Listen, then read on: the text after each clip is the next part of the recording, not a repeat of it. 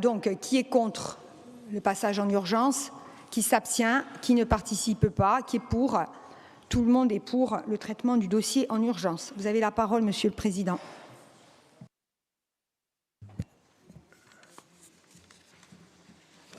Donc, un rapport qui s'inscrit dans la continuité des délibérations précédentes votées par l'Assemblée de Corse. Vous m'avez demandé, Madame la Présidente, d'être bref dans mes présentations et bien sûr, je vais respecter cette prescription. Je rappelle pourquoi l'urgence, parce que nous avons été saisis le 24 septembre dernier par le préfet de Corse de la demande d'avis que doit formuler l'Assemblée de Corse, un avis qui s'intègre dans la procédure qui a commencé, vous le savez, par le vote de la loi du 15 juillet 2025, une loi votée à la quasi-unanimité par le Sénat et par l'Assemblée nationale. Je le souligne parce que dans le contexte actuel, c'est relativement rare. Je crois même que c'est unique. Donc une loi qui a posé un certain nombre de principes qui sont rappelés dans le rapport. Il convient maintenant qu'un décret en Conseil d'État soit pris par le Premier ministre pour organiser la partie réglementaire de l'installation de l'établissement public de l'industrie et du commerce de Corse.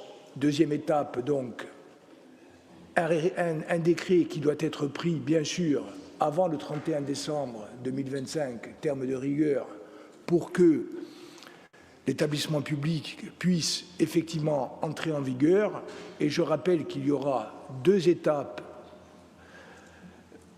ensuite, essentielles également, une partie réglementaire qui concernera la collectivité de Corse, son pouvoir réglementaire, à travers le vote des statuts de l'établissement public créé par la loi, et puis une quatrième étape qui sera la présentation devant l'Assemblée de Corse des contrats de concession consentis in-house par la collectivité de Corse au nouvel établissement public et les contrats de concession qui doivent prendre la suite de ceux qui expirent le 31 décembre 2025. Et bien sûr, ces contrats de concession intégreront l'analyse et le bilan des concessions en cours. Donc vous voyez que, y compris dans les 3 mois qui nous séparent de la fin de l'année, il reste un travail considérable pour le Conseil exécutif et l'Assemblée de Corse.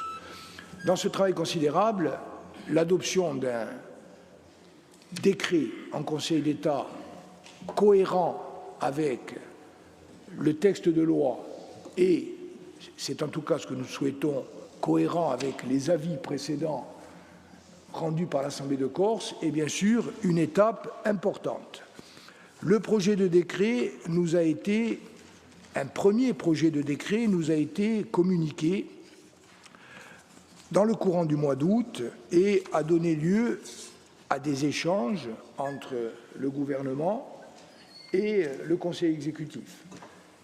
Le gouvernement, c'était bien sûr le ministre Rebsamen, mais également son cabinet et la direction générale des collectivités locales à titre principal.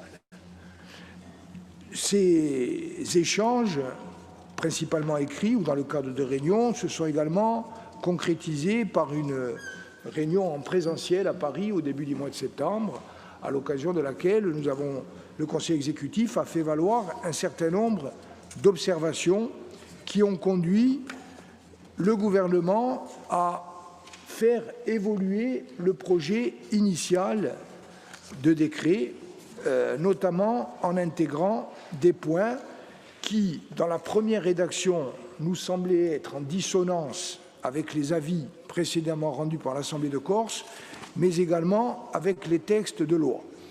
Quels sont les points qui ont notamment été repris dans le projet de décret et qui, selon l'analyse du Conseil exécutif de Corse, sont conformes à l'architecture globale que nous avons voulu porter pour le futur établissement public?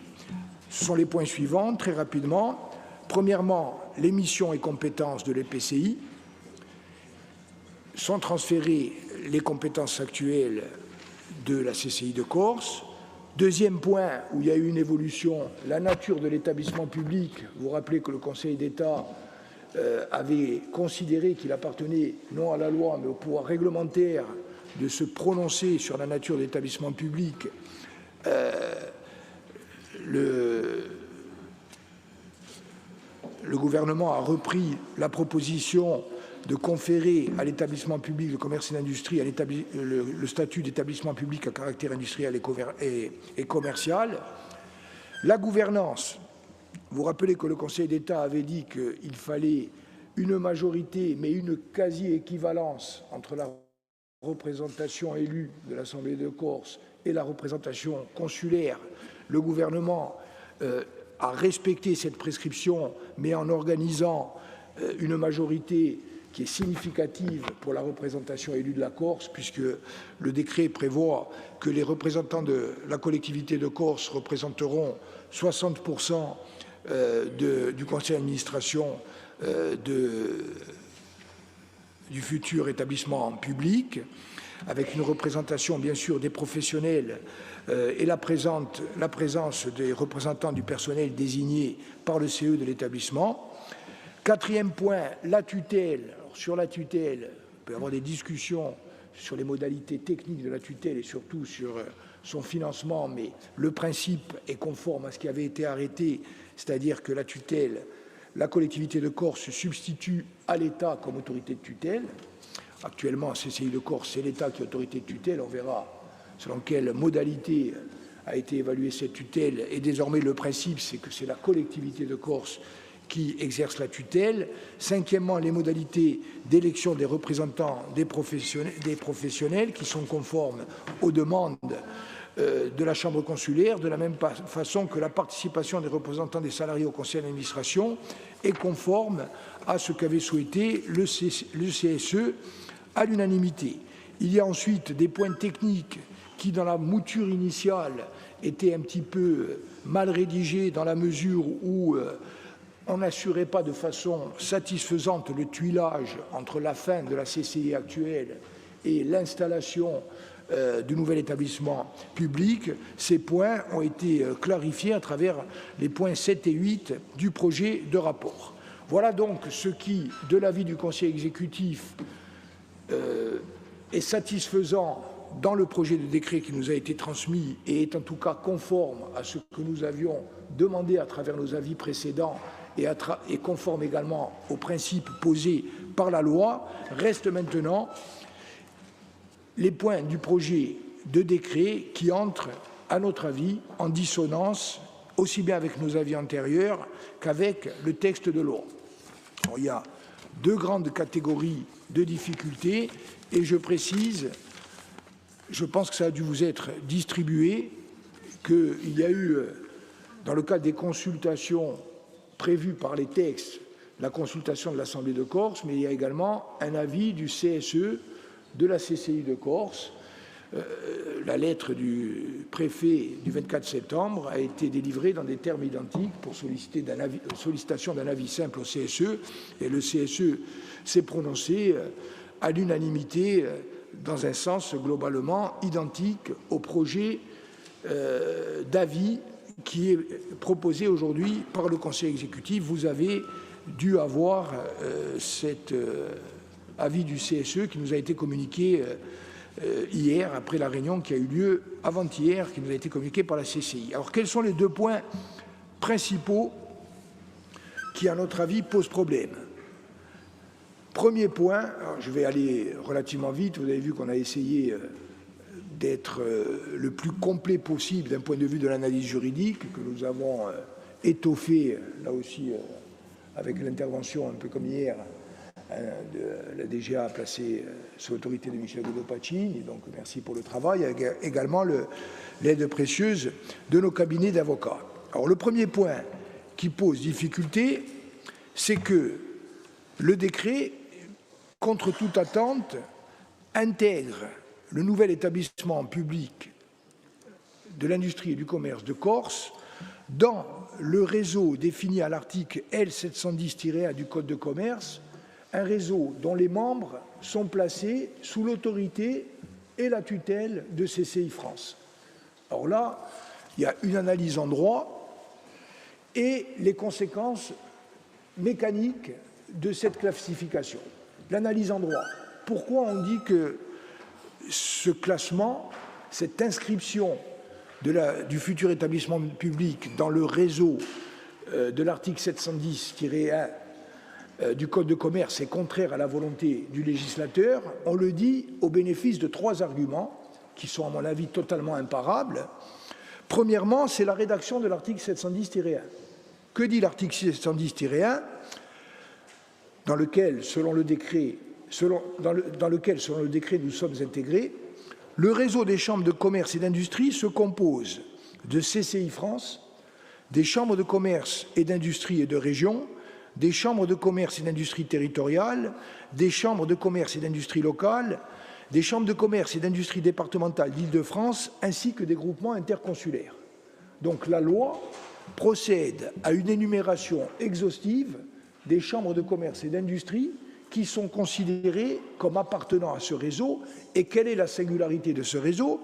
C'est que l'article 711-15 dit « CCI France », donc la structure centrale, est l'établissement public placé à la tête du réseau défini à l'article L710-1. Donc on a un réseau dont les membres sont énumérés limitativement par la loi et les membres de ce réseau sont placés sous l'autorité de CCI France. Remarque, il y a des CCI qui n'appartiennent pas à l'article L710-1.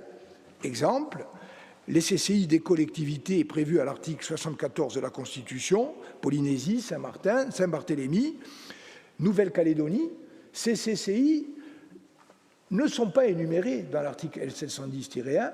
Il n'y a pas d'article spécifique qui les concerne dans le Code de commerce. Par contre, il est prévu que leur organe délibérant participe à l'organe délibérant de CCI France. C'est prévu par l'article 711-15-alinéa 2 qui dit que l'organe délibérant de CCI France est constitué des présidents en exercice de toutes les chambres d'industrie citées dans le réseau, mais également des chambres et des collectivités d'outre-mer de la Nouvelle-Calédonie.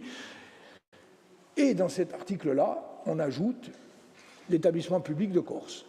Par contre, y compris après la loi qui nous a créé et qui a créé l'établissement public de Corse, l'énumération de l'article L710-1 n'inclut pas l'établissement public de Corse. Si le législateur avait voulu que nous soyons dans la liste énumérée à l'article L710-1, il aurait complété cette liste. Or, il ne l'a pas fait. Premier argument. Et donc, le décret, qui par définition est inférieur dans la norme juridique à la loi, ne peut pas ajouter au texte de loi. Le décret ne peut pas, alors que la loi énumère limitativement les chambres de commerce et d'industrie qui font partie du réseau placé sous l'autorité de CCI France, le décret ne peut pas nous inscrire dans une liste dans laquelle le législateur n'a pas souhaité nous mettre. Ça, c'est le premier argument. Mais il y a un deuxième argument, je dirais, qui est encore plus décisif, c'est que la nouvelle loi elle-même a précisé expressément que nous n'appartenons pas au réseau. Et donc là, on n'est même plus dans l'interprétation de ce qui pourrait être un oubli. Admettons, il y a une liste limitative. Le législateur ne nous met pas dedans. On peut dire, oui, mais c'est un oubli. Mais même si c'est un oubli, le décret ne peut pas nous rajouter.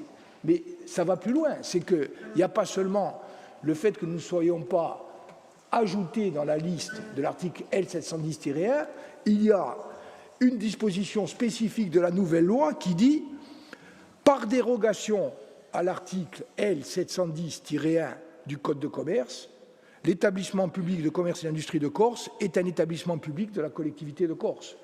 Donc la nouvelle loi spécifique pour la Corse, elle dit bien que le nouvel établissement public déroge à l'article L710-1 et donc il ne fait pas partie des CCI qui sont intégrés dans le réseau défini par cet article. Donc pour moi, les choses elles sont très claires Étant précisé en fait, troisième argument, que l'article 710-1 du Code de commerce, toujours lui, dit que les établissements du réseau des chambres de commerce et d'industrie, qui sont énumérés dans l'article L710-1, sont des corps intermédiaires de l'État. Et nous, le législateur a entendu dire non, vous n'êtes plus, vous, CCI Corse, vous étiez jusqu'à aujourd'hui un corps intermédiaire de l'État placé sous la double tutelle de l'État et de CCI France, mais désormais, vous n'êtes plus un corps intermédiaire de l'État, vous êtes un établissement public rattaché directement à la collectivité de Corse.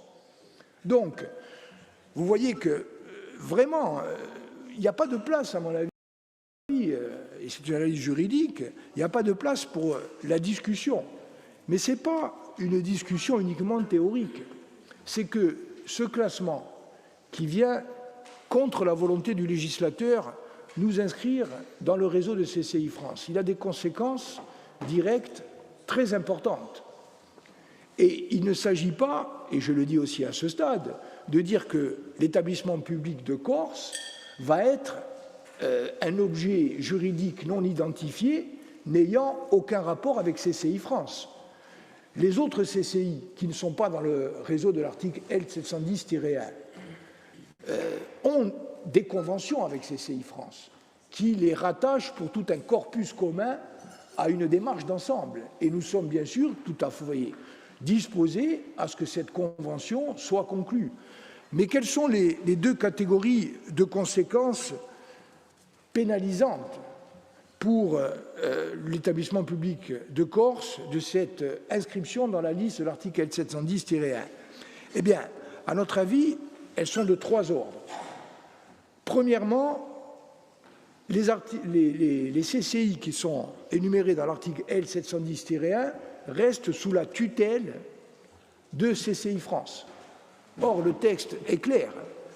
Le seul habilité aujourd'hui à exercer une tutelle sur la CCI, à la place de l'État, c'est la collectivité de Corse.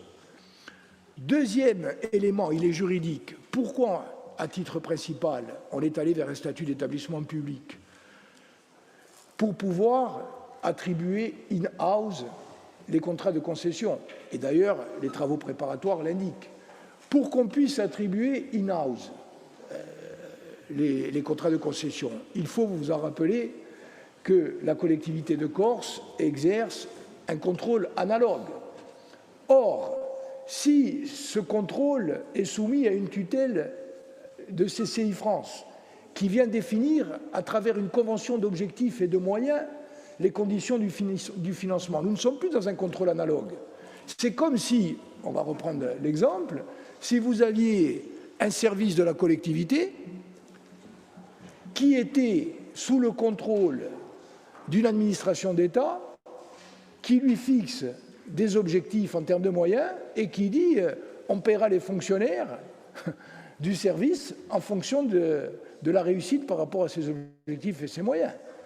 Donc vous voyez bien que c'est complètement incompatible avec le statut. Troisième et dernier élément, eh bien, vous l'avez dit, j'ai vu votre geste, c'est une remise en cause du maintien de la garantie financière qu'a entendu expressément donner le législateur. Le législateur, je vous renvoie aux travaux préparatoires, il a dit le fait d'instituer un établissement public qui est dérogatoire, c'est aussi une façon pour nous de garantir la part de trésorerie de la CCI qui est liée à la taxe sur les frais de chambre.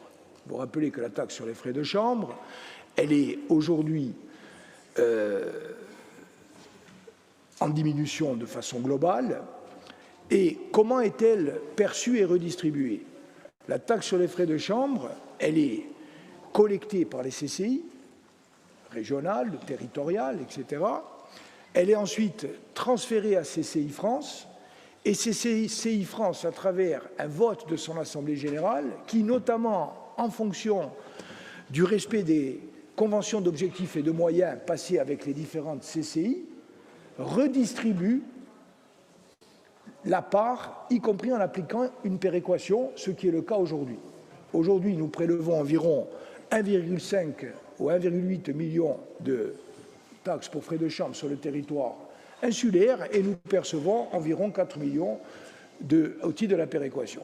Si nous restons dans ce dispositif, qu'est-ce qui va se passer? Il va se passer qu'on a une tutelle, on a un organisme extérieur qui nous considère comme un corps intermédiaire de l'État, ce que nous ne sommes plus, qui, du fait de notre qualité de corps intermédiaire de l'État, nous fixe des objectifs et des moyens qui sont définis par CCI France, contrairement à la volonté du législateur et ce qu'a dit le ministre à la barre en disant le nouvel établissement public qui va répondre aux objectifs et aux moyens que définira la collectivité de Corse et les mettra en œuvre dans le cadre du contrôle analogue. Et surtout, vous serez soumis, l'établissement public sera soumis à un vote du conseil d'administration de CCI France qui décidera du montant de la péréquation. Et le vote, il faut que vous sachiez, c'est le dernier élément, c'est qu'il y a des pondérations du droit de vote qui sont extrêmement favorables aux grosses CCI. C'est-à-dire qu'en fait, on est dans un système qui est l'exact opposé de ce qu'a voulu faire le législateur. Quand on a dit ça pendant la discussion, pour être tout à fait clair, que nous ont dit nos interlocuteurs, j'ai le droit de le dire, je l'ai dit, ils nous ont dit, écoutez, on n'avait pas vu ce problème, avançons vite, parce qu'on a un délai du 31 décembre, le cas échéant, on le verra après, etc. Sauf que nous disons, d'abord, le Conseil d'État est déjà saisi. Et il va s'inspirer dans son avis de l'avis que va prendre la collectivité de Corse. Et nous sommes vraiment, là aussi, je le dis, extrêmement confiants sur notre analyse, aussi bien sur la lettre que sur l'esprit de la loi. Donc, si l'Assemblée de Corse décide de suivre cette analyse et de préconiser une évolution du texte, le Conseil d'État a le temps, dans son avis, de le préconiser. Après, à charge pour le gouvernement de le faire, surtout dans le contexte actuel. Mais moi, je pense que nous avons tout à fait le temps d'avoir un texte réglementaire conforme au texte législatif et à la volonté du législateur. Ce que nous a dit le gouvernement, il a dit si on n'arrive pas à le faire, de toute façon, en gros, CCI France écoute ce que dit le gouvernement, le temps qu'on fasse évoluer le système, on garantira la péréquation. Mais juridiquement, ce n'est pas satisfaisant. Donc nous, qu'est-ce que nous disons? Nous disons, au visa de ces trois catégories d'éléments, texte de la loi 710-1, on n'est pas dans le texte. Deuxièmement, texte explicite qui dit, par dérogation, vous n'appartenez pas à ce réseau. Troisièmement, contrôle analogue et vous n'êtes pas un corps intermédiaire de l'État, faisons évoluer le règlement.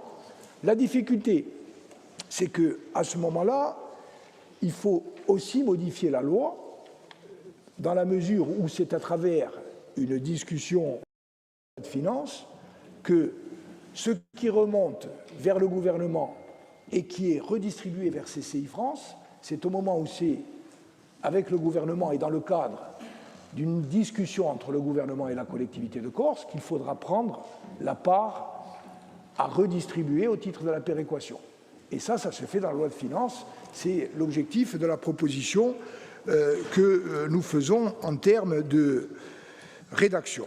Donc j'espère avoir été relativement clair dans mes explications dans un domaine qui semble technique, mais qui en fait, à mon avis, est essentiellement lié à la cohérence d'ensemble du statut du nouvel établissement public qu'a voulu mettre en œuvre le législateur, reprenant en cela et les avis de l'Assemblée de Corse et les avis de la CCI et des personnels. Donc, on est vraiment dans une cohérence par rapport à notre position depuis le départ.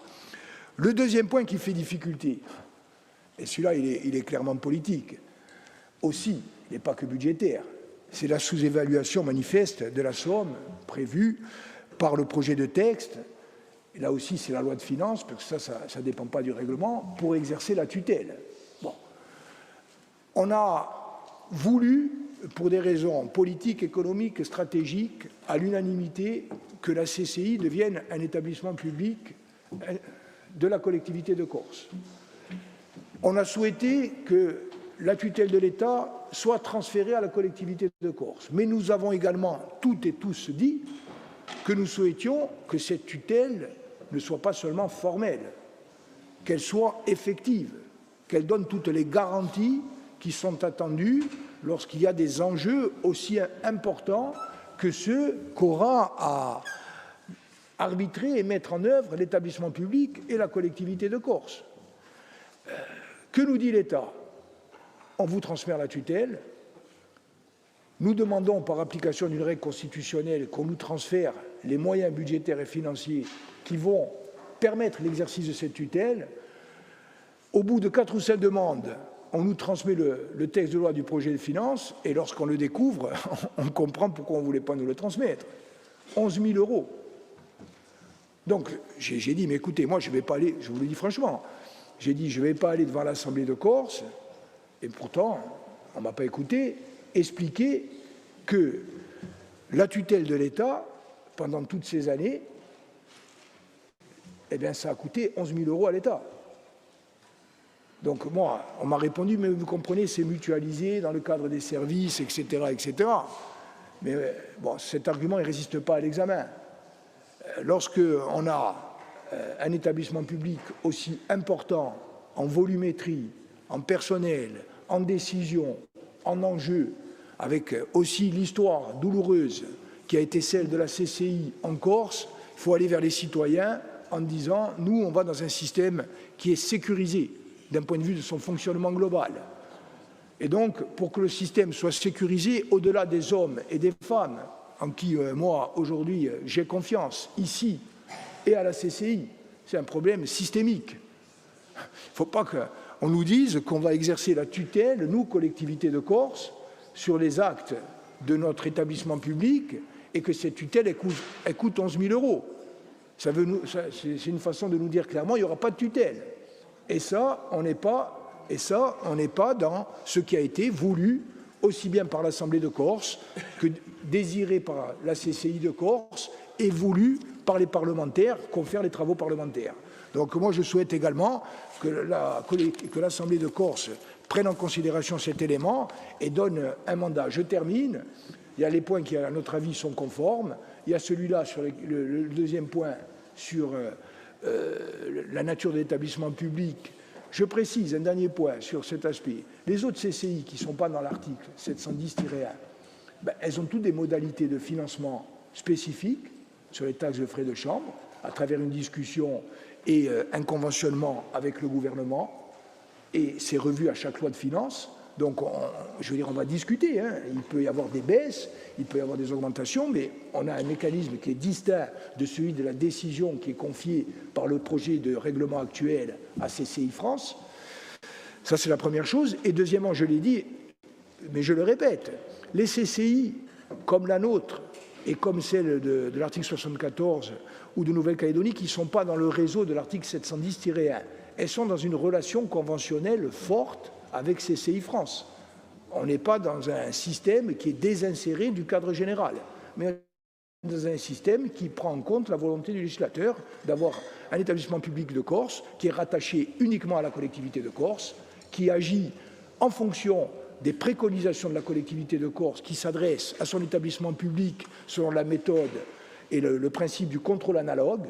Et nous voulons enfin avoir une tutelle qui soit une tutelle digne de ce nom. Et pour cela, il faut qu'on nous confère les moyens.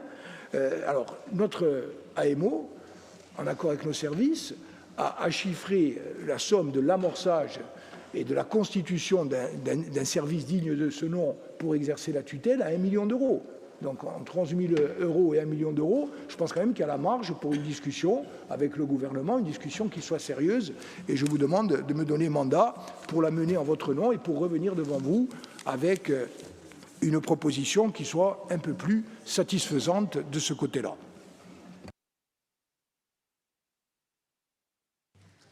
Merci, Monsieur le Président.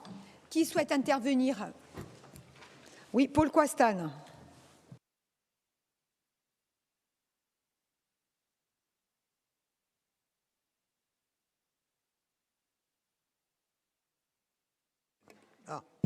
Non so come che ho capito tutto bene, mais on a une loi, si j'ai bien compris.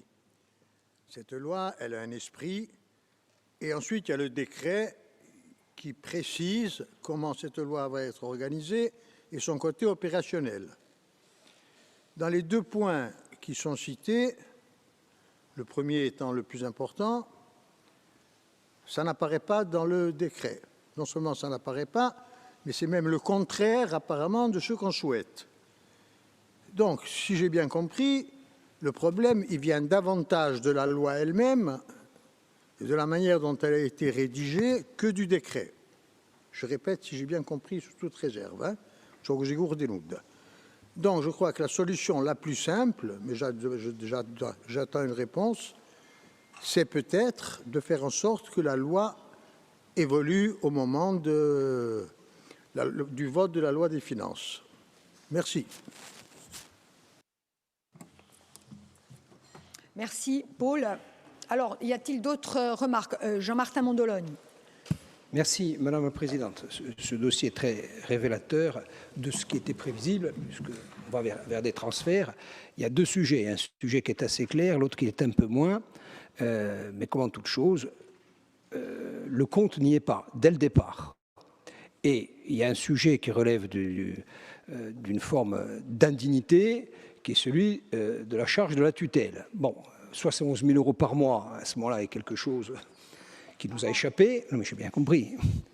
Si c'est 11 000 € par mois, bon, ça, en gros, c'est un cadre. Hein, on estime qu'avec un cadre, on peut exercer la tutelle.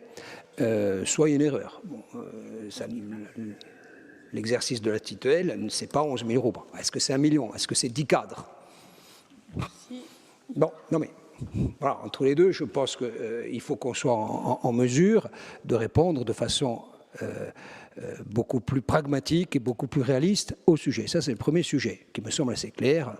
C'est pour nous tranché. Bon, ce sujet aurait mérité au passage un travail en commission parce qu'on découvre tout ça maintenant, même si ce n'est pas très bien présent en commission, je le sais bien, mais là, ce sujet-là, bon, c'est un vrai sujet qui méritait, au-delà des aspects de droit, de vérifier si oui ou non nous sommes dans l'esprit de ce que nous avons voté à l'unanimité et à la lettre. Donc vous avez pointé l'ensemble des sujets qui restent fidèles à l'esprit de la naissance de l'EPCI, puisque rappelons qu'il est né désormais du point de vue législatif, il est né l'EPCI. Bon. Maintenant, comme en toute chose, pour faire le lien avec le sujet précédent, le diable est encore là, il se niche dans les détails de tous les décrets d'application et donc dans le décret du Conseil d'État. Si je comprends bien votre explication sur la base de votre talent de professeur de droit, on serait dans... oui, il fait profession de droit, Madame la Présidente, même s'il n'a pas le titre. Sur le sujet, on reste ou pas dans le réseau tutelle CCI France. Au motif que nous ne soyons pas cités nominativement dans la loi et que la loi crée de facto un EPCI distinct de tout ce qui existe, nous devrions en être exclus. Bon, ça c'est ce que vous le dites d'ailleurs, vous le dites très bien, c'est implicite. Ça, c'est sujet à interprétation. Moi, ce qui m'intéresse, ce qui nous intéresse, c'est la conséquence d'y être ou d'en sortir. Et ça c'est pas clair. Vous dites, si on y reste... Quand on fait la boucle des taxes que nous collectons à hauteur d'1,8 million et que nous recevons, on va dire, de ce qu'on refuse en termes de tutelle, c'est-à-dire CCI France, on en perçoit 4. Donc moi, je vois un gap de 3 millions, 3,5 millions. C'est de ça dont on parle. Bon, en dehors de, on va appeler ça, pour forcer un peu le trait, de l'organe institutionnel d'être définitivement détaché de CCI France. Moi, j'ai aucun orgueil à y être par en être. Moi, je veux savoir, c'est la question qui se pose, c'est 3,2 millions. Si on en sort, comment ils arrivent? Sous quelle forme? On les rend pérennes? Et est-ce que vous avez une modélisation, un chiffrage, une appréhension a priori de ce que représenterait le différentiel entre ce qu'on collecte et donc ce qu'on perçoit, qui pourrait nous garantir qu'à minima, le fait d'en sortir nous stabilise. Parce que là, pour conclure, on est quand même sur un sujet qui va représenter à moyen et à long terme une charge évidente pour la collectivité. Donc tout se mesure. Donc, pour finir, oui sur la tutelle, bon, c'est même non discutable, il y a un sujet dont il ne faut pas se priver de parler. Sur on appartient ou pas au cercle CCI France, je dis au cercle au sens de la boucle, quelles en sont les conséquences durablement financières et stabilisées. Nous, sur la base de ces réponses, on se réserve le droit de poursuivre dans un vote positif, parce que ça reste dans l'esprit, mais d'émettre quelques réserves sur ces questionnements.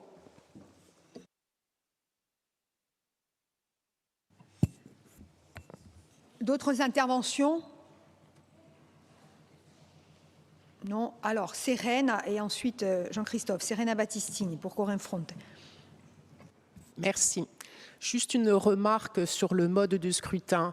On a un conseil d'administration qui est proposé avec 20 sièges, 14 pour les élus et 6 pour le monde professionnel. Avec le mode de scrutin proposé nominal, en l'état actuel, ça va renforcer le MEDEF. On regrette qu'il n'y ait pas une proportionnelle, ce qui aurait permis à des associations professionnelles minoritaires d'être représentées. Merci.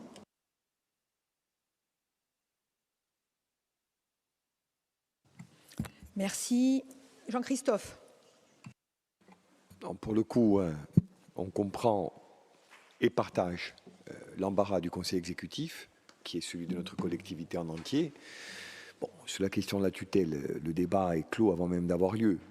On est en communauté d'analyse et de vue. Aujourd'hui, il y a un gros sujet qu'on a découvert ces derniers temps, auquel on ne s'attendait pas nécessairement. Et j'imagine que par ce on peut parler de la plupart, voire de la totalité des élus de l'hémicycle et du Conseil exécutif.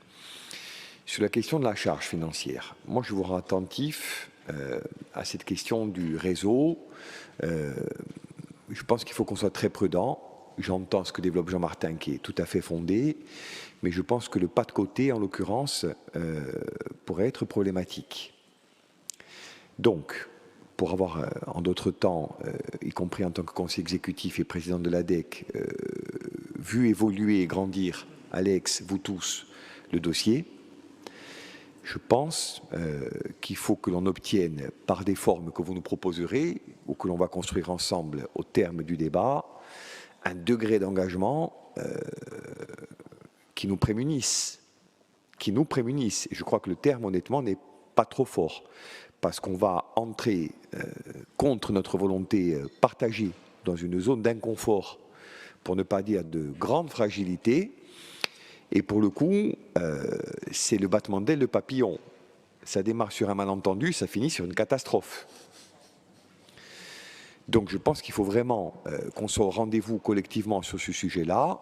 Et peut-être faut-il, par un travail en commission de quelques dizaines de minutes ou par un débat approfondi ici, qu'on creuse les termes de l'alerte et qu'on n'en sorte pas par une délibération de principe sans lendemain. Attention. Vraiment là, je sens, et ce n'est pas l'endroit de l'exécutif qui est dans la même situation que nous pour le coup, pas un piège, mais une vraie difficulté à laquelle je nous invite collectivement à répondre, faute de quoi, je le redis, on va entrer dans un tunnel dont on va sortir le 1er janvier avec des incertitudes de toute nature, et nonobstant la question de la tutelle, une charge financière tout à fait insurmontable. Et bien sûr, se pose la question de Serena ou d'autres sur la gouvernance qu'on peut partager, même si on peut avoir un point de vue différent aussi. Vous savez qu'on milite pour notre part pour une forme de rééquilibrage entre le monde professionnel et le monde politique ou institutionnel. On aurait préféré très largement que le monde économique, dans la diversité de ses composantes, soit mieux représenté, parce qu'on a besoin de respiration dans une société où on a tendance à concentrer et à emboliser, entre guillemets, les institutions de l'île. Bon, ainsi vont les choses, et on les regrette profondément. On aura l'occasion de s'y pencher, mais réglons d'abord les urgences, et de notre point de vue, sans être beaucoup plus long, elles sont d'abord de cet ordre-là. Merci. Bien. Donjo Luccioni. Merci Madame la Présidente. Il y a la dimension juridique et technique. Bien sûr, le Président était très clair, il fait profession de droit. Et puis il y a la dimension politique. On est là sur la construction de l'établissement public du commerce et de l'industrie de la collectivité de Corse qui doit voir le jour au 1er janvier 2026. Il y a plusieurs textes qui vont donner du contenu au statut de cet établissement public majeur et stratégique. Il y a eu bien sûr la loi du 15 juillet 2025, adoptée à la quasi-unanimité. Il y a les décrets d'application, les projets de décrets d'application et d'arrêtés qui sont importants parce qu'ils vont mettre précisément le contenu à la façon d'une loi organique qui viendrait mettre le contenu à un statut prévu par une loi constitutionnelle. Et puis il y aura les délibérations que l'Assemblée de Corse aura à prendre concernant les statuts et que le conseil d'administration de l'établissement public demain du commerce et de l'industrie de la collectivité de Corse aura à prendre s'agissant du règlement intérieur. On discute aujourd'hui de l'aspect réglementaire qui regarde l'État, le projet de décret et le projet d'arrêté. Bien sûr, l'examen du conseil exécutif est très clair, on le partage sur ces bancs. Jean-Martin, c'est vrai que non seulement la loi ne prévoit pas que l'établissement public demain du commerce et de l'industrie de la collectivité de Corse figure dans le réseau sous tutelle CCI France, puisqu'il n'y a pas l'énumération, dans le cadre de l'énumération limitative, de référence à cet établissement, mais en plus, et là c'est explicite, en plus, il est considéré, écrit dans la loi désormais adoptée, que l'établissement public à venir, c'est un établissement public de la collectivité de Corse, qui a caractéristique d'EPIC, et donc, par nature, il n'est pas un corps intermédiaire de l'État. On ne peut pas être établissement public industriel et commercial de la collectivité de Corse et en même temps corps intermédiaire de l'État. L'établissement public, demain, il sera un établissement public de la collectivité de Corse. Et là où c'est majeur comme conséquence, au-delà de l'aspect juridique, c'est qu'il y a des conséquences au plan budgétaire. On partage ce qui a été dit par le président du conseil exécutif, par d'autres groupes, et puis il y a des conséquences très pratiques au plan stratégique et politique. Parce que ce qu'on construit là, ce n'est pas simplement un modèle juridique nouveau, avec un établissement qui viendra dans le giron de la collectivité de Corse. C'est créer les conditions de la garantie d'une gestion par la puissance publique corse des ports et des aéroports de notre île, qui sont des infrastructures stratégiques pour un territoire insulaire comme le nôtre. On l'a souvent dit, il y a des territoires autonomes en Méditerranée qui ne sont pas propriétaires ni gestionnaires de leurs infrastructures portuaires et aéroportuaires. La Corse a la chance d'être propriétaire, à travers la collectivité de Corse, et gestionnaire, la CCI, de ces ports et aéroports. C'est essentiel. On a une vision qui est consolidée, claire sur les transports, qu'il s'agisse du périmètre, du principe, de la qualité du service public dans l'aérien et dans le maritime, qu'il s'agisse du développement touristique et économique durable, confère la discussion et l'examen hier du rapport sur l'achat de flux, confère également le missionnement de la collectivité de Corse par de l'Office de transport de la Corse par la collectivité de Corse sur les projets de desserte aérienne et maritime, notamment vers la Ligurie, la Sardaigne, le Latium, la Toscane, etc. Donc on a une vision consolidée. Et dans ce cadre-là, ce qu'on construit, c'est un élément et un outil essentiel. Et si demain, ça a été dit par le président du conseil exécutif, et c'est inscrit noir sur blanc dans le rapport et dans le projet de délibération, si demain l'EPIC de la CCI vient intégrer le réseau sous tutelle de CCI France, on va avoir des gros problèmes, y compris sur la gestion in-house, parce qu'on risque de devoir recourir, en l'absence du contrôle analogue de la tutelle de la collectivité de Corse, on risque de recourir à une mise en concurrence, avec les conséquences désastreuses que cela engendrerait. Donc il y a un sujet budgétaire et financier, il y a un sujet politique et stratégique, et on est sur un sujet d'importance, parce qu'il y a bien sûr la question sociale, avec le maintien des emplois, les salariés, les agents, etc. de la CCI, toutes les familles qui dépendent de cela. Il y a une question stratégique liée à la vision modèle de transport. Et puis, il y a la question de la maîtrise par la puissance publique corse de ces infrastructures de transport. Bon. Donc on est sur un gros sujet. On a besoin, y compris, ça a été rappelé par le président, vu l'histoire douloureuse des CCI, qu'on ne rappelle pas, d'avoir une tutelle qui soit réelle et efficace. Et pour cela, on a besoin des moyens budgétaires, financiers et humains. Donc on n'est pas sur une mince affaire, ça peut paraître technique, mais c'est important. Donc nous, on accompagnera sur les bancs de FAPO.IC, mais le conseil exécutif. On note aussi, à titre de conclusion et en guise de clin d'œil, qu'il y a un projet de rédaction qui est formulé par le conseil exécutif de Corse. C'est aussi la preuve d'une certaine maturité au plan légistique et je dis notamment au plan légistique et législatif et réglementaire demain, à exercer des compétences qui pourraient être dévolues à une collectivité autonome de Corse. Aringra Diaby, donc je vais repasser la parole au président de l'exécutif. Merci pour ces interventions. Je vais essayer de répondre en étant aussi clair que possible, synthétique. Je prie de m'excuser aussi pour le caractère tardif de la communication, mais je rappelle que la lettre de saisine est intervenue à peine quelques jours avant la session et que donc nous avons dû travailler là encore dans l'urgence. Je regrette effectivement que nous n'ayons pas pu avoir un débat technique approfondi, notamment en commission, comme je regrette par exemple de ne pas avoir pu présenter ce rapport devant le CESEC, où il me semble qu'il aurait été naturel et logique de pouvoir le faire. De la même façon, par exemple sur des questions de mode de scrutin, etc., je pense qu'il y a une progression dans la construction globale. Aujourd'hui, je rappelle, par exemple, que les membres de la CCI sont 40 au sein de la Chambre de commerce et d'industrie et que dans le futur établissement public, ils ne seront plus que 20. Bon. Donc, il y a un phénomène d'attrition qui est important. Mais en même temps, si on veut conserver, comme la loi l'impose pour un contrôle analogue, une représentation plus forte de la collectivité de Corse, si on met 40 pour les professionnels de la CCI, il faut être après 60 c'est-à-dire la quasi-totalité de l'Assemblée du Conseil exécutif. Ça devient impossible, et ce d'autant mieux, je le rappelle, que dans le cheminement qui nous reste à accomplir, et je veux le souligner avec force, il y a également les engagements qui ont été pris vis-à-vis de la Chambre de commerce, la Chambre de métier et d'artisanat de Corse, qui est pour l'instant dans une incertitude, alors même que la loi Pacte prévoit que la Chambre de métier et de l'artisanat doit être rattachée de la même façon que la CCI. Et là, le chemin qui semble être pris aujourd'hui par le gouvernement, c'est de dire on va le faire ensuite. Mais alors, là aussi, sous quel délai, avec quel gouvernement, dans quel contexte, avec quel degré d'urgence vu la situation politique française. Et y compris lorsqu'on discutait, on nous disait que ça va être un seul et même établissement public.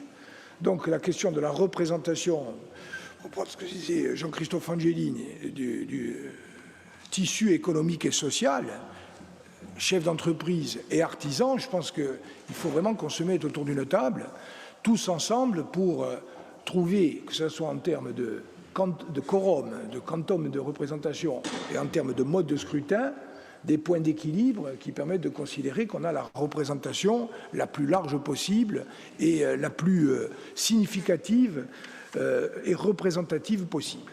Ceci étant précisé, j'essaie de répondre aux questions qui ont été légitimement posées. Pour répondre à Paul Quastane, non, la loi, me semble-t-il, elle est bien rédigée. La loi, elle pose le principe qu'on n'est pas dans le réseau soumis à l'autorité de CCI France, et elle dit ce qu'elle avait à dire. Ce qui pose un problème aujourd'hui, c'est le décret. Le degré d'inquiétude, il y a les salariés de la CCI qui très certainement nous écoutent, au moins eux, et sans doute aussi des Corses.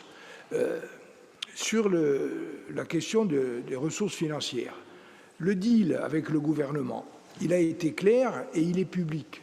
C'était de dire on met en place un mécanisme qui garantit la pérennité, pas éternelle, mais la pérennité dans les années à venir de la péréquation qui est assumée aujourd'hui par CCI France au bénéfice de la CCI Corse.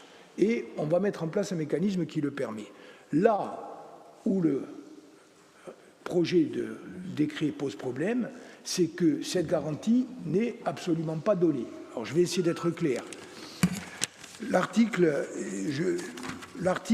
L710-1, donc il énumère le réseau. Qui est membre du réseau? Ce sont les CCI qui sont énumérés dans l'article. On n'y est pas. Donc ça veut dire qu'on ne fait pas partie de ce réseau. Et c'est normal, puisque l'article spécifique qui concerne la Corse, il dit « Par dérogation à l'article L710-1, l'établissement public de Corse est un établissement public rattaché à la collectivité de Corse. » Vous l'avez, je sais, mais les conséquences, la plus importante, elle est sur le mécanisme de financement. Il y en a d'autres. Hein. Je vous renvoie à l'article 710-16, par exemple, c'est CCI France qui dispose des conventions collectives de l'ensemble et qui les fixe. Donc, je veux dire, c'est CCI France qui fixe les grandes orientations des chambres de commerce et d'industrie qui sont dans son réseau, ce qui est totalement contraire à l'esprit de l'autonomisation de la CCI et de son rattachement. Mais le plus important, le plus direct, c'est sur le mécanisme de financement. Pourquoi ? CCI France, c'est 711-16.10. CCI France répartit entre les chambres de commerce et d'industrie de région le produit de la taxe fixée à l'article 1600, c'est la taxe pour frais de chambre, après avoir déduit le quote-part nécessaire au financement de son fonctionnement. Le montant minimal de cette quote-part est fixé par arrêté du ministère de tutelle. D'accord ? Donc le ministère de tutelle, il dit, voilà le montant minimal que vous devez répartir entre tout le monde. Il y a un plancher. Et ensuite, après déduction de cette quote-part, la répartition entre les chambres d'industrie tient compte des objectifs fixés dans le cadre d'objectifs de convention d'objectifs et de moyens mentionnés à l'article L712-2 du présent Code et des résultats de leur performance, des décisions prises par l'Assemblée générale de la CCI France et de leur réalisation.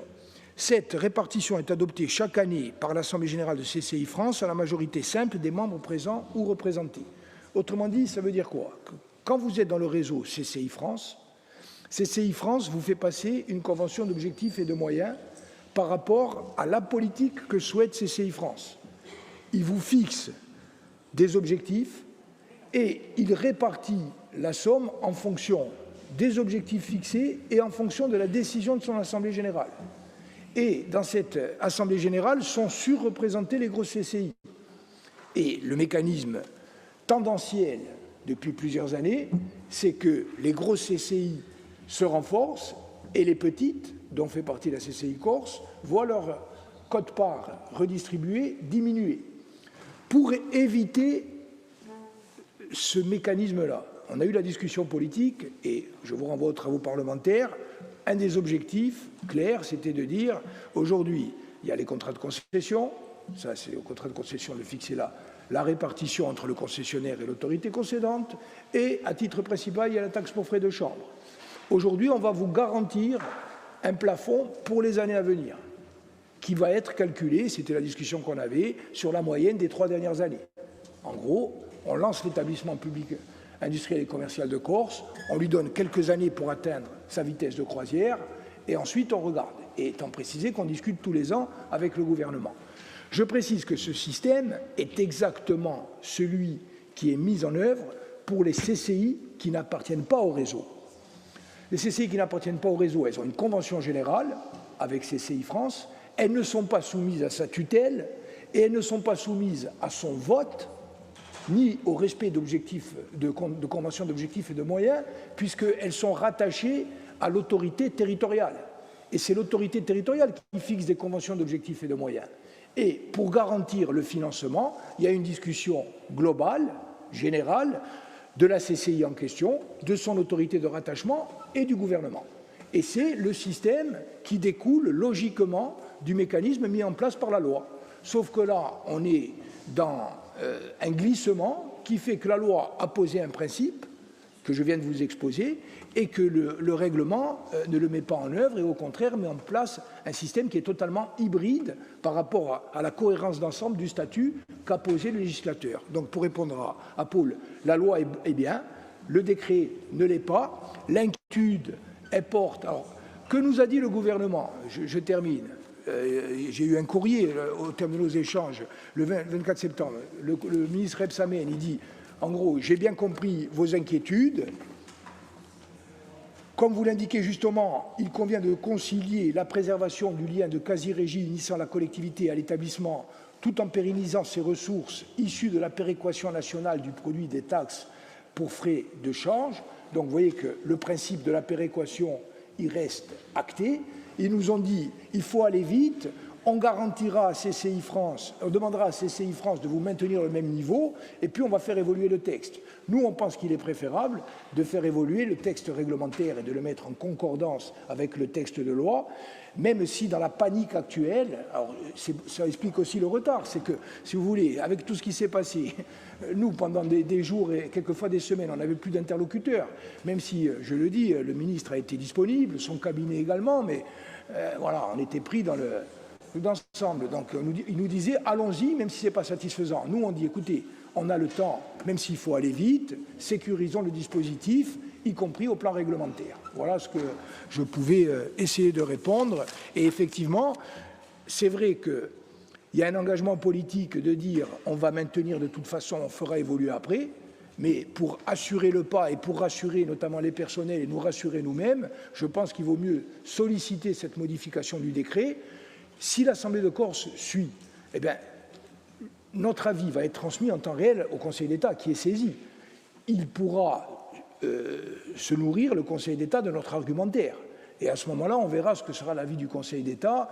Et s'il préconise, le Conseil d'État, eh bien, de reprendre à son compte ce que nous disons, eh bien, je pense qu'à ce moment-là, on sera totalement sécurisé.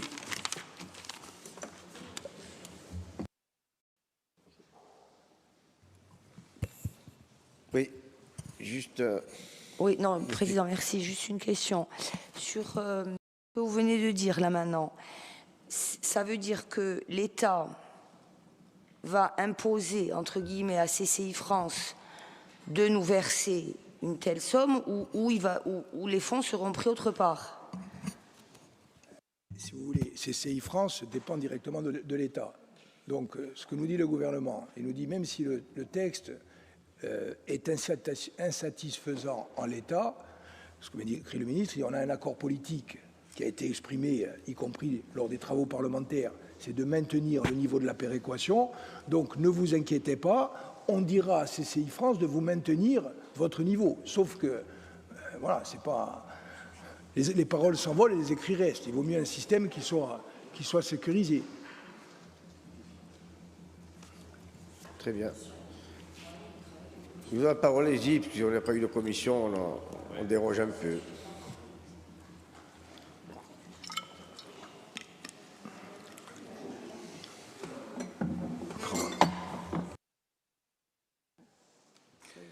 Oui, on comprend mieux désormais la matrice de votre raisonnement. Simplement, nous, on peut, dans l'esprit de la délibération qu'on a relue, qui finalement dit en gros on est favorable sur ce qui est recevable et puis on vous demande de réfléchir aux deux points qui font sujet. Je pense qu'il faut les lier dans la négociation. Autant je pense que vous tapez trop sur l'histoire de la tutelle.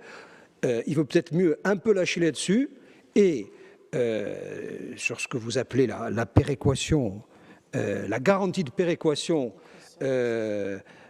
parler de deux choses, pas une photographie à l'instant T, puisque vous dites qu'en gros la péréquation a été dégressive ces dernières années, peut-être une moyenne des 10 dernières années, et puis surtout ne pas retomber dans le piège de la DCT, faire en sorte qu'elle soit indexée.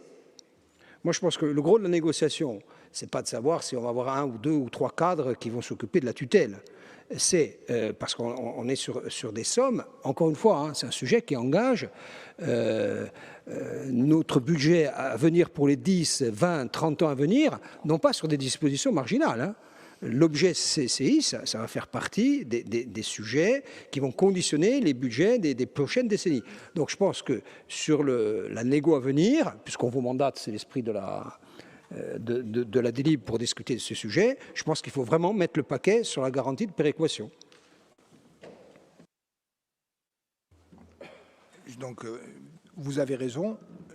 Remarque, la délib, elle est structurée comme ça, la proposition de délib, c'est-à-dire, premier point, c'est tout ce sur quoi on est d'accord qui reprend. Deuxième point, il y a cette question de l'appartenance au réseau, où on dit, à notre avis, il y a une incohérence entre la loi et le décret, et on vous demande de modifier cette incohérence, ce qui aurait pour conséquence de passer à un autre régime, y compris de répartition de la taxe pour frais de chambre, qui implique aussi une inscription, je rappelle, dans la loi de finances, Donc, c'est un mandat pour ça. Et le troisième point, c'est la question du financement de la tutelle, où vous avez vu, je ne fais pas une demande formelle, je vous demande de mandater pour discuter. Pour discuter, parce que ce que je pense, c'est que la charge de la tutelle et son caractère effectif est aussi réparti entre non seulement des services déconcentrés de l'État, mais également une partie de CCI France et une partie de l'administration centrale. Donc il faut qu'on reconstitue tout ça en disant, écoutez, si c'est nous, comment on fait?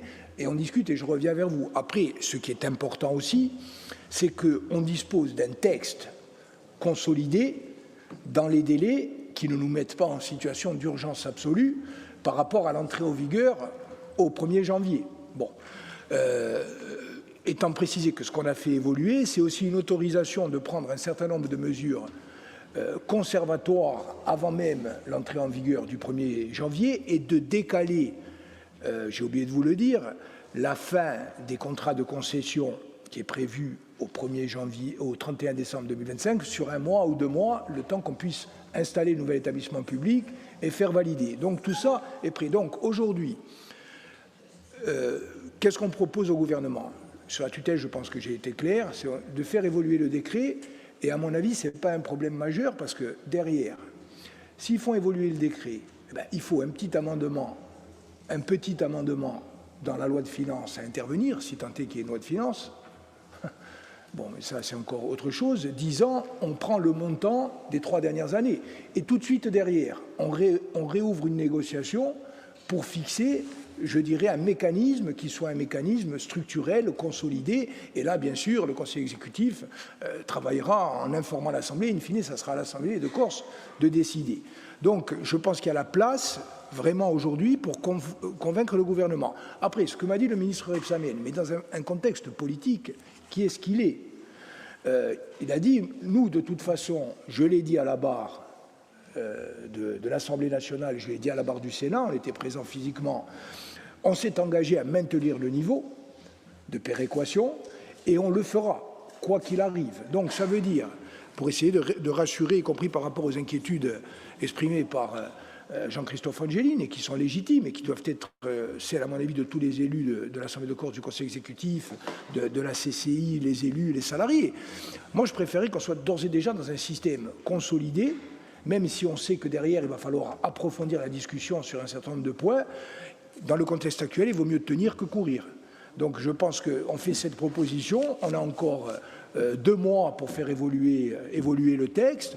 Moi, je remonte et je discute avec les interlocuteurs qui nous seront désignés. Et bien sûr, je tiendrai strictement informé l'Assemblée de Corse, qui pourra encore statuer, y compris sur d'autres propositions qui pourraient nous être faites, et que je m'engage bien sûr, l'Assemblée de Corse, que je m'engage bien sûr à saisir s'il devait y avoir des contre-propositions. Très bien. Est-ce qu'il y a d'autres observations? Exceptionnellement, on peut échanger. Non. On vote alors.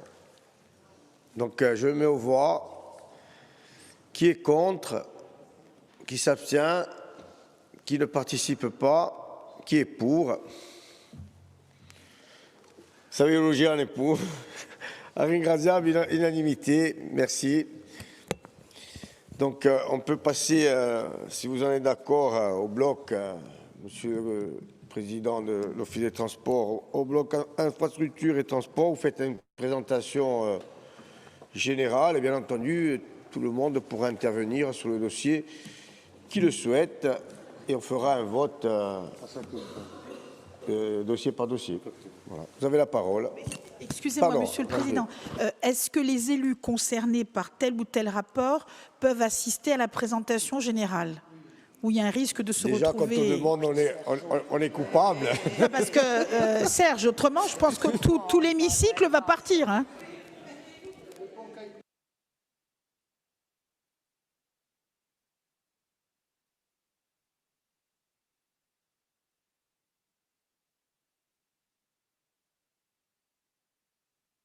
Bon, si je ne vais pas m'exprimer, je vais laisser le président parler parce que sinon je...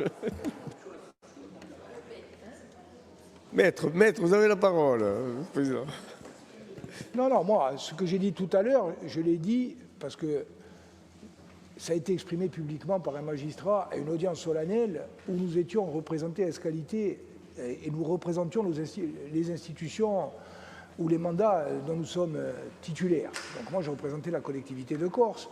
Et donc, je le dis aussi,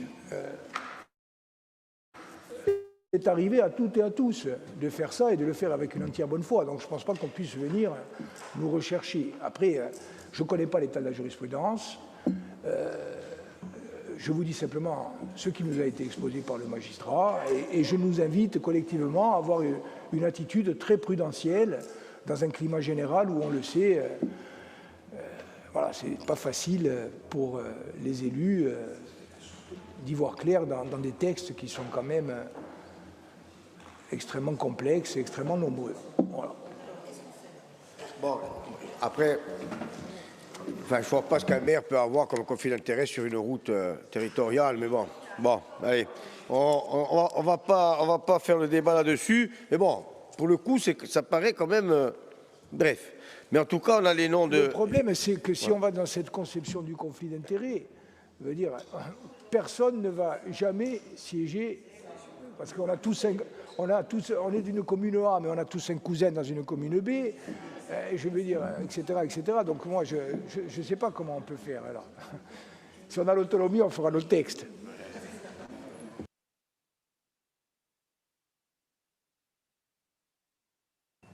Vous avez la parole, monsieur. Suivez à la télé, on va peut-être supprimer les télés aussi, je sais pas.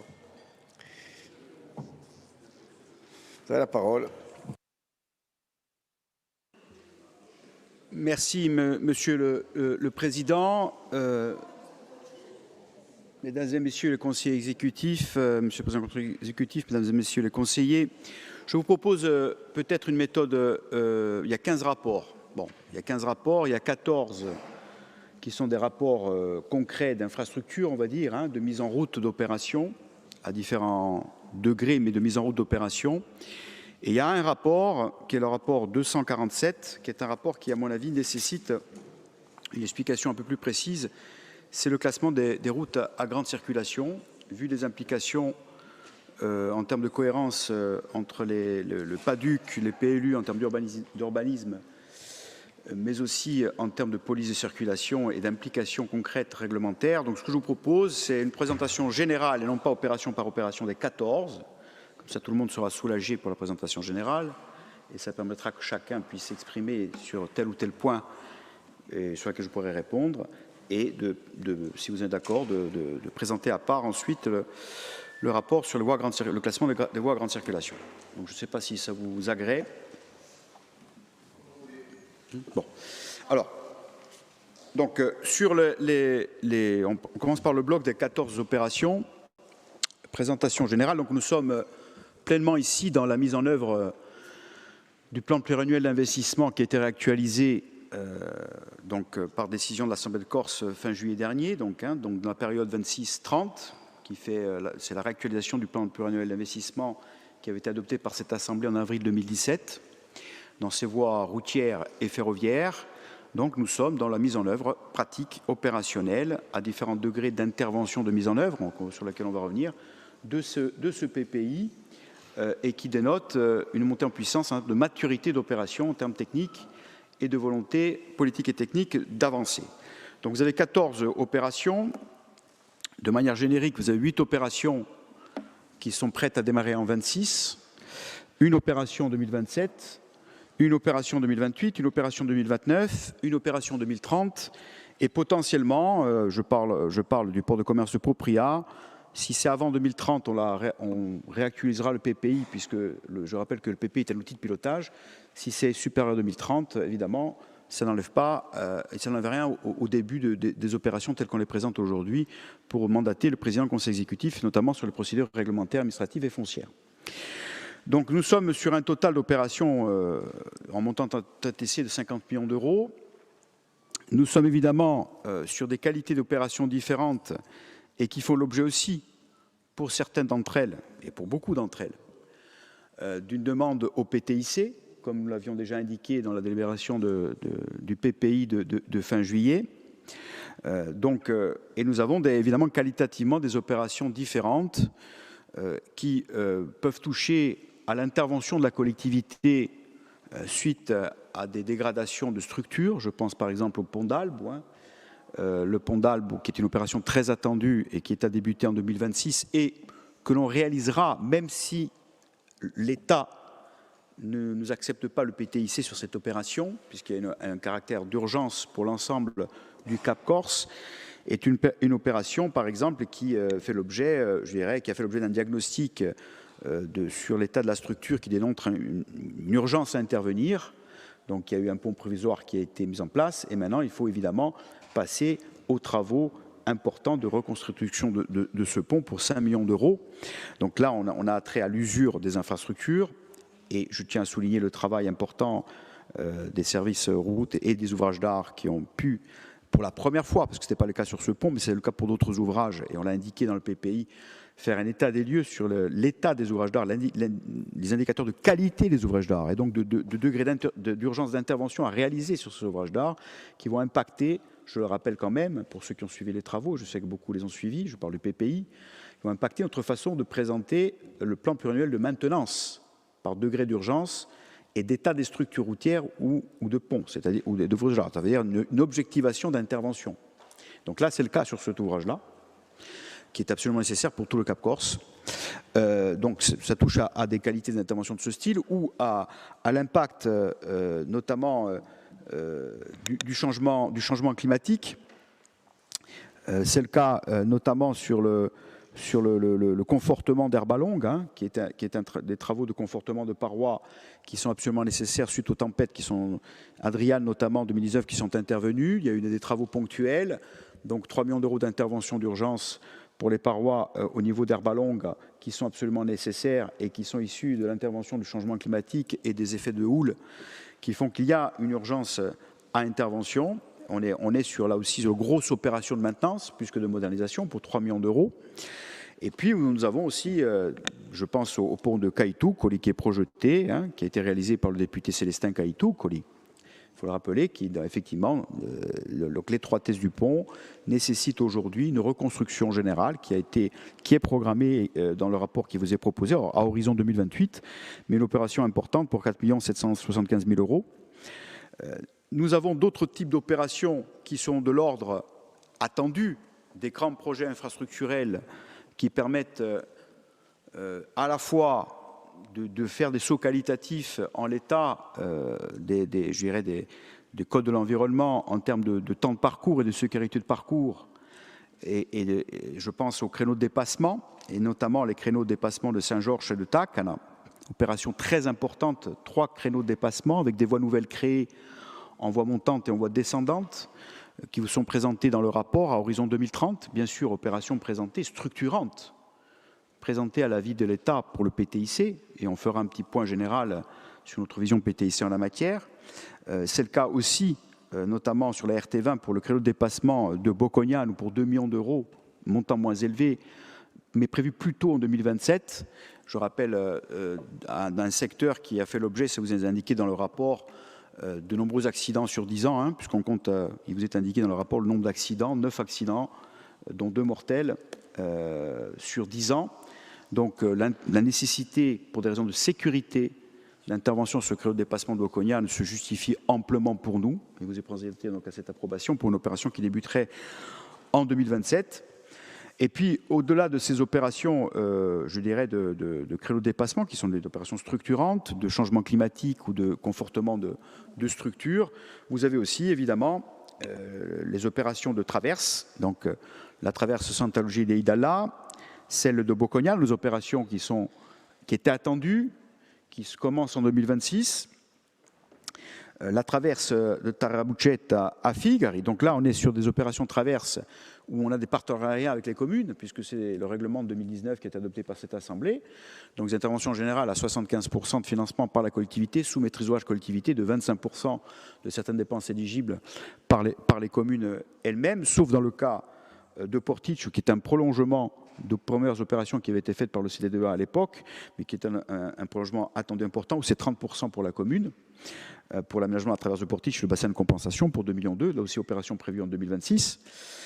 Donc, et au-delà de ces dernières opérations de traverse, vous avez aussi des opérations qui sont aussi importantes sur le bassin de vie ajaccien. Je pense en particulier à la question du giratoire et de la voie du Salario sur la RD11, qui est une opération aussi qui va débuter bientôt, en 26, donc une opération qui permettra de conforter, en attendant la poursuite des travaux de la pénétrante, on va dire l'entrée d'Ajaccio, le désengorgement d'Ajaccio par cet itinéraire qui fait l'objet d'une nécessité de rénovation et de restructuration, avec ce giratoire qui conforterait la sécurité en même temps que la voie nouvelle.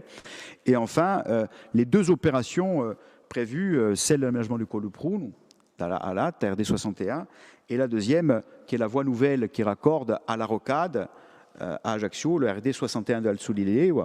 Donc là aussi, des opérations très attendues pour 4 70 000 € à horizon 2029, mais qui s'inscrivent dans l'ensemble des plans d'action routiers sur le bassin de vie ajaccien, programmés. Donc de ce point de vue-là, nous sommes, on va dire, sur une programmation qui est une programmation qui nécessite, pour certaines opérations, nous sommes presque au stade de lancement de marché, hein, c'est le cas pour le pont d'Albe par exemple, évidemment. Hein. D'autres, on est sur la poursuite, je pense à Propria, sur le port de commerce, où je rappelle que l'on choisit, vous le voyez dans le rapport, une deuxième voie par rapport à celle qui avait été privilégiée pour le CD2 à l'époque par Cabula-Rose, ou pour des raisons environnementales et par choix politique de ne pas aller sur ce terrain-là, évidemment aussi, mais aussi pour difficultés réglementaires. Nous décidons d'avoir un autre accès qui est beaucoup plus, de notre point de vue, fonctionnel, qui répond après le diagnostic à toutes les capacités à pouvoir absorber les poids lourds, notamment, y compris et surtout par le comptage qui vous est indiqué dans le rapport en voie estivale, opération estimée à horizon 2030, c'est pour ça qu'elle n'est pas dans le PPI pour l'instant, mais qui est engagée, ou que l'on veut engager du point de vue des procédures réglementaires, administratives, foncières à réaliser par le président du Conseil exécutif. Donc voilà un petit peu ces opérations qui démontrent une volonté d'abord de vous présenter la déclinaison opérationnelle par grande brique. Hein. Je n'ai pas fait de présentation rapport par rapport, mais c'est important à l'Assemblée de Corse de ce qui a été adopté fin juillet. Ensuite, de vous dire qu'il y a bien entendu une discussion contradictoire avec l'État sur le PTIC. Et là, on touche à des infrastructures qui impactent de notre point de vue, c'est pour ça que c'est pour nous une priorité, la vie des Corses au quotidien, les usages des Corses au quotidien, que ce soit évidemment les fonctions de transit économique et de passagers pour les grands axes quand on parle de créneaux de dépassement, ou d'usages plus locaux liés aux agriculteurs, aux infirmiers, aux médecins, aux épiciers quand on parle de rural ou de traverse. Mais néanmoins, on touche là au concret de la vie des Corses au quotidien. C'est pour ça que sur l'ensemble des opérations, il nous semble nécessaire qu'il y ait une convergence de vues pour qu'on les exige comme prioritaires vis-à-vis du PTIC. Or, malheureusement, à ce stade, les réponses ne sont pas totalement satisfaisantes. Elles ne sont même pas du tout satisfaisantes. C'est-à-dire que la collectivité est prête, sous réserve de la décision de l'Assemblée de Corse. Mais elle est prête techniquement, elle est prête en proposition technique, économique et budgétaire. Elle est prête conformément aux hypothèses des PPI qui vous ont été présentées. Je rappelle qu'il y a eu 4 hypothèses financières, y compris une hypothèse basse qui permet quand même d'engager ces opérations. Avec un fort volet maintenant, je vous rappelle, entre 50 et 55 millions d'euros qui sera maintenu, quelles que soient les hypothèses. Mais elle est prête et on attend que l'État soit au rendez-vous, à la fois du PTIC dû aux infrastructures de la Corse, au service de la Corse et de chacun de ces territoires concernés, puisqu'on est sur des infrastructures qui sont à la fois impactantes du point de vue des territoires eux-mêmes et de la Corse en général. Et donc, de ce point de vue-là, nous attendons par exemple une réponse dont on verra, on espère qu'elle sera imminente, c'est sur le pont d'Albe. Mais je viens d'indiquer, de toute façon, nous ferons le pont d'Albe si l'Assemblée le décide, même si l'État n'accepte pas le PTIC vu l'urgence, mais ça prouverait bien, sur un sujet pareil par exemple, que ce qui est vital, parce qu'on ne fait pas le pont d'Albe, il y a un caractère vital de désenclavement sur le Cap Corse, ça veut dire que le PTIC ne répond pas, ou ne répondrait pas favorablement à l'idée de désenclaver de manière vitale tout un territoire. Ça pose un problème de fond que je pose à cette Assemblée comme évidemment au nom de l'exécutif de Corse. Voilà pour cette présentation. J'ai fait 13 minutes. Il me semble que c'est pour 14 rapports un bon ratio. Donc ça permettra de laisser libre cours au jeu des questions-réponses et aux points plus précis s'il en est. Je vous remercie.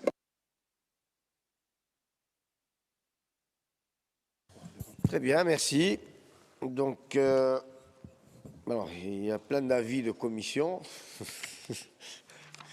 Donc, est-ce qu'on va toutes les lire ou est-ce qu'on donne un avis général? Alors, chaque rapport a une commission. Donc, on va commencer par le début. D'abord, je vais donner les avis. Après, j'ouvre bien entendu la discussion. Alors, l'avis sur le rapport numéro 229, la commission du développement. Favorable. Alors, attendez, il faut que je me retrouve.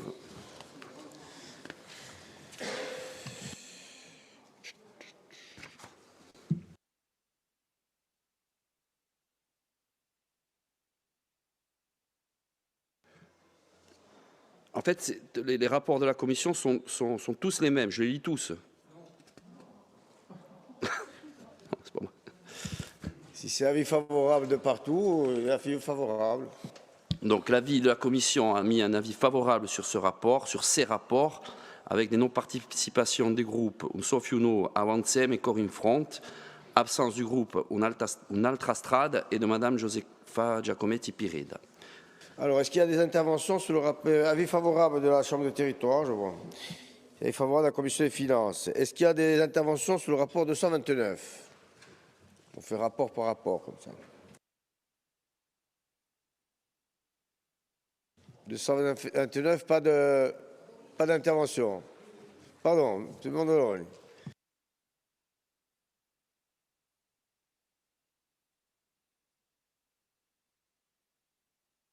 Oui, vous indiquez d'abord que Santa Duval, dont j'ai le pouvoir, se déporte sur ce rapport. Donc il faudrait créer les conditions, même si elle n'est pas là, que pour ce vote, mon pouvoir tombe. Enfin, le sien, du moins. Et on en est là. Hein. Bon, pour vous dire qu'on se réjouit de l'inscription de ce rapport à l'ordre du jour, puisqu'il était déjà inscrit à la PPI de 2017, de ce qui me revient à la municipalité privilégiée un tracé initial qui avait d'ailleurs fait l'objet d'un emplacement réservé dans le plus de l'époque. Bon, on prend acte du nouveau projet, on va le voter évidemment. En page 6, c'est juste un niveau de détail qui nous semble important. Il est indiqué que la quasi-unanimité des propriétaires des emprises foncières nécessaires à la réalisation du projet était favorable. Il y en a bien un qui manque. Un propriétaire qui, d'après nos informations, fait un peu de zèle sur les procédures par rapport à ces parcelles. Pour que ce rapport puisse se concrétiser dans des délais raisonnables, il est impératif, et c'est notre demande, que la DUP soit diligentée dans les meilleurs délais pour lancer les procédures d'expropriation qui s'avéreront nécessaires dans ce cas, puisque la perspective d'une acquisition amiable semble s'éloigner et ne pas se profiler pour le dit propriétaire. Très bien. On conseille à Paul-Jo Kaïtouk de sortir puisqu'il est élu, à la Comcom.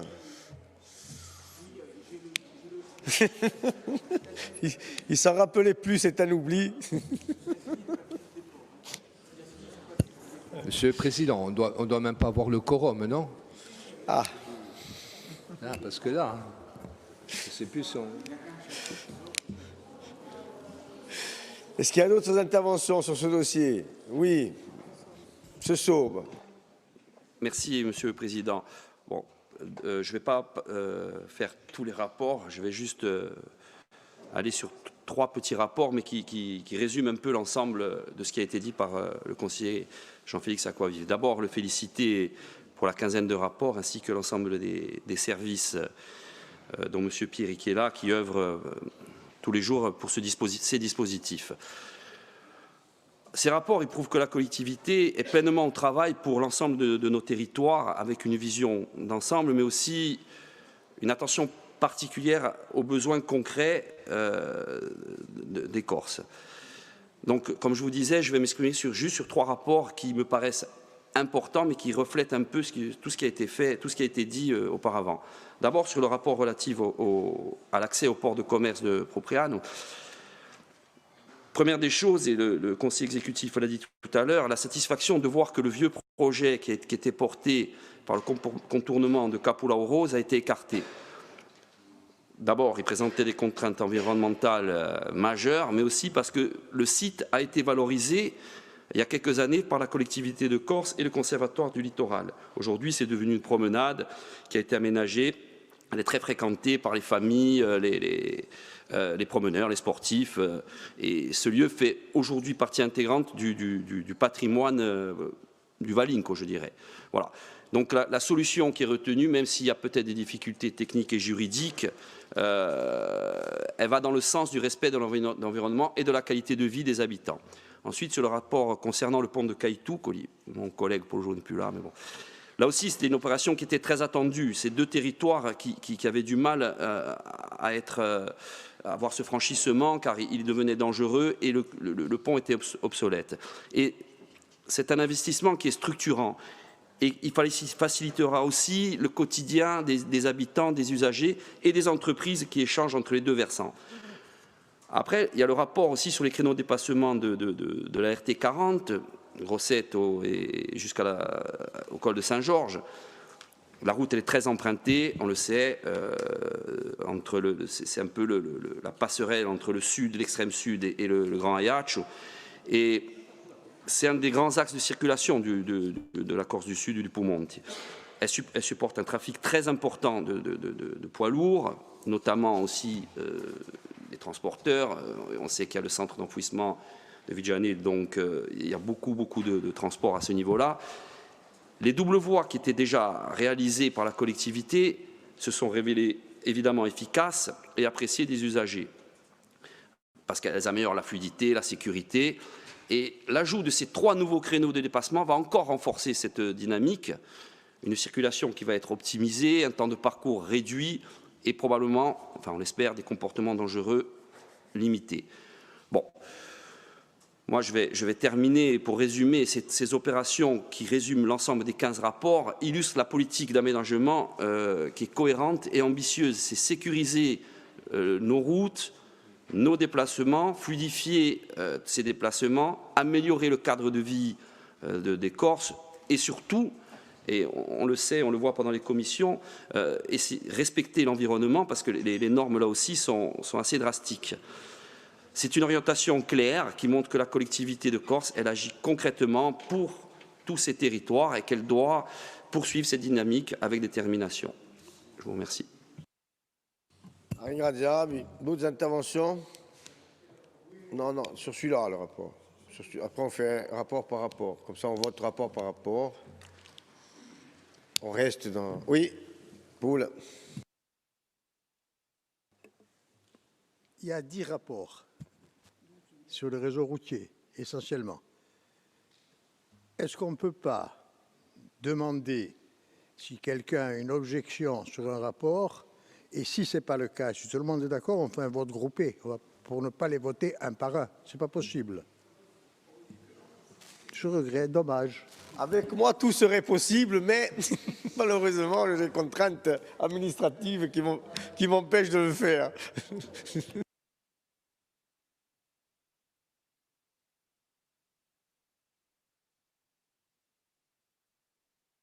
Alors, on continue. Est-ce qu'il y a d'autres interventions? On va aller vite. Non, monsieur le conseiller exécutif. Très heureux que ça fasse l'objet d'une convergence de vues très forte. Bon, en même temps, c'est de l'opérationnel, je l'entends bien. Juste une intervention, peut-être que j'avais oublié dans les opérations importantes, l'aménagement de Taïzoulac aussi, qui est aussi important. C'est un endroit dangereux et ça fait l'objet d'un aménagement en concertation avec la commune parmi les opérations de sécurisation sur la RT10. Voilà, donc important de dire que cette opération est bien listée comme une priorité de ce premier bloc d'opérations d'infrastructure. Voilà, c'est tout. Pour le reste, je prends acte des interventions. On dira à François évidemment que je ne peux que aller dans le sens à la fois qualitativement sur ce qu'il a dit sur le site de Cabola-aux-Roses, où c'est une évidence, ZIEF mais aussi aménagement fait, sur l'investissement structurant du pont de Caïtou-Coli et des créneaux de dépassement, évidemment, mais ce qui est indiqué pour la RT40 est valable aussi pour le créneau de Bocognal ou pour les autres créneaux de dépassement que nous aurons à débattre dans d'autres blocs. Voilà. Pour le reste, monsieur ça fait 15 rapports, donc 14 là. Il ne reste plus qu'un à présenter. Voilà pour ma précision. Merci, Monsieur le Président. Merci. Donc, je mets aux voix le rapport 229 sur le réaménagement de l'accès au port de commerce d'Iboubriat. Qui est contre? Qui est pour? Qui s'abstient? Qui ne participe pas? Unanimité à irrémédiable. Donc, on peut passer au rapport 245, démolition et reconstruction du pont d'Almo. Personne n'est en conflit d'intérêt sur ce rapport. Donc tout le monde pourrait rentrer. Mais voilà, donc chacun se détermine comme il veut. Mais je souligne à chaque fois qui est obligé de sortir comme ça, on n'aura pas de problème. Donc il y a un avis de la Commission du développement, qui est un avis favorable, un avis de la Commission des finances, qui est un avis favorable, un avis de la Chambre des territoires, qui est un avis favorable. Est-ce qu'il y a des interventions? Il n'y en a pas. Donc, je mets aux voix. Qui est contre? Qui s'abstient? Qui ne participe pas? Qui est pour? Unanimité, irrémédiable. On peut passer au rapport 246. C'est l'aménagement de 3 créneaux de dépassement sur la RT 40. Sur ce dossier, tout le monde peut rester. Donc, il y a un avis favorable de la Commission du développement, avis favorable de la Chambre des territoires et avis favorable de la Commission des finances. Est-ce qu'il y a des interventions? Il n'y en a pas. Donc, je mets aux voix. Qui est contre? Qui s'abstient? Qui ne participe pas? Qui est pour? Unanimité. On peut passer au rapport 247. C'est la classification. Non, celui-là, on le garde pour après. Hein, d'accord. Donc, rapport 248. Donc, c'est l'aménagement d'un giratoire au carrefour de l'ex-RT20 et de l'ex-RD 230 sur la commune de Luciano. Hervé Rodrigue est sorti. Donc, il y a un avis favorable. Et je pense que M. Djamigone, il doit sortir aussi. Enfin, je ne pense pas, j'en suis certain.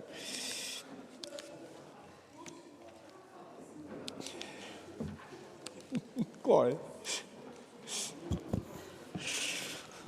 Donc, Jean-Charles est sorti, il n'est jamais rentré. Avis favorable de la Commission du développement, de la Commission des finances, de la Chambre des territoires. Est-ce qu'il y a des interventions sur ce dossier? Il n'y en a pas. Je mets aux voix. Qui est contre? Qui s'abstient? Qui ne participe pas? Qui est pour? Unanimité. Rapport 249. Approbation de l'opération de reconstruction du pont de Caïtou-Coli.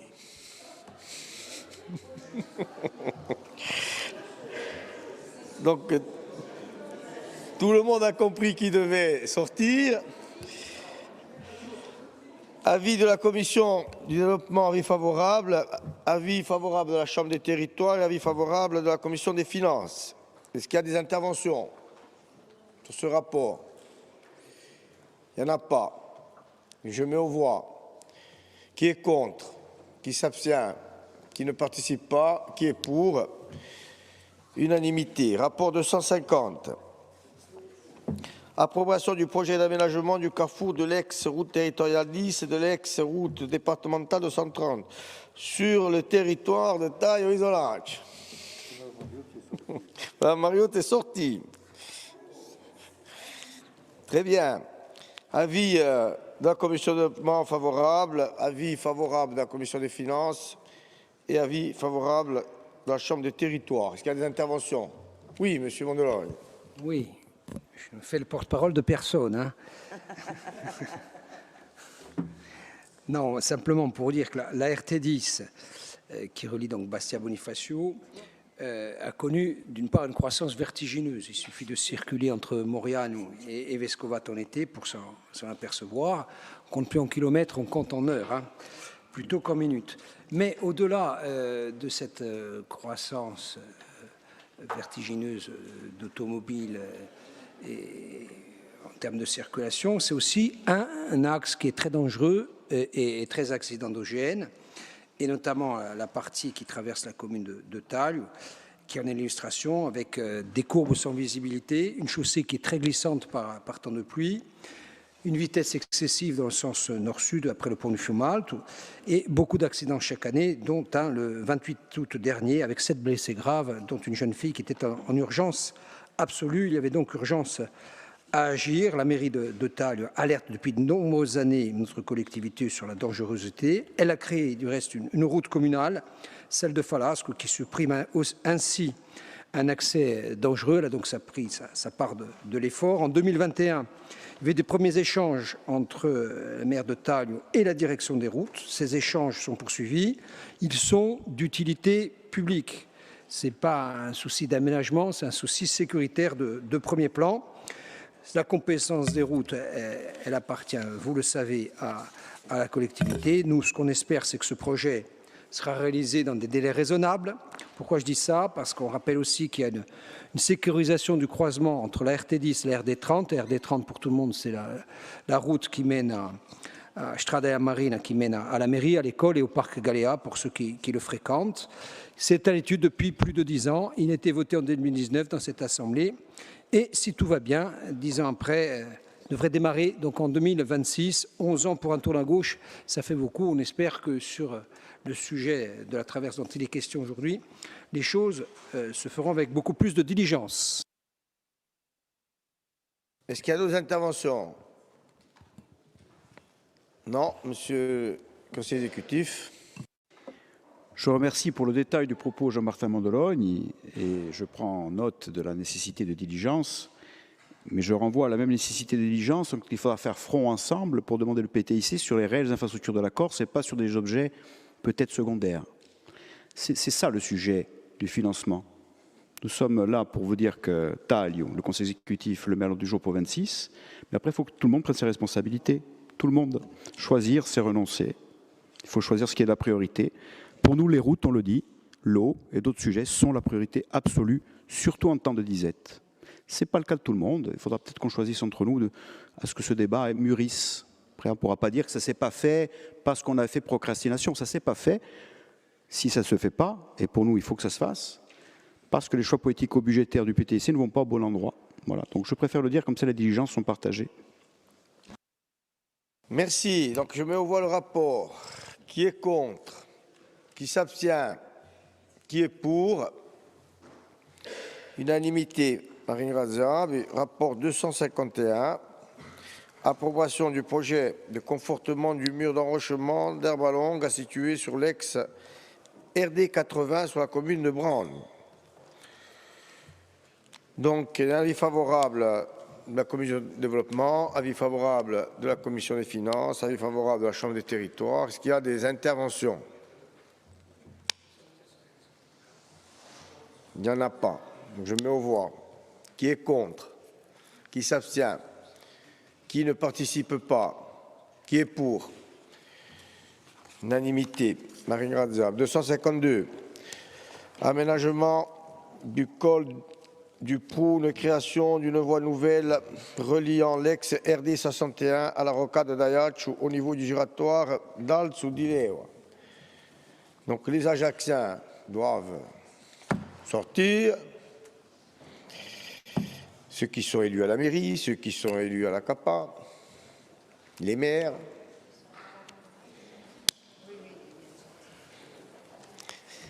Donc il y a un avis favorable de la commission des finances, de la commission du développement, de la Chambre des territoires. Est-ce qu'il y a des demandes d'intervention? Non.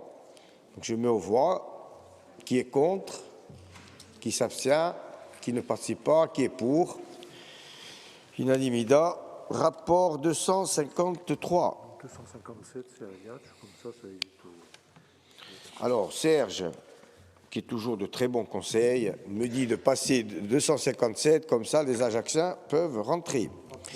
Après, donc, approbation du projet d'aménagement de l'ex-RD 11, aménagement d'un carrefour sans giratoire entre l'ex-RD 11 et la rue Henri Maillot et sécurisation du carrefour entre l'ex-RD 11 et la voie communale de l'ancien hôpital et de la convention de financement avec la commune d'Ajaccio. Avis favorable, commission des finances, commission de développement et avis favorable, chambre des territoires. Est-ce qu'il y a des interventions? Non. Oui, bonjour. Oui. Un mot rapide, rassurez-vous, Monsieur le Président. Non, simplement, donc, on est sur la mise en œuvre pratique, opérationnelle, concrète des grandes orientations contenues dans le document de pilotage que constitue le PPI, Programmation pluriannuelle d'investissement 2026-2030, adopté par cette Assemblée en juillet dernier. Sur Ajaccio, vous nous proposez aujourd'hui, en tout cas pour le bassin de vie d'Ajaccio, puisqu'il y aura également à l'ATAC, 3 projets d'aménagement, le col du Prou, qu'on connaît bien, la traverse en agglomération, notamment qui donnera lieu à une convention de financement avec la commune d'Ajaccio sur les hauts d'Ajaccio, notamment avec l'aménagement de giratoires, de carrefours à giratoires, avec des cheminements piétons qui sont prévus. La création, c'est important, d'une voie nouvelle, une nouvelle route reliant la route d'Alata au rond-point d'Alsodileo, que les Ajacciens connaissent bien. Donc on est sur des opérations qui concernent le bassin de vie d'Ajaccio, qui ont trait à la fois à l'amélioration de la fluidité du trafic routier, à la sécurisation, et donc on est et au confort des usagers de la route, et donc on est sur des opérations qui, sans être forcément de nature structurante, viennent s'ajouter à des opérations qui, elles, sont structurantes sur Ajaccio et le territoire du Grand Ajaccio, on ne revient pas dessus, et qui amélioreront incontestablement les conditions de vie et de circulation, en l'espèce, des Ajacciens, des habitants du pays ajaccien et des routiers en général. On salue, a fortiori en tant qu'Ajaccien, mais simplement en tant que Corse, ces investissements qui sont importants, et notamment pour la partie de création voie nouvelle, route d'Alata, vers le rond-point, le giratoire d'Alsodileo. On est sur des éléments importants parce que la rocade, qui a fait l'objet d'un réaménagement urbain, elle est aussi source parfois de congestion du trafic, notamment sur le rond-point, sans faire de publicité, du supermarché Leclerc. Et donc on est sur des opérations qui vont améliorer les conditions de circulation. Donc on vous accompagne bien volontiers, Monsieur le conseiller exécutif. A ringraziarvi. C'è un'altra domanda di parola? Non tu la regui? No? Allora passiamo a voto. Quelli chi è contro, quelli con voto mica, astensione e quelli chi vota pro, tutto il mondo. A ringraziarvi. Allora, chiediamo, ci andiamo da Ajaccio e rivertiamo, regoliamo appena a Tala, no, niente là. 253. Quelli qui veulent intervenir. Oui. Alors, Chantal. Merci. D'abord, et ensuite... mi scappa un nome. Jean-Paul. Jean-Paul. Et oui, pour aller à Altagène, tu devais passer par là. Je vous remercie, Madame la Présidente. Merci, Monsieur le Conseiller exécutif, pour la présentation de ce rapport. Je vais intervenir brièvement pour l'aménagement de la traversée de Santa Lucia di Tala. Alors, la RD 268 dessert depuis la plaine du Sartenay-Valink tout l'Altaroc et permet d'accéder à Lévis, Sons, Quens, Bavet, de l'Hospédal. Et c'est un axe structurant. Je l'avais rappelé en 2018, à la conseillère exécutive en charge à l'époque des routes, lorsque notre nouvelle collectivité unique reprenait le projet des travaux de la RD 268 proposé par l'ex-CD2A. Ces travaux sont maintenant pratiquement terminés et aujourd'hui, cette traversée du village complète ce qui a été fait récemment et nous nous en réjouissons. Le carrefour des hameaux Tials-Caldane qui permet l'accès à Carbigny, Oron, Col de Bacine ou encore le tronçon qui mène jusqu'au village. Après donc la traversée de San Gavino di Garbigny, de Lévis, voici la présentation du rapport d'Itala. Donc cette traversée est en mauvais état. Cela fait, donc, je l'ai rappelé, plusieurs années que l'on parle de procéder à ces aménagements. Les trottoirs, lorsqu'il y en a, sont en mauvais état. La chaussée est dégradée, tout le long de la traverse et dans l'hypercentre. Tout le pluvial est à refaire aussi, le mobilier est à changer, le mobilier urbain est à changer. C'est à faire impérativement et nous sommes heureux que vous présentiez ce rapport aujourd'hui. Alors, j'ai vu du reste dans les annexes les projections imagées du rapport qui laissent entrevoir une route et des abords complètement rénovés, ainsi qu'une place du village piétonne. Ça, c'est très bien. Alors, je n'ai pas trouvé, par contre, le calendrier estimatif des travaux, à savoir combien de temps le village va être impacté par ces travaux. Alors bien sûr, tout cela a un coût, vous l'avez rappelé dans votre présentation, 2 millions d'euros, 83% à la charge de la collectivité de Corse, 1,6 million, et une part de 17% environ à la charge de la commune qui correspond à environ 350 000 euros, toujours au titre de cette délibération cadre. La convention de financement, je l'ai vu également, avec la commune est en cours de signature. Et je vous ai entendu également dire en commission des finances et tout à l'heure que les travaux pourraient commencer dès 2026. Donc je m'en réjouis. J'attends donc les mois suivants avec beaucoup d'impatience et avec vigilance aussi. Je vous remercie. Bien, merci. Les services me signalent que normalement vous auriez dû vous déporter. Je ne pense pas. Je vous dis ce que me disent les services, oui.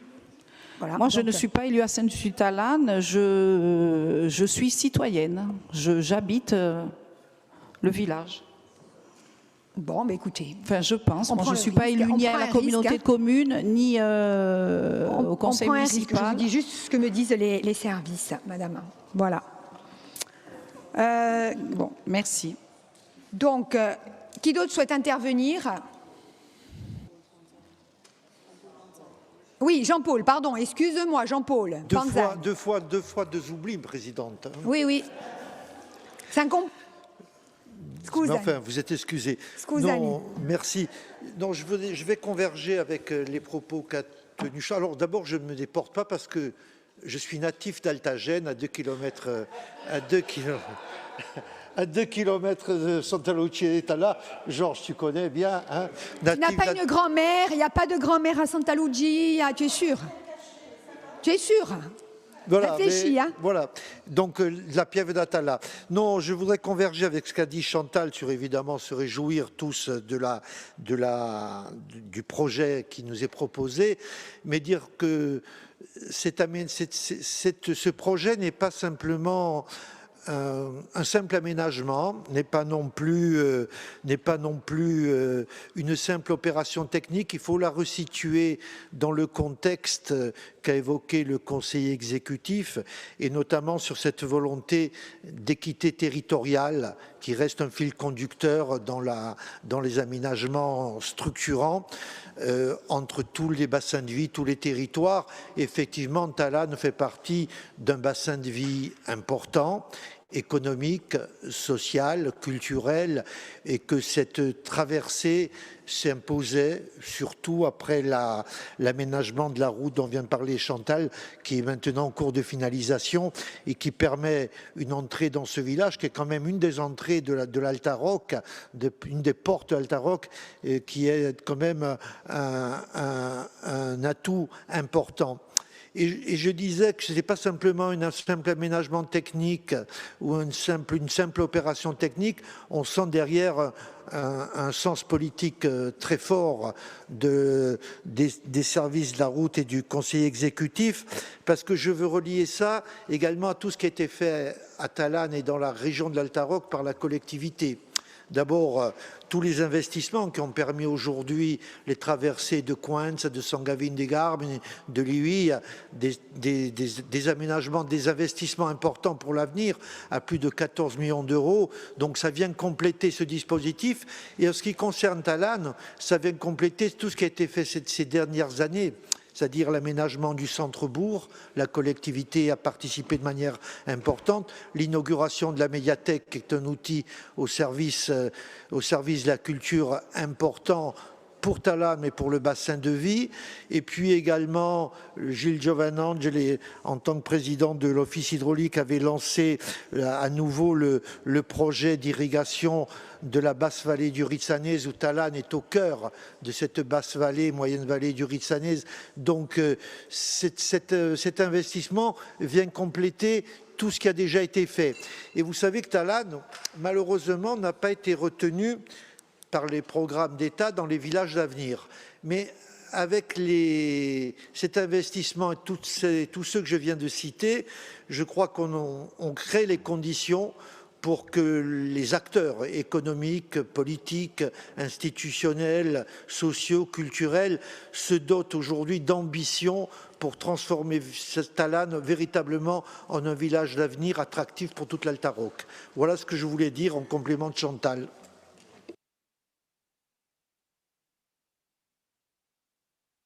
D'autres interventions? Non. Donc, on met au vote le Madame la Présidente, rapport. Excusez-moi. Qui intervient? Non. Je ne vois pas. Jean-Félix, je t'en prie. Oui. Excusez-moi, Madame la Présidente. Juste une précision. D'abord, il a été demandé le calendrier des travaux. Donc, on est sur des travaux qui débuteront en septembre 26 et sur une durée de 16 mois. Donc, ce n'est pas un dossier qui est demandé au PTIC, donc ça sera assumé directement par la collectivité de Corse dans le cadre du partenariat avec la commune. Je voudrais simplement indiquer effectivement que ce sont une traverse qui vient, comme l'a dit Jean-Paul, compléter d'autres traverses et d'autres travaux qui ont été cités à Cointes, à Liuy, on peut parler de Sartène aussi, et qui continuent dans la logique de revitalisation des territoires pour les usagers, les Corses qui vivent dans ces lieux, et bien sûr les Corses qui d'ailleurs viennent visiter ces lieux, et pas que les Corses d'ailleurs. Et aussi, ce qui est important dans l'histoire de Talanne, c'est de souligner le partenariat en termes de cadre de vie et d'aménagement du bourg-centre du village, puisque le four à pain sera maintenu. Effectivement, l'aménagement paysager permettra des murs en pierre. Il y a véritablement une convergence au sens de l'esthétique et de la mise en valeur patrimoniale de la traverse au-delà du caractère fonctionnel. Voilà ce que je voulais dire à ce stade.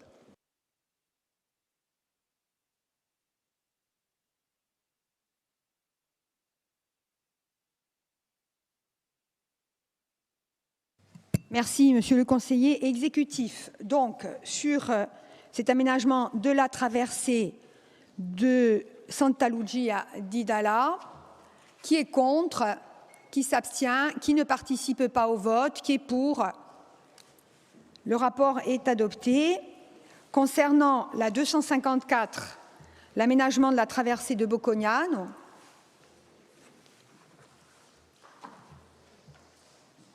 qui souhaite intervenir? Oui, Jean-Michel. Oui, merci Madame la Présidente. Donc, monsieur le conseiller exécutif, on prend acte de votre volonté d'avancer donc sur ces infrastructures routières en apportant donc des aménagements d'envergure plus ou moins importante pour un budget total de 50 millions d'euros sur une quinzaine d'opérations qui fait à peu près une moyenne de 3 millions, un peu plus de 3 millions d'euros par opération. Alors j'ai choisi Boccognano, non pas parce que je suis de Boccognano, en tout cas je vous rassure, je n'ai pas de maîtresse à Boccognano, mais simplement parce que, non, simplement pour être plus sérieux, simplement parce que je considère que... Excusez-moi. Non, mais simplement, pour être plus sérieux, pour simplement dire que Boccognano, c'est aussi quand même un village emblématique du point de vue des infrastructures routières, puisque je pense qu'une des réalisations la plus, je dirais, phare, en tout cas, c'est bien le contournement du village qui a été fait donc, il y a peut-être une vingtaine d'années maintenant. Et c'est vrai que vous avez précisé que cet aménagement complémentaire est nécessaire aujourd'hui par rapport à un problème d'accidentologie qui est assez important. Alors moi, je reviens sur ce dossier parce que pour évoquer un sujet un peu transversal, c'est le problème des ouvrages. Je vous rappelle qu'en janvier 2025, il y avait eu une délibération qui avait été prise aussi, alors qui n'est pas reprise dans ces rapports, mais qui concernait les traverses de Venaco et de Ivario, et qui avait eu à cette époque-là un problème de financement, notamment sur la partie centrale de Venaco, du fait justement du règlement des aides, enfin de la répartition, je dirais, des financements entre les communes, entre la commune et la collectivité de Corse. Vous avez évoqué précédemment que il y avait des cas donc, dans certaines communes qui étaient des financements à peu près à 75-25 entre donc 75 pour la commune, pour la collectivité et 25 pour la commune. Est-ce qu'on peut considérer que cette délibération de 2019, donc la 233 de 2019, est aujourd'hui obsolète, puisqu'à l'époque, elle prévoyait que c'était plutôt 80-20, donc 80 pour la commune et 20% pour la collectivité.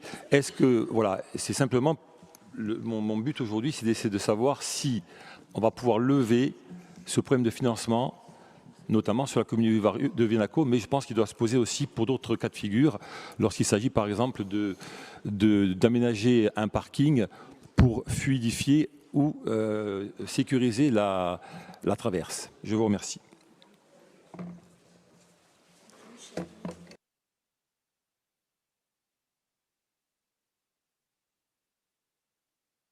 Merci. D'autres interventions sur Bougounia? Non. Qui est contre? Pardon, vous voulez intervenir, monsieur le conseiller exécutif? Je vous en prie, pardon. Alors, sur Bougounia, donc là, c'est le dossier de la traverse, Bougounia. Vous faisiez état dans votre par rapport à caractère accidentel du deuxième dossier qui arrive, qui est le créneau de dépassement. Hein. Donc là, on est sur la traverse, hein, qui était un montant beaucoup plus faible, mais qui était néanmoins nécessaire, 814 000 €. Donc le deuxième, donc vous soulignez, je vous le dis par anticipation, comme ça m'évitera de m'exprimer sur le créneau de dépassement. Je réitère que la nécessité de ces travaux pour le créneau de dépassement, notamment pour des raisons accidentogènes, comme vous l'avez indiqué en complément, c'est important. Pour ce qui concerne les traverses de Biwario et en particulier d'Ibenago, j'ai bien compris que le sujet c'était d'abord Benago. Hein. Bon, pour nous, évidemment, ce sont des sujets qui sont inscrits au PPI, hein, fin juillet. Vous l'avez vu qu'ils sont dans le tableau de mise en œuvre opérationnelle, donc il n'y a pas de raison qu'ils ne fassent pas l'objet à un moment donné d'une présentation par bloc de rapport comme on le fait aujourd'hui. Ça ne sera pas la première fois qu'on fera comme ça. Nous avions indiqué qu'il fallait une réunion avec la commune sur place, ce que nous allons faire avec les services, notamment pour les options et les hypothèses qui se posent et les hypothèses de coût, la question du coût, en regard à la question du financement. Hein, notamment la question du parking et de le coût de la place de parking, qui est un sujet quand même qu'il faut que l'on traite, hein, qui est un sujet que l'on traite en bon gestionnaire des deniers publics les uns et les autres, et en bon entendement avec la commune. Et après, on va voir la clé de répartition qui suivra de toute façon je dirais la clé de répartition de la libération 2019. Hein. Donc on verra si ça pourra être du 80-20. Ça dépendra du coût, évidemment, de l'opération. Et ce sont des dossiers qui sont soumis au PTIC aussi, les deux traverses, hein, Biwari et Benago. Donc, dont on attend une réponse favorable de l'État au PTIC. Hein. Donc je le dis parce que c'est important. C'est très important. Voilà.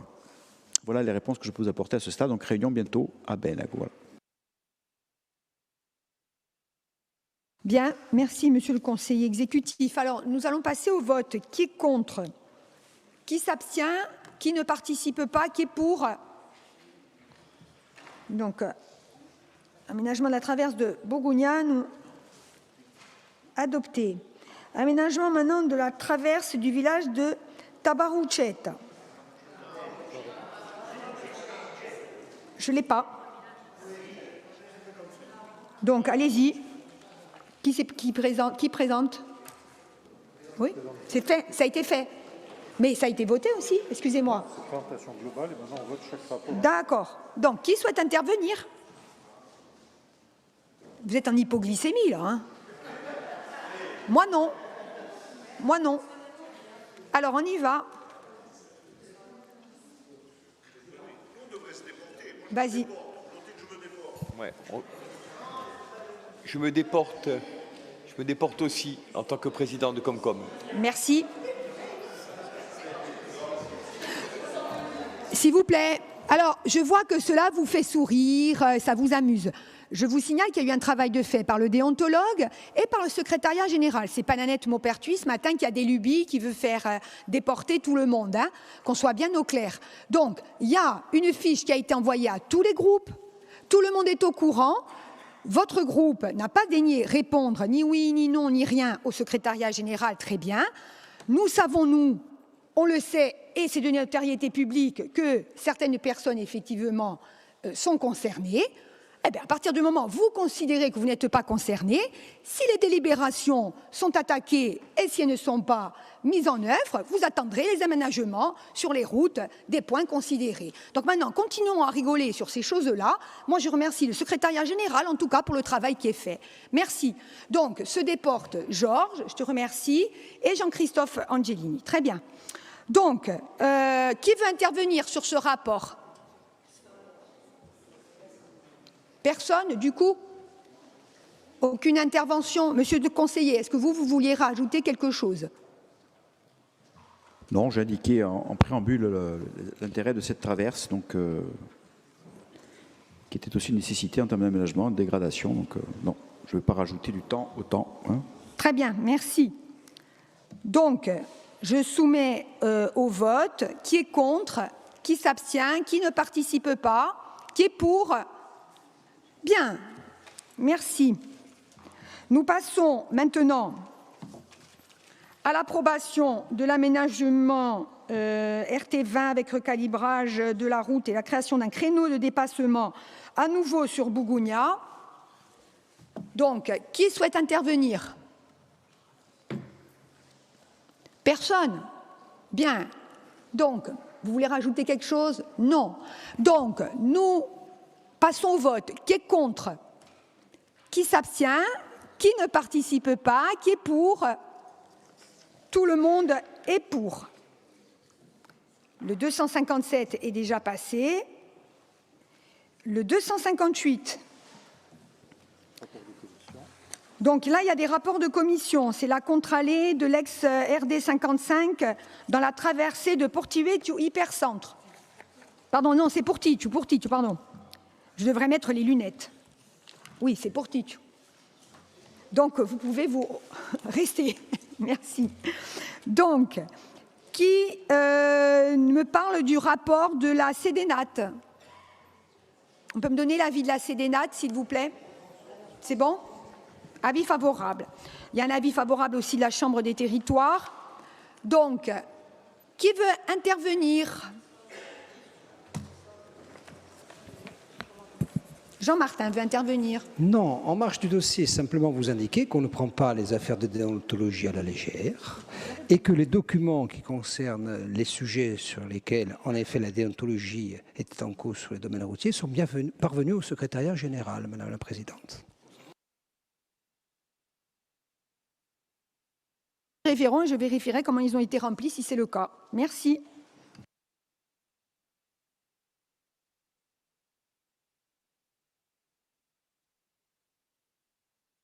Pas d'autres interventions? Donc, je soumets au vote. Qui est contre? Qui s'abstient? Qui ne participe pas? Qui est pour? Merci. Donc, tout le monde est d'accord pour cet aménagement. 247, on remonte. Ah, celui-là, au 247.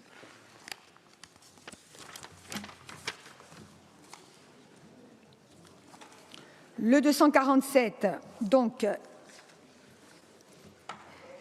c'est la question de la classification des routes à grande circulation. Je vous donne la parole. Mais excusez-moi, Madame la Présidente, on a fini l'ensemble des aménagements, les autres? Parce qu'en fait, il me semble, oui. Oui, Salario et... Oui, il me semble. Donc oui, on présente le 247 là. Hein? Oui. D'accord. Merci. Donc effectivement, nous avons fait la présentation des blocs des 14 projets d'infrastructure, et puis là nous avons un rapport qui est important en termes réglementaires. C'est le fait de soumettre à l'approbation de cette Assemblée donc le classement des axes routiers structurants de Corse en route à grande circulation. Il va y avoir plusieurs implications, puisque ça permettra en effet de conférer à ces réseaux routiers un caractère conservatoire pour des axes, et ça a été indiqué notamment pour les RT10, qui sont considérés comme au bord de l'asphyxie. Et c'est un moyen aussi de développer une stratégie réglementaire homogène sur le territoire corse en termes de services routiers, indispensable à l'économie insulaire et des axes qui relaient plusieurs bassins de vie, puisqu'ils ne concernent pas qu'un seul territoire.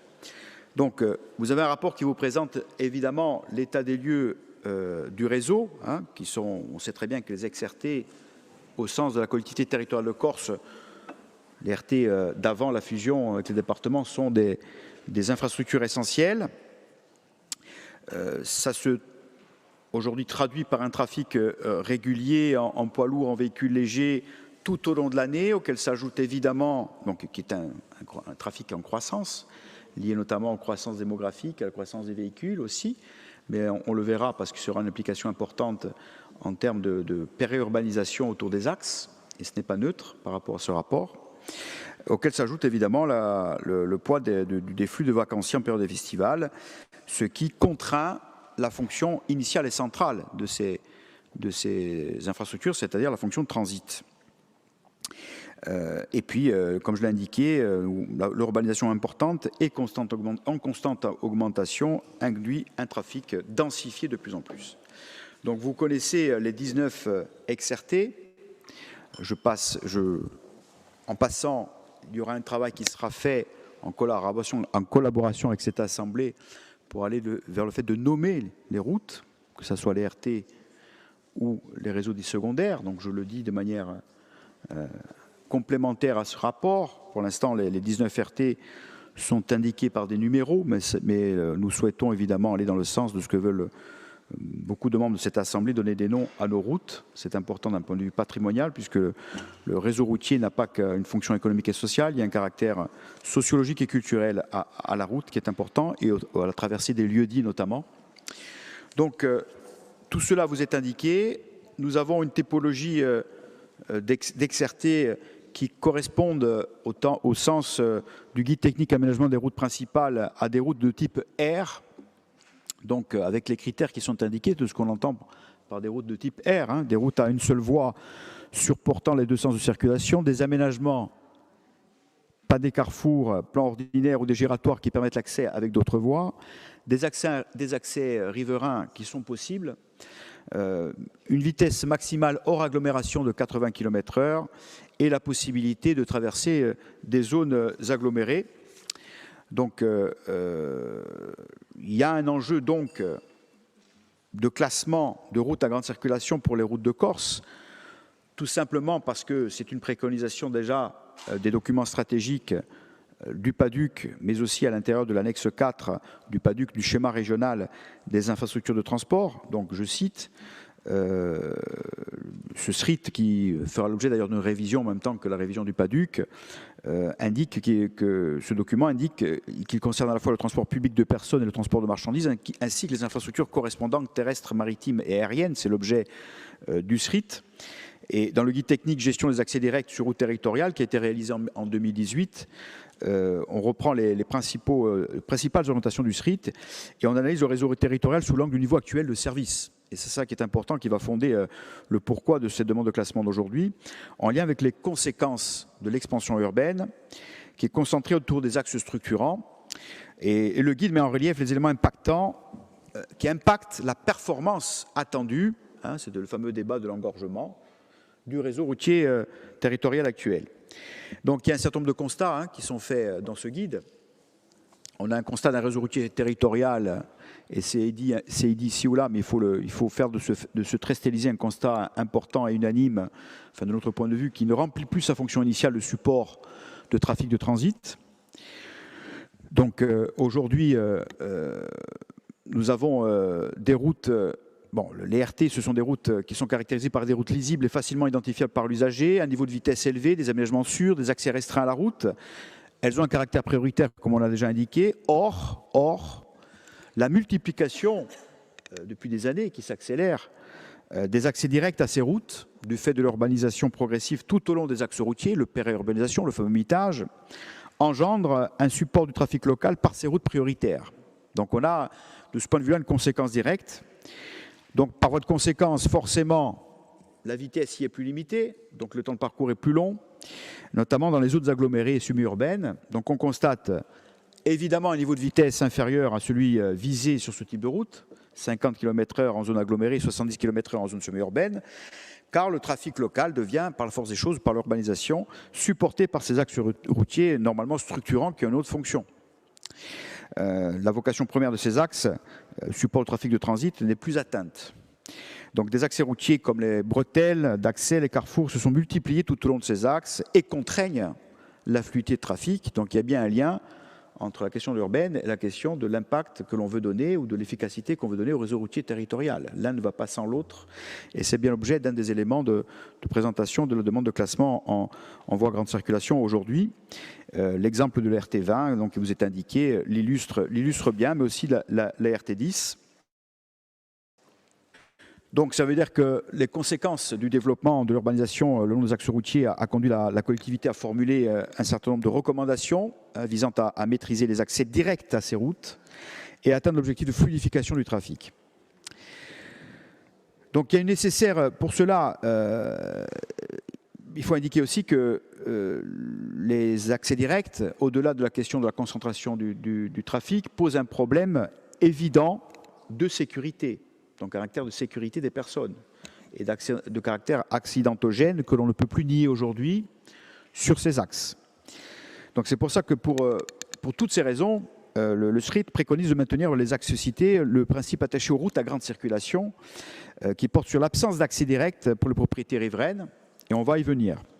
Mais pour cela, il faut une nécessaire coordination avec les différentes politiques d'aménagement et les enjeux de transport. Il y a un lien direct, évidemment, entre les outils de planification du territoire à l'échelle communale ou intercommunale, PLU, PADD, qui doivent être conformes au PADUC, donc qui fera l'objet de la révision, et qui doivent permettre, dans leur déclinaison technique et réglementaire, en zone non urbanisée hors agglomération, de restreindre ou interdire les accès directs sur les XRT, donc c'est un élément quand même de débat important. En zone constructible, de définir les emplacements réservés et tout au long de l'axe routier territorial hors agglomération, de disposer d'une marge de recul nécessaire. Ce ne sont pas des questions neutres sur la vie quotidienne des gens en termes de transit économique et social et d'accidents. Donc le SRIT préconise, je le rappelle quand même, la procédure de zone d'aménagement concerté qui correspond à l'outil opérationnel de planification urbaine qui semble le plus adapté pour justement limiter la gestion des accès directs sur ces XRT à venir ou à modifier. Donc vous avez dans le rapport en page 9 les principaux constats formulés au SRIT de ce qui se passe en nombre d'accès directs, de la nécessité de coordination entre la planification urbaine à l'échelle locale et la collectivité de Corse afin d'atteindre un niveau de service performance souhaité sur CRT et une sécurité maximale. Et bien sûr le fait de promouvoir les AC ou les emplacements réservés à l'échelle communale. Donc tout cela vous est indiqué en constat. Il y a la définition du cadre réglementaire des routes à circulation qui est rappelée, qui est rappelée du point de vue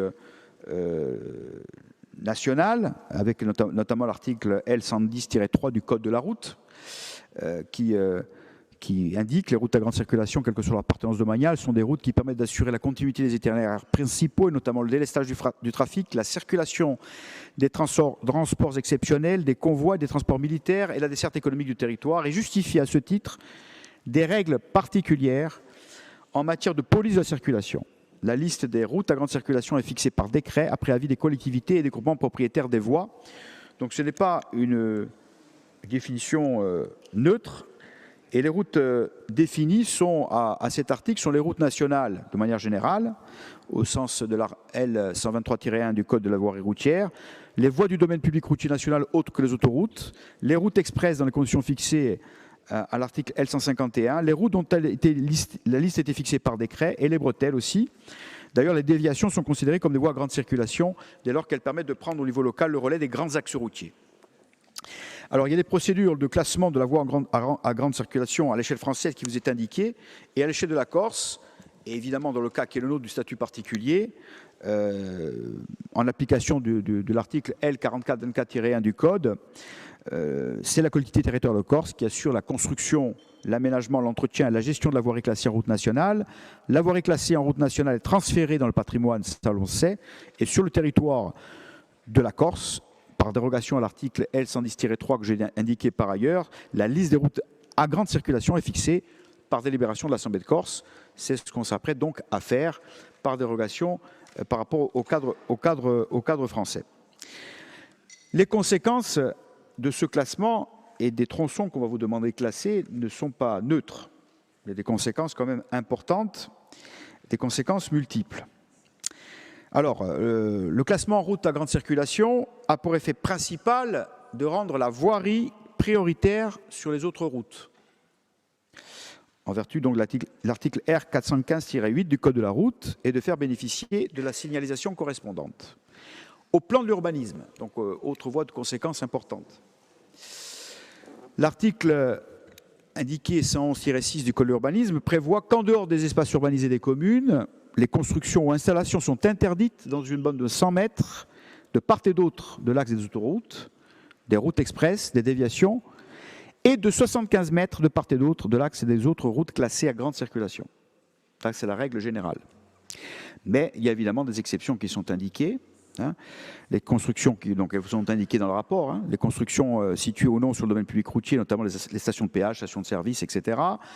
Les services publics exigeant la proximité immédiate des infrastructures routières, comme les services de secours d'exploitation par exemple, les bâtiments d'exploitation agricole, mais surtout les constructions agricoles à caractère fonctionnel nécessaires aux exploitations, serres, silos, hangars, bâtiments d'élevage.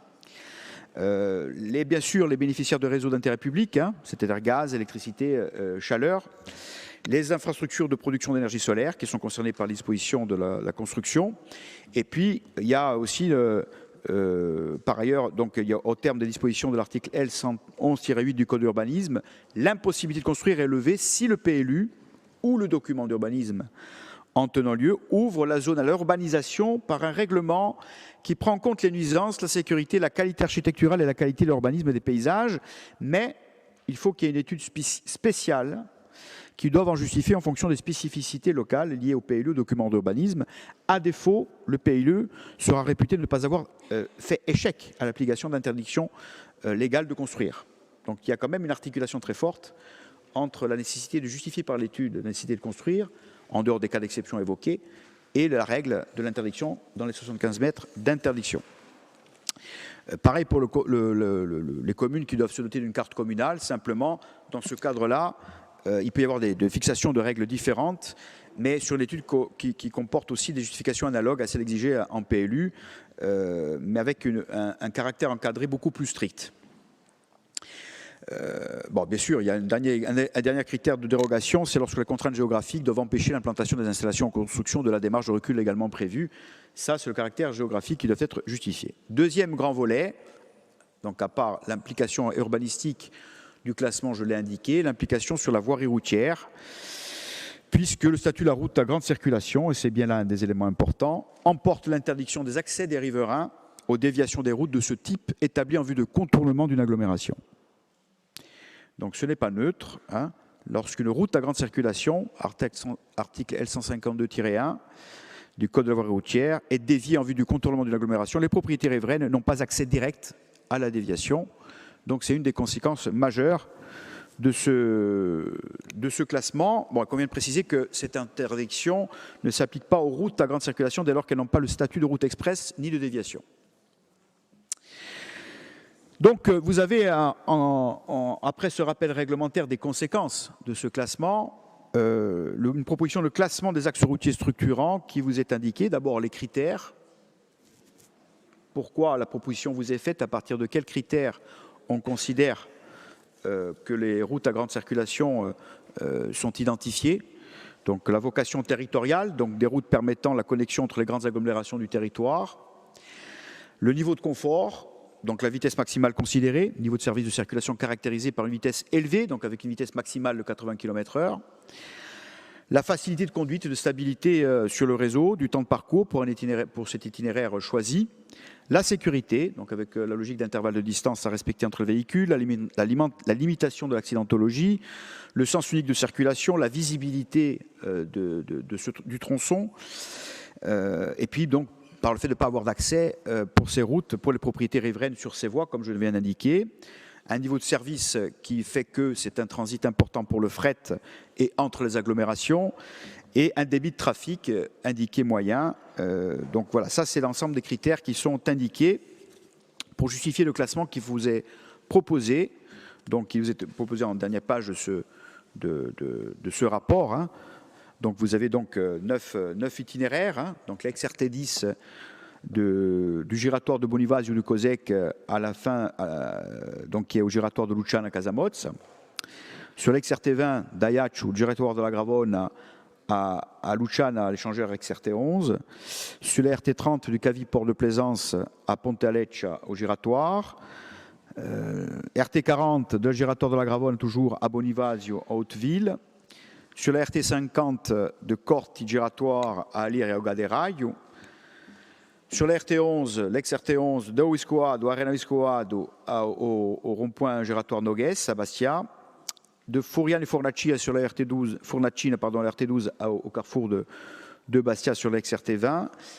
De la mairie Place Foch à Ayach sur la RT21 à le giratoire d'Ayach sur la RT20 croisement RT40.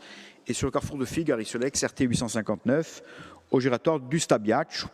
Donc il vous est proposé d'approuver ce classement figurant sur ce tableau et l'ensemble des préconisations de ce rapport. J'ai été plus long que précédemment, mais il me semblait nécessaire de préciser de manière un peu plus détaillée que les autres rapports les conséquences essentielles en termes de voirie routière et d'urbanisme qu'implique cette volonté de classement de voies à grande circulation de la part du Conseil exécutif et soumise à votre Assemblée. Voilà. Merci, monsieur le conseiller. Nous avons un rapport de la CDNAT. Oui.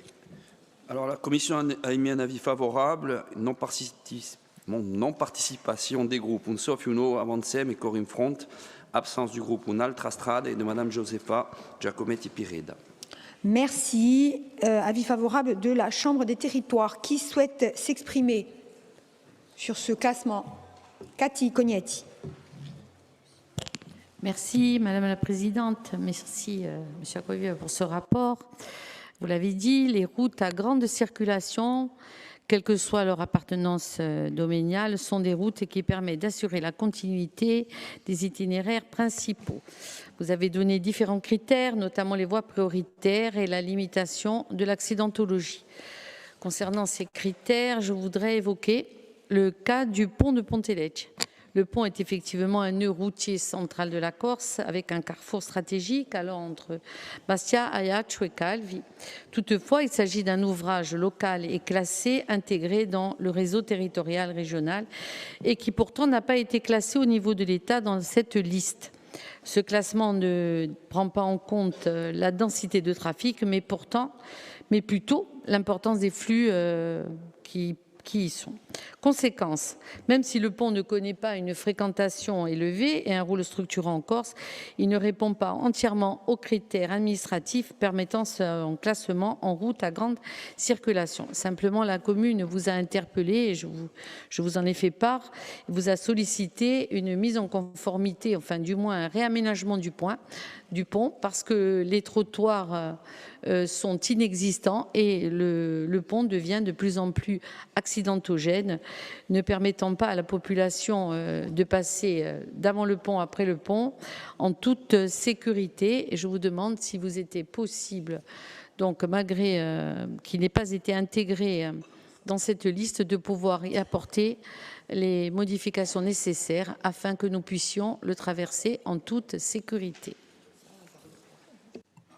Ringraziabi. Qui d'autre souhaite intervenir? Poljo, Kaitou, Colli. Oui, merci Madame la Présidente. Simplement pour saluer donc ce rapport et le précédent aussi avec l'ensemble des opérations groupées. Pour dire aussi, Monsieur le conseiller, qu'en fait, il serait bon aussi de revoir, y compris ce qui avait été fait au niveau du département sur les routes secondaires et les différents classements au niveau des voies communales et autres. Il y a un travail important à faire. Je crois qu'il est nécessaire de le faire. Après, je voudrais juste faire une petite remarque générale, et on l'a vu dans ce que vous avez présenté. En fait, on a parlé de prospective hier, et pour faire une bonne prospective, il faut une rétrospective. Simplement pour dire que les axes prioritaires et les axes stratégiques, ils changent en fonction des politiques et des orientations économiques, sociales et culturelles. Je vais vous prendre un seul exemple. La 757, créée par Napoléon III, qui desservait du col de Verde à Saradivar, et qui faisait de Portipodo le port central de ce territoire.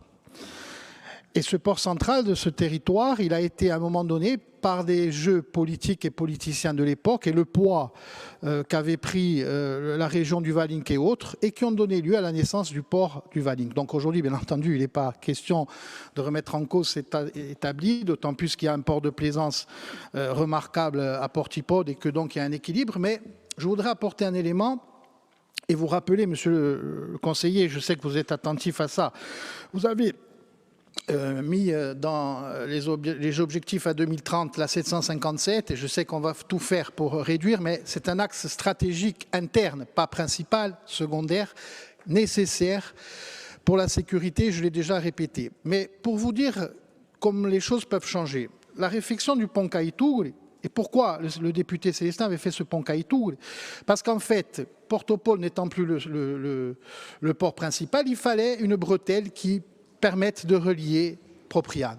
Et aujourd'hui, avec cet agrandissement, je vous l'ai dit déjà l'autre fois, alors je sais que ce n'est pas évident, mais il y a une réflexion à avoir. On parle beaucoup de la déviation d'Olmeto, qui va poser de gros problèmes. Pourquoi ne pas étudier, à partir du rond-point de Pitretu-Bikija, la possibilité de désenclaver par cette zone de la 757, qui arrive justement à Stilichon et ensuite au pont Caïtour, pour pouvoir ensuite tracer et éviter la problématique d'Olmeto. Alors c'est sûr, ce sont des grands travaux, ce sont des visions stratégiques, etc.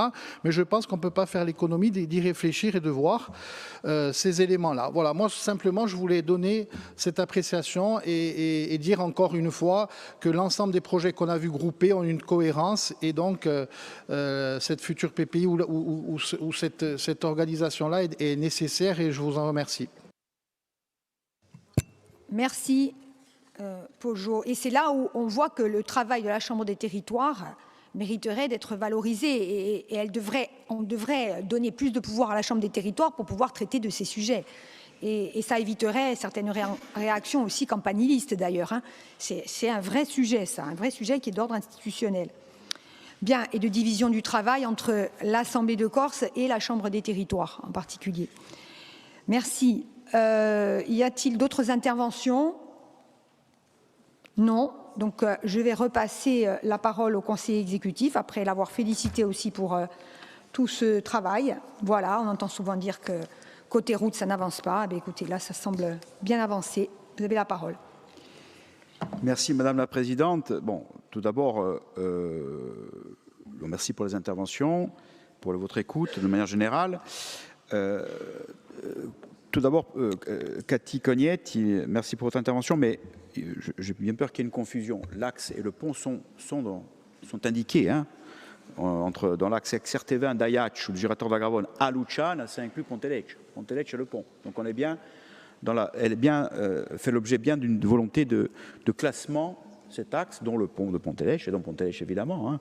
Comment oublier Pontelecce? Ce ne serait pas possible. Dans la voie à grande circulation, qui est indiquée dans les 9 propositions soumises par l'exécutif à cette Assemblée. Donc ça, c'est un premier point de précision pour lever toute confusion. Le deuxième élément, vous interpellez sur les trottoirs et sur le pont en général.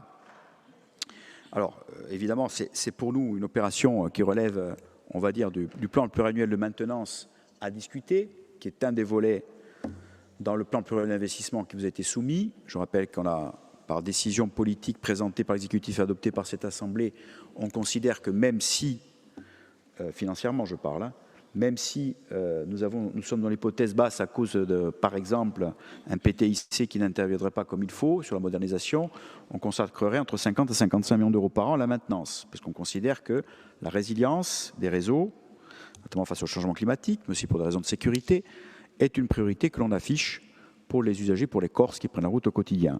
et par rapport aux grands enjeux, y compris l'amiante, ce n'est pas le cas de Pont-Elèche, qui se pose. Je ne vais pas revenir sur l'exposé du PPI, mais c'est important de le repréciser. Donc dans ce cadre-là, la question des trottoirs et du pont pose des questions évidemment qui sont des questions techniques importantes, hein, puisque ça peut-être vouloir dire qu'il faut élargir le pont. Donc il y a quand même des questions qui peuvent se poser. Néanmoins, on va s'y pencher dans ce cadre-là avec les services. Donc ça, c'est très clair, et d'autant plus que le plan pluriannuel de maintenance, qui est le volet intégré au PPI, vous sera présenté après passage sur le terrain, réunion de territoire, devant la Chambre des territoires, vous sera présenté, ça sera la première fois qu'on aura une critérisation des interventions de maintenance de manière pluriannuelle sur 4 ans, et pas annuelle, ça vous sera présenté à cette Assemblée dans le premier trimestre 26. Donc ça, c'est un élément important de précision et de travail qui s'accélère entre les services et l'exécutif en la matière. Sur la 757, j'aurais tenté de dire pourquoi pas, Monsieur Kaitou, Colli, merci pour... C'est-à-dire qu'à un moment donné, le PPI en général est un outil de pilotage, mais l'outil de pilotage peut être en fonction des éléments budgétaires et techniques, même si le PPI n'est pas un schéma routier, puisqu'il est plus précis qu'un schéma routier, parce qu'avant nous étions sur les schémas, là on est dans quand même une programmation de maturité technique, budgétaire et d'engagement qui peuvent être modifiés en fonction d'évolution de recettes. Hein. Voilà. Par exemple, l'ancien PPI a pu réintégrer au cours de route des RD parce qu'on a réussi à obtenir le PUI sur l'ex-réseau départemental qui n'était pas possible avant 2015. Donc ça veut dire qu'on les a intégrés au PPI cours de route. Ça peut être le cas ici en fonction des évolutions d'un dossier, déviation de l'olmètre qui part, et la nécessité d'arbitrer dans un temps par rapport à la réalité de la vie quotidienne et des flux. Donc on va dire qu'on va s'y pencher évidemment dans le cadre de cet exercice de pilotage et cette actualisation sur laquelle nous nous sommes engagés tous les ans du PPI devant cette Assemblée. Donc ça, c'est l'élément de réponse que je voudrais vous apporter de manière beaucoup plus globale. Moi, je voudrais saluer la Direction générale des infrastructures, la Direction des routes en particulier, parce qu'on a un travail qui est, je tiens à le dire à cette Assemblée, qui est fait en communion et qui a lieu régulièrement, hein, puisqu'on se voit régulièrement avec les services. Et je pense que vous voyez que vous avez des rapports qui quand même sont très exhaustifs et très transparent du point de vue de l'état des lieux de l'infrastructure quand on l'apprend, quand on présente un rapport, du point de vue des justifications de l'intervention de l'aménagement qui sont proposées, du point de vue des explications des procédures réglementaires et environnementales qui démontrent le temps nécessaire à la réalisation d'une opération. Vous avez des rapports qui sont fouillés, y compris avec des photomontages, qui vous expliquent les aménagements. Donc ça, c'est un exercice à la fois politique et technique voulu de transparence et d'explication qui est nécessaire, puisqu'on touche au concret et au quotidien et à la réalisation attendue dans les territoires, parce que la route, c'est essentiel, hein, c'est comme un réseau d'eau, c'est essentiel, c'est même vital pour certains aspects dans certains endroits. Donc je voulais saluer ce travail important qui monte en puissance et dont on espère que l'Assemblée, on fera en sorte que l'Assemblée y sera associée de plus en plus, notamment par les actualisations, comme je l'ai indiqué, des documents de manière concrète par opération. Voilà, je vous remercie.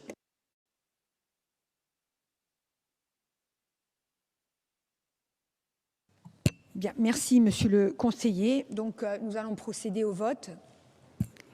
Qui est contre? Oui, pardon. Est-ce qu'on peut demander une précision au conseil exécutif? Une précision? Une précision sur la constructibilité le long de ces routes. Ah. Vous avez parlé de 100 mètres de chaque côté. C'est bien ça? 75.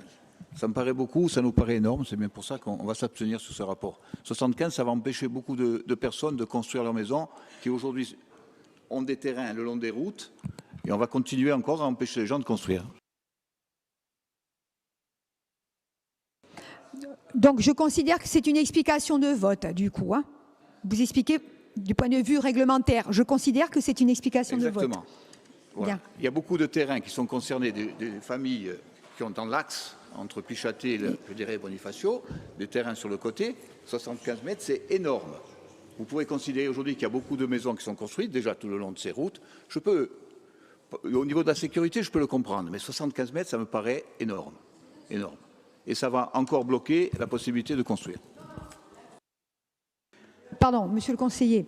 Alors, à ce stade, donc, on est en fin de débat, donc je prends en compte cet avis, très bien. Je voudrais simplement réitérer, donc c'est 75 mètres, mais j'ai expliqué les exceptions. Et j'ai expliqué aussi que et c'est central dans l'explication quand même, qu'il y avait une articulation nécessaire avec les PLU qui pouvaient justifier d'être en zone urbanisée à partir d'une étude. Donc il y a une procédure de justification d'équilibre qui fait que le 75 mètres n'est pas un couperet. Après, les PLU sont soumis à révision du PADUC, il y a compatibilité, il y a une justification avec une étude, je vais réindiquer, hein, donc c'est l'article L111-6 du Code de l'urbanisme, d'accord? Donc l'impossibilité de construire est levée sur cette règle de 75 mètres, hein, si le PLU, d'accord, ou un document d'urbanisme qui en tient évidemment lieu, ouvre la zone à l'urbanisation par un règlement qui prend en compte les nuisances, la sécurité, la qualité architecturale et la qualité de l'urbanisme et des paysages. Donc il y a une étude spéciale qui doit en justifier la fonction, adjointe au PLU, pour justifier de la dérogation à cette règle. Donc il y a une voie possible, elle n'est pas impossible, en zone évidemment urbanisée. Après, s'il s'agit de ne pas mettre de règles du tout, évidemment que notre position, c'est ne pas mettre de règles du tout. C'est qu'il y a un constat, et qui nous est souvent renvoyé d'ailleurs, hein, et je reviens sur ce qu'a dit justement Jean-Martin Mandolone tout à l'heure. Vous avez remarqué que nous avons proposé des créneaux de dépassement sur, je dirais, l'axe Ajaccio-Propriano, hein, et sur Bogognane. Et nous avons toujours, et je me rappelle d'ailleurs du propos de Paul-Félix Bénédette, il me semble, lors de la présentation PPI, la critique qui nous est faite sur le RT10. Sauf que sur la RT10 aujourd'hui, et c'est factuel, ce n'est pas une question politique, c'est factuel, c'est la réalité physique du territoire, entre les autorisations environnementales où il faut justifier une déviation, donc d'abord il faut prouver qu'on pourrait éviter la déviation, hein, d'accord. Puis après il faut réduire, puis après il faut compenser, c'est la fameuse ERC, hein, qui s'appliquait pour la pénétrante, qui fait qu'on est allé deux fois de manière négative devant le Conseil national de protection de la nature, devant la pénétrante, pour avoir la troisième fois validée avec 120 hectares de compensation, pour que la pénétrante soit justifiée, hein, c'est fait que maintenant c'est derrière nous. Donc il y a cette dimension-là qui s'impose. Et là, en plus, il y a les terrains agricoles, hein, sur la RT10, par rapport au potentiel agricole des RT, qui s'impose aussi, comme justification de compensation agricole, premier élément, factuel, physique et environnemental. Et deuxième élément, qui est spécifique à la RT10, ça a été la construction effrénée le long de la RT. Donc il y a physiquement, des fois, l'impossibilité, même si on avait l'autorisation environnementale, de pouvoir dévier. Et ça, c'est une réalité physique objective historique. C'est pour ça qu'on en vient à proposer aujourd'hui, en l'état de cette réalité, cette capacité réglementaire. Mais cette capacité réglementaire, elle n'est pas fermée, elle fait l'objet simplement d'un cadre de discussion entre PADUC, PLU, justification éventuelle dans les documents d'urbanisme, articulation. C'est pour ça qu'on a bien insisté que c'était un sujet qui était au croisement des documents de planification, PADUC, PLU, et que la règle des 75 mètres est une règle générale, mais qu'il y avait des exceptions déjà par nature, je les ai évoquées, hein, avant même le PLU, hein, les exceptions hors PLU, hors construction PLU. Hein. Donc je les rappelle, parce que pour la clarté des débats, donc exception, les constructions situées ou non sur le domaine public routier, notamment les stations de péage, les stations de service, les équipements implantés dans les aires de repos le long des autoroutes telles que les restaurants ou les maisons de tourisme. Donc ça, c'est une exception. Les services publics exigent la proximité immédiate des infrastructures routières, donc les installations de services publics de secours et d'exploitation. Deuxième exception. Ça, c'est en dehors de la justification d'un PLU en zone urbaine. C'est exception naturelle. Les bâtiments d'exploitation agricole, hein, construction à caractère fonctionnel nécessaire aux exploitations, serres, silos, hangars, bâtiments d'élevage. Bien sûr, les bâtiments nécessaires au réseau d'intérêt public, donc réseau de communication, distribution d'énergie, gaz, électricité, chaleur. Les infrastructures de production d'énergie solaire, qui font l'objet de l'exception. Et ça, c'est avant même le PLU, le document d'urbanisme. Avant même la justification éventuelle par l'étude précise de pouvoir permettre la construction s'il y avait un terrain d'équilibre. Donc je pense quand même que dans ce cadre-là, il y a une règle, mais il y a un cadre de souplesse permis qui permet de donner de la cohérence et d'éviter que ce soit des couperet aussi. Voilà, c'est tout, c'est juste pour préciser. Bien, merci monsieur. Excusez-moi, moi je parlais uniquement de logement. Là, vous me parlez de péage, de station-service, de machin, de tout. OK. Après, vous parlez par rapport au PLU. Ça fait souffler des conseils exécutifs, mais ce n'est pas grave. Mais ce que je veux dire, c'est que les procédures, vous les connaissez comme moi, elles vont être très longues. Donc on va partir dans des procédures et finalement, on ne construira pas, tout simplement. On continue à bloquer au niveau du logement. Moi, je vous dis ce que je pense. Moi, je vous dis, et je le vis. Je vous l'ai dit plusieurs fois que je le vivais. Donc à ces niveaux-là, on ne va pas pouvoir construire. Moi, je pense que 75 mètres, c'est trop. Voilà, c'est tout. C'est ma vision des choses. Non, mais vous avez exprimé votre vision. C'était une explication de vote. Vous avez noté quand même que vous avez repris la parole. Jean-Félix Aquavive a été très clair. Il s'appuie sur les règlements. Il s'appuie sur les règlements et il vous explique. Tout ne sera pas bloqué. C'est très clair. Voilà, on ne peut pas laisser dire que tout sera bloqué, 75 d'un côté, 75 de l'autre. Loin s'en faut. Pas du tout. La preuve en est. Après, je ne doute pas un seul instant que tout dossier de voirie, même pour ouvrir parfois un petit chemin pour accéder à une maison en construction, c'est long et c'est compliqué. Et Dieu sait si j'en entends parler, d'accord? Donc, bien évidemment, mais le conseiller, je pense, a répondu largement et le plus précisément possible, j'ai trouvé ça très précis, à la question que vous vous posiez. Voilà. Donc, et je pense que les auditeurs apprécieront la réponse aussi. Bien. Est-ce que on peut passer au vote, s'il vous plaît? Qui est contre? Qui s'abstient? Donc, abstention, comme annoncé par Awansem. Qui ne participe pas au vote? Qui est pour? Donc, tous les autres sont pour. Nous vous remercions. Le rapport a été adopté.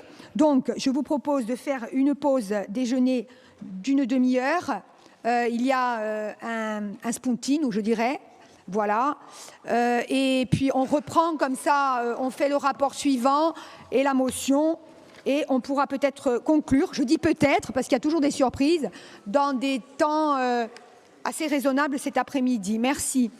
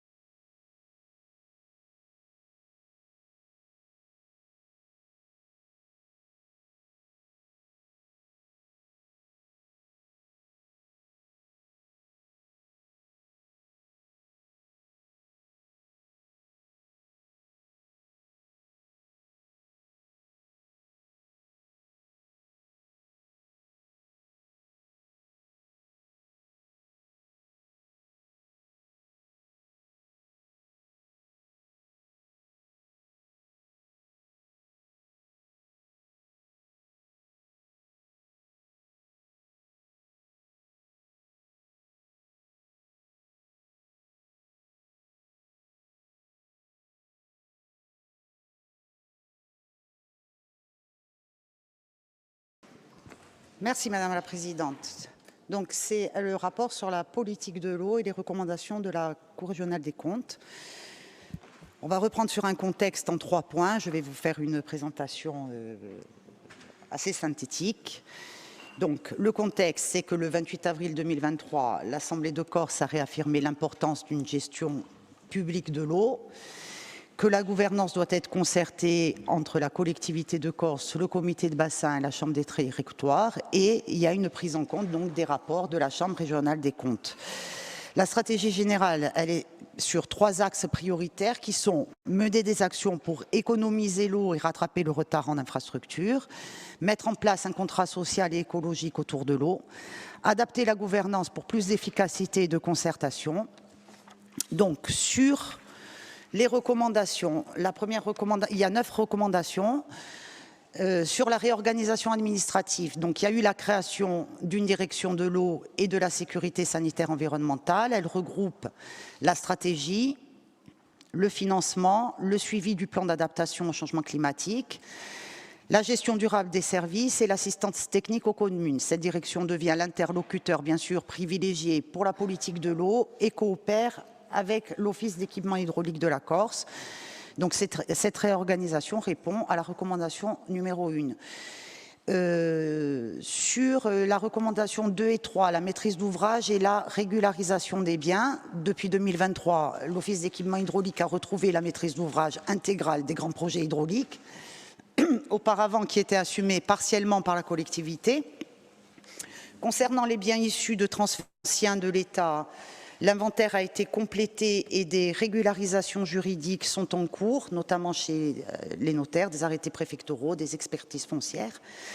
Une convention de transfert de gestion de la collectivité et de l'office est en préparation pour sécuriser juridiquement les interventions. Une convention d'objectifs est aussi envisagée pour clarifier les missions de l'office. Sur le 4e point, évolution du comité de bassin, donc actuellement qui est composé de collectivités rurales et des 2 communautés d'agglomération. Le comité évoluera pour intégrer la Chambre des territoires, garantissant une meilleure représentativité des zones vulnérables. Cette réforme est prévue fin 2025, début 2026. Sur la recommandation numéro 5, le projet de territoire pour la gestion de l'eau, les PTGE, donc étaient identifiées 5 zones vulnérables au changement climatique: Balagna Agriat, Capigursu Nebbio, Bastia Bivincu, Mediorno et Baraci. Les démarches sont avancées sur le Capicourse puisque le diagnostic a été fait et le plan d'action a été validé en 2025.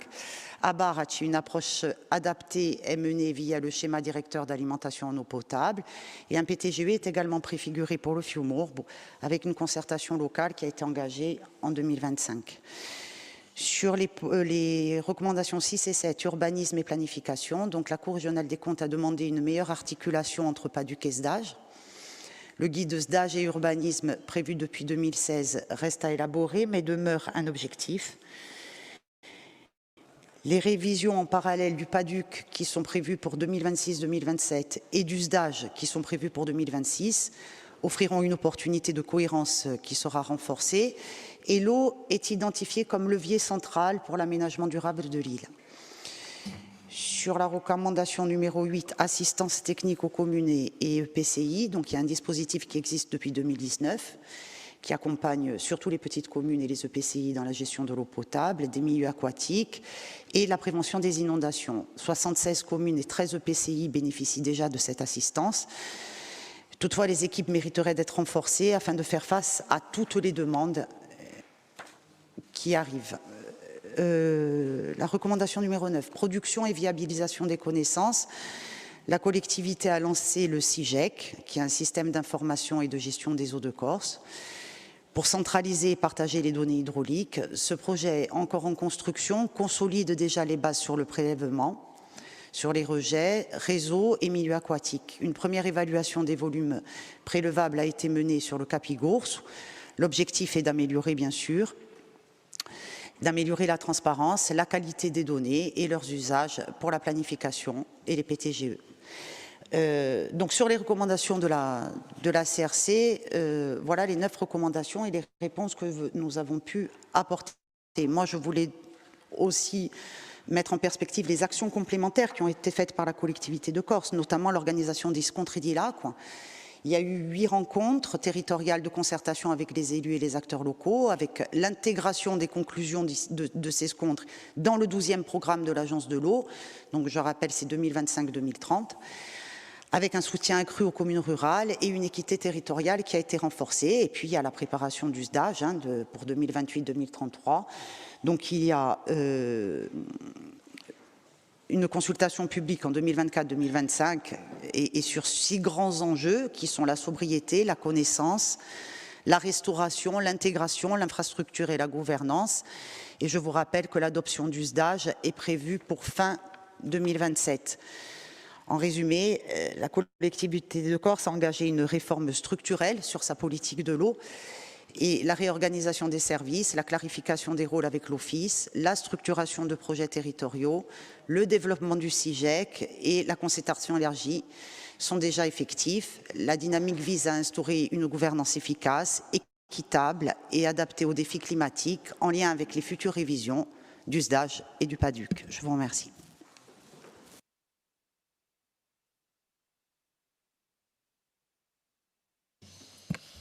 Bien, alors nous avait annoncé un avis du CESEC, mais il ne nous est pas parvenu, donc moi je ne l'ai pas. Il était annoncé, mais non reçu, donc voilà.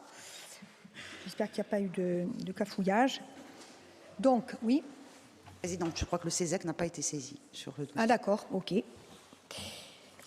Alors s'il n'a pas été saisi, il ne risquait pas de faire d'avis. Très bien. Qui souhaite intervenir sur ce dossier ?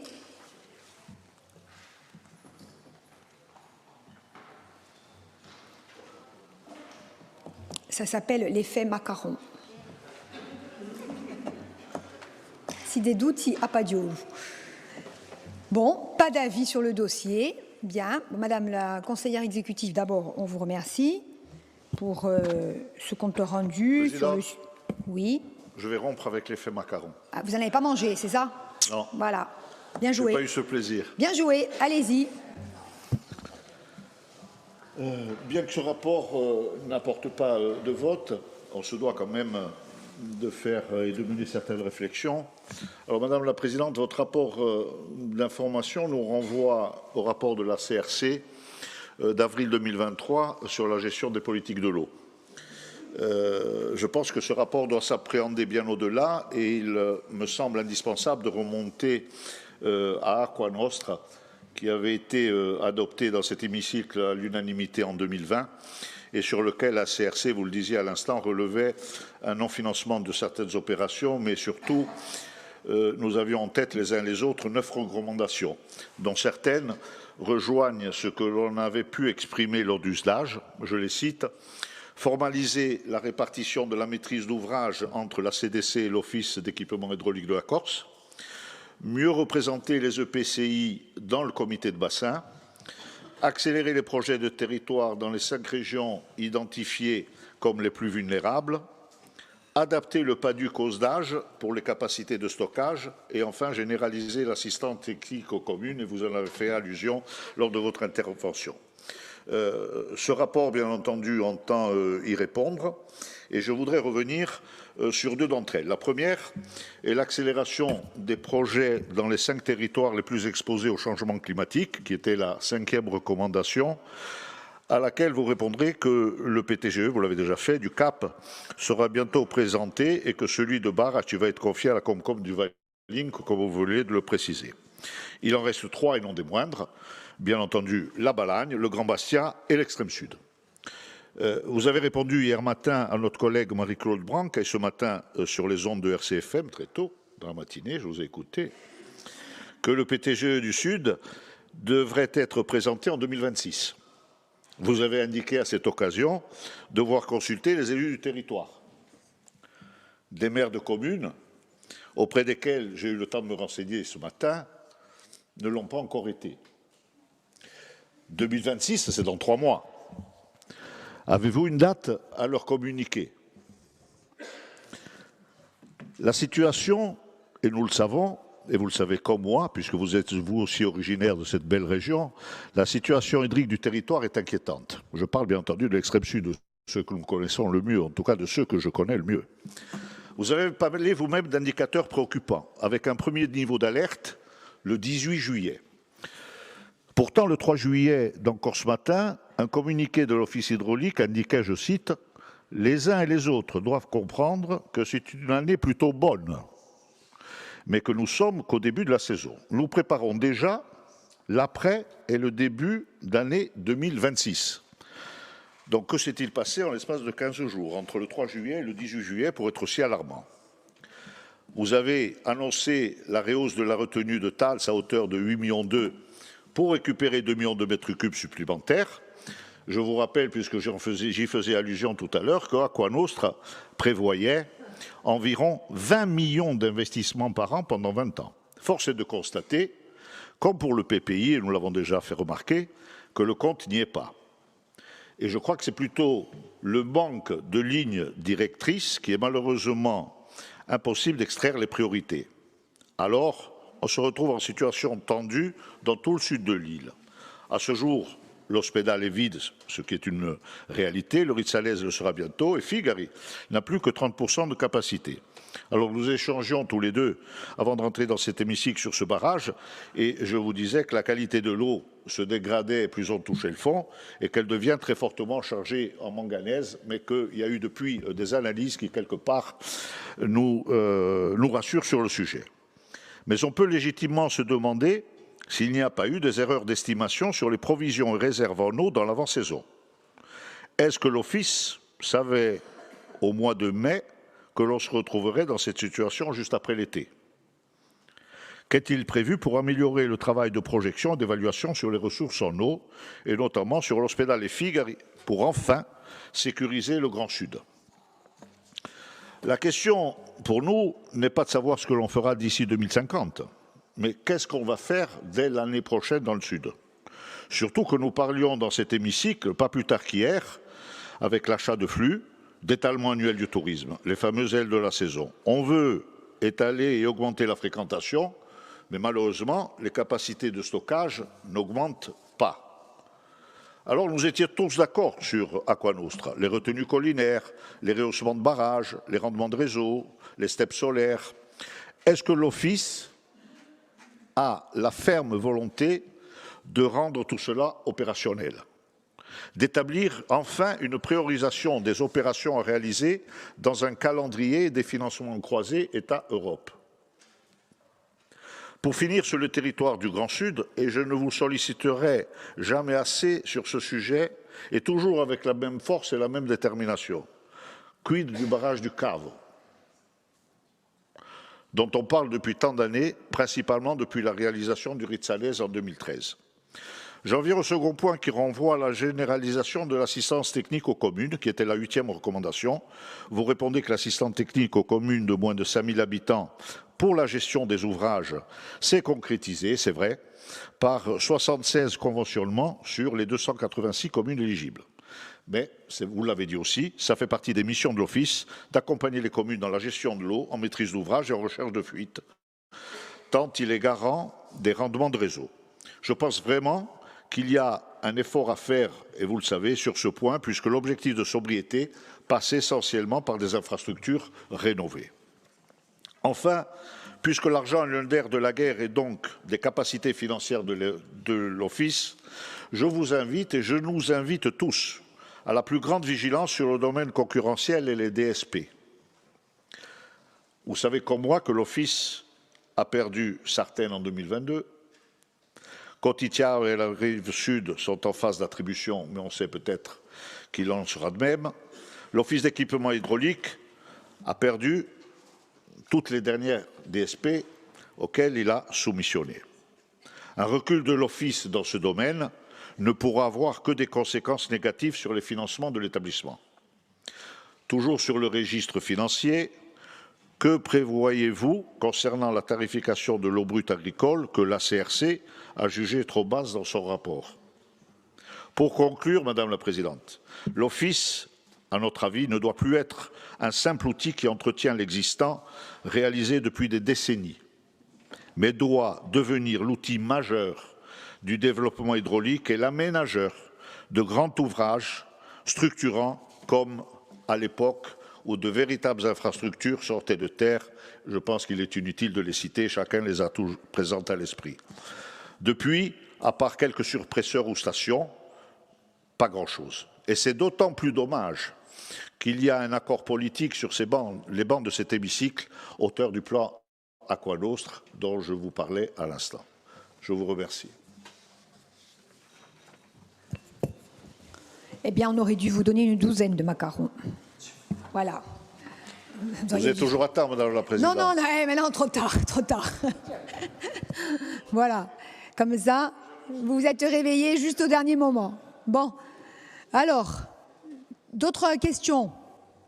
Paul Félix.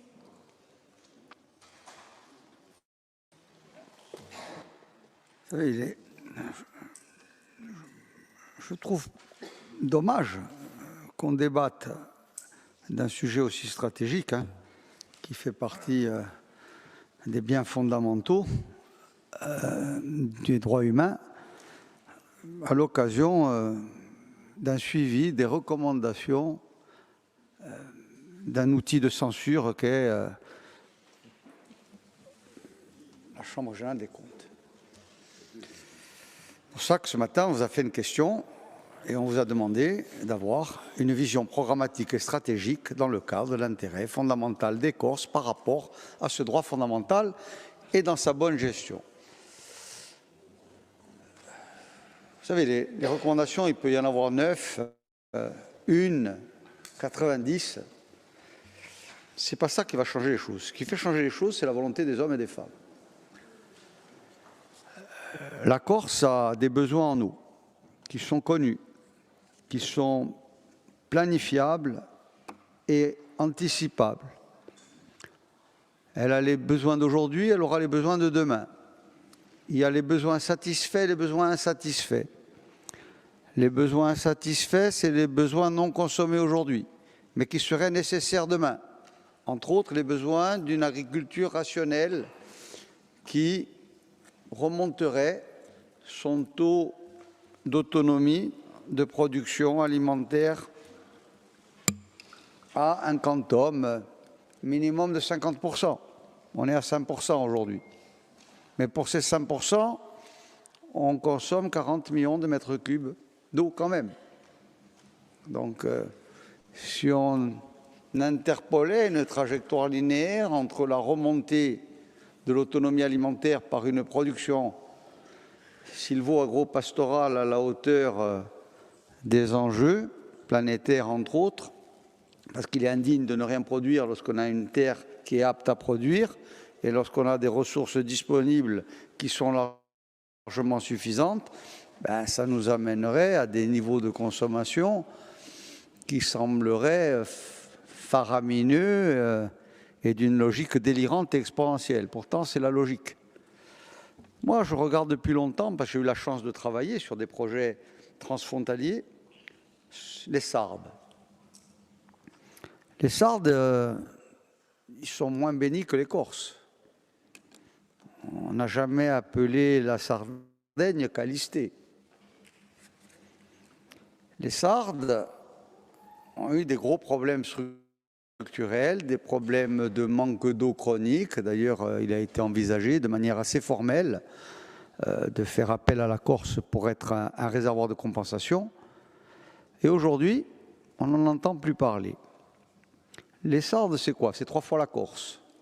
C'est une pluviométrie moyenne qui est 30% inférieure à celle de la Corse. Mais en gros, on peut même considérer qu'on est des mêmes territoires méditerranéens. On est presque identiques en termes de ressources. Sauf que les Sardes, aujourd'hui, ils ont une consommation globale annuelle, tout eau confondu, de 700 millions de mètres cubes. Mais ils ont 1800 millions de mètres cubes stockés. C'est-à-dire que les Sardes, 3 fois 7, ça fait 21, ils sont à plus de 2 années et demie de stockage disponible. Ça veut dire que ces cycles méditerranéens d'années sèches, d'années humides, de double année sèche, ils arrivent à les ponter. Et ils les ont pontés parce qu'ils ont une rationalité d'abord dans la gestion, dans la planification et dans la capacité opérationnelle. Peut-être que c'est grâce à l'autonomie, mais moi je ne mets pas l'autonomie à toutes les sauces. Il y a 37 barrages en Sardaigne, il y a un établissement public qui gère ces 37 barrages, comme pourrait l'être l'Office hydraulique, sauf que l'Office hydraulique ne gère pas la totalité des ressources, et le gros des ressources aujourd'hui en Corse, ils sont gérés directement ou indirectement sur des biens d'État, à savoir le barrage de Tôle et le barrage de Calagouche. Par contre, la Sardaigne, elle a l'ENAS, donc une société de gestion technique uniquement de la ressource. Et ensuite, elle a une autre société de gestion, Abanoa, qui, elle, gère la distribution sur l'ensemble de tout le territoire sarde.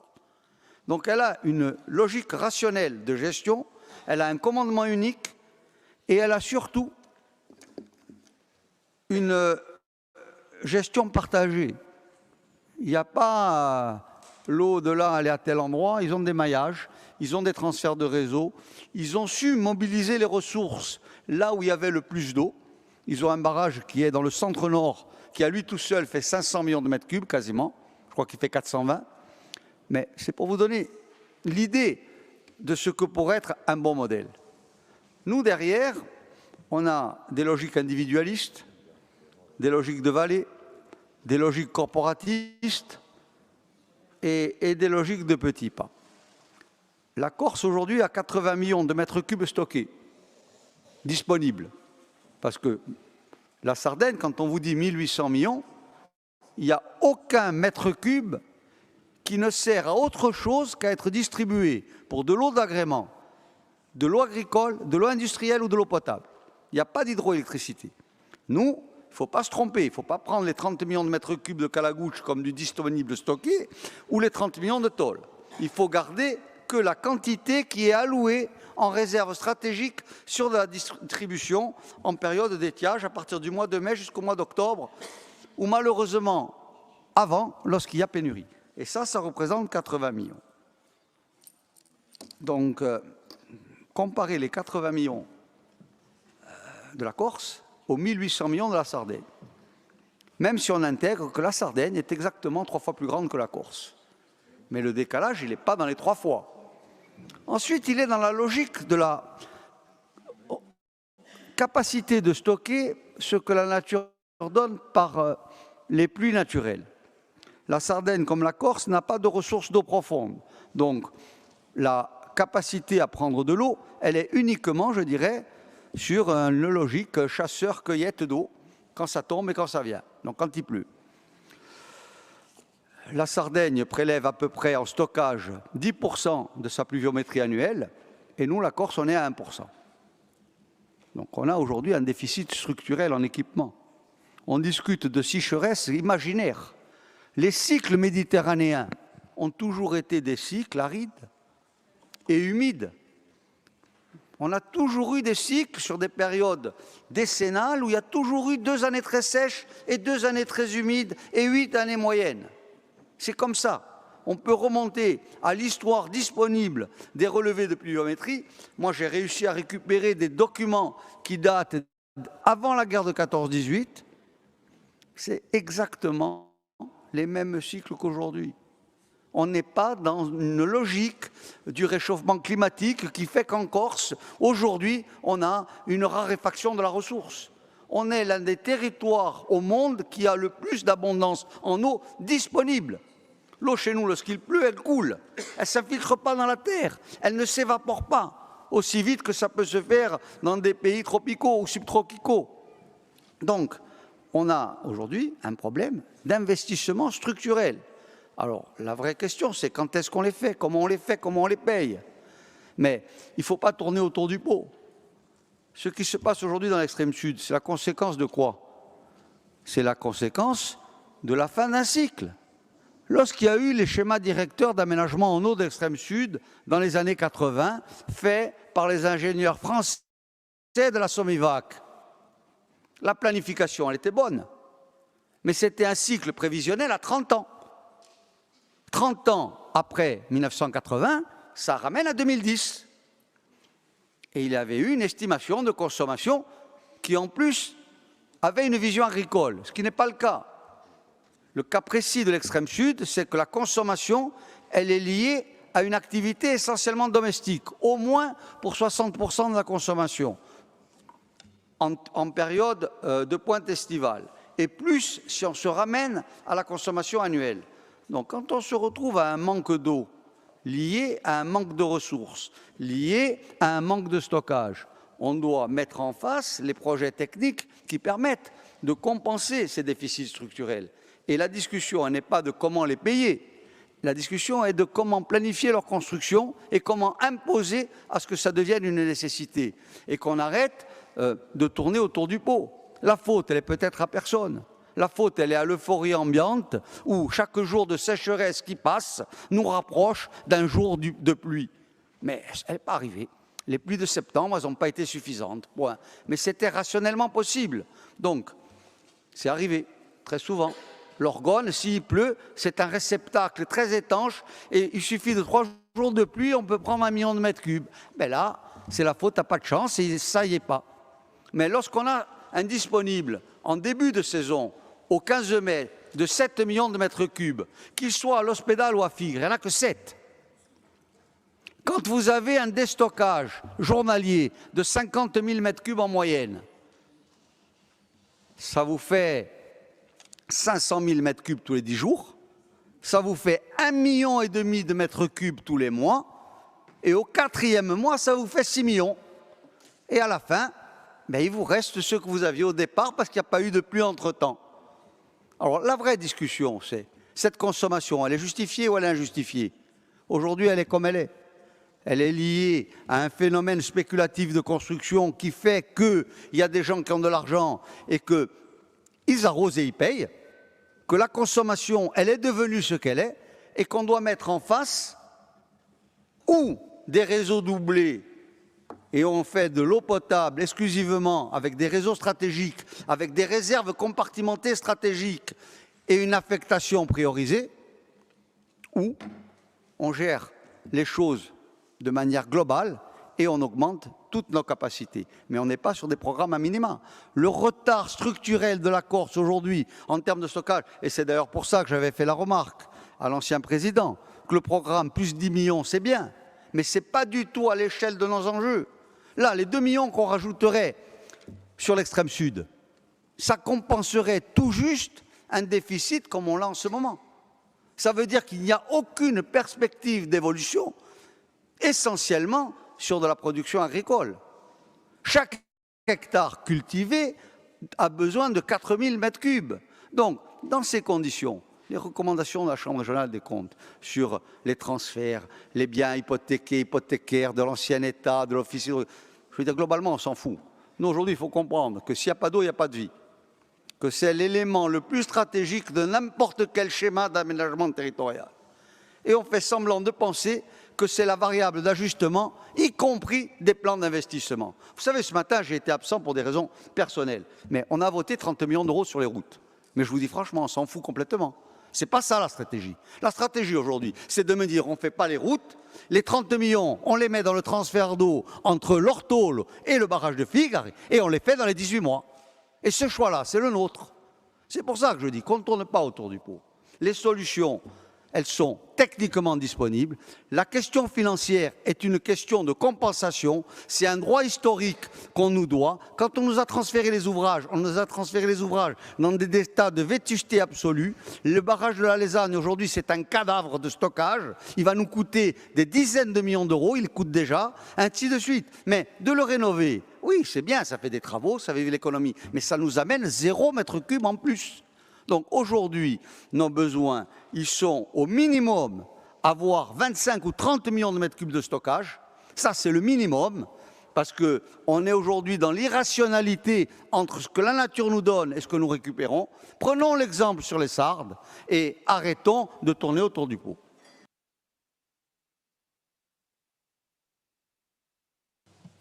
D'autres interventions? Savez. Bon. Je crois que mes prédécesseurs, je parle des intervenants, ont balayé la vraie problématique. On n'en est plus à commenter les avis de la CRC, mais à poser fondamentalement le problème de l'eau Paul Félix disait que c'était le premier axe de la vie, c'est là où on est la tribu. On est d'accord, la tribu est autour d'une source, toujours.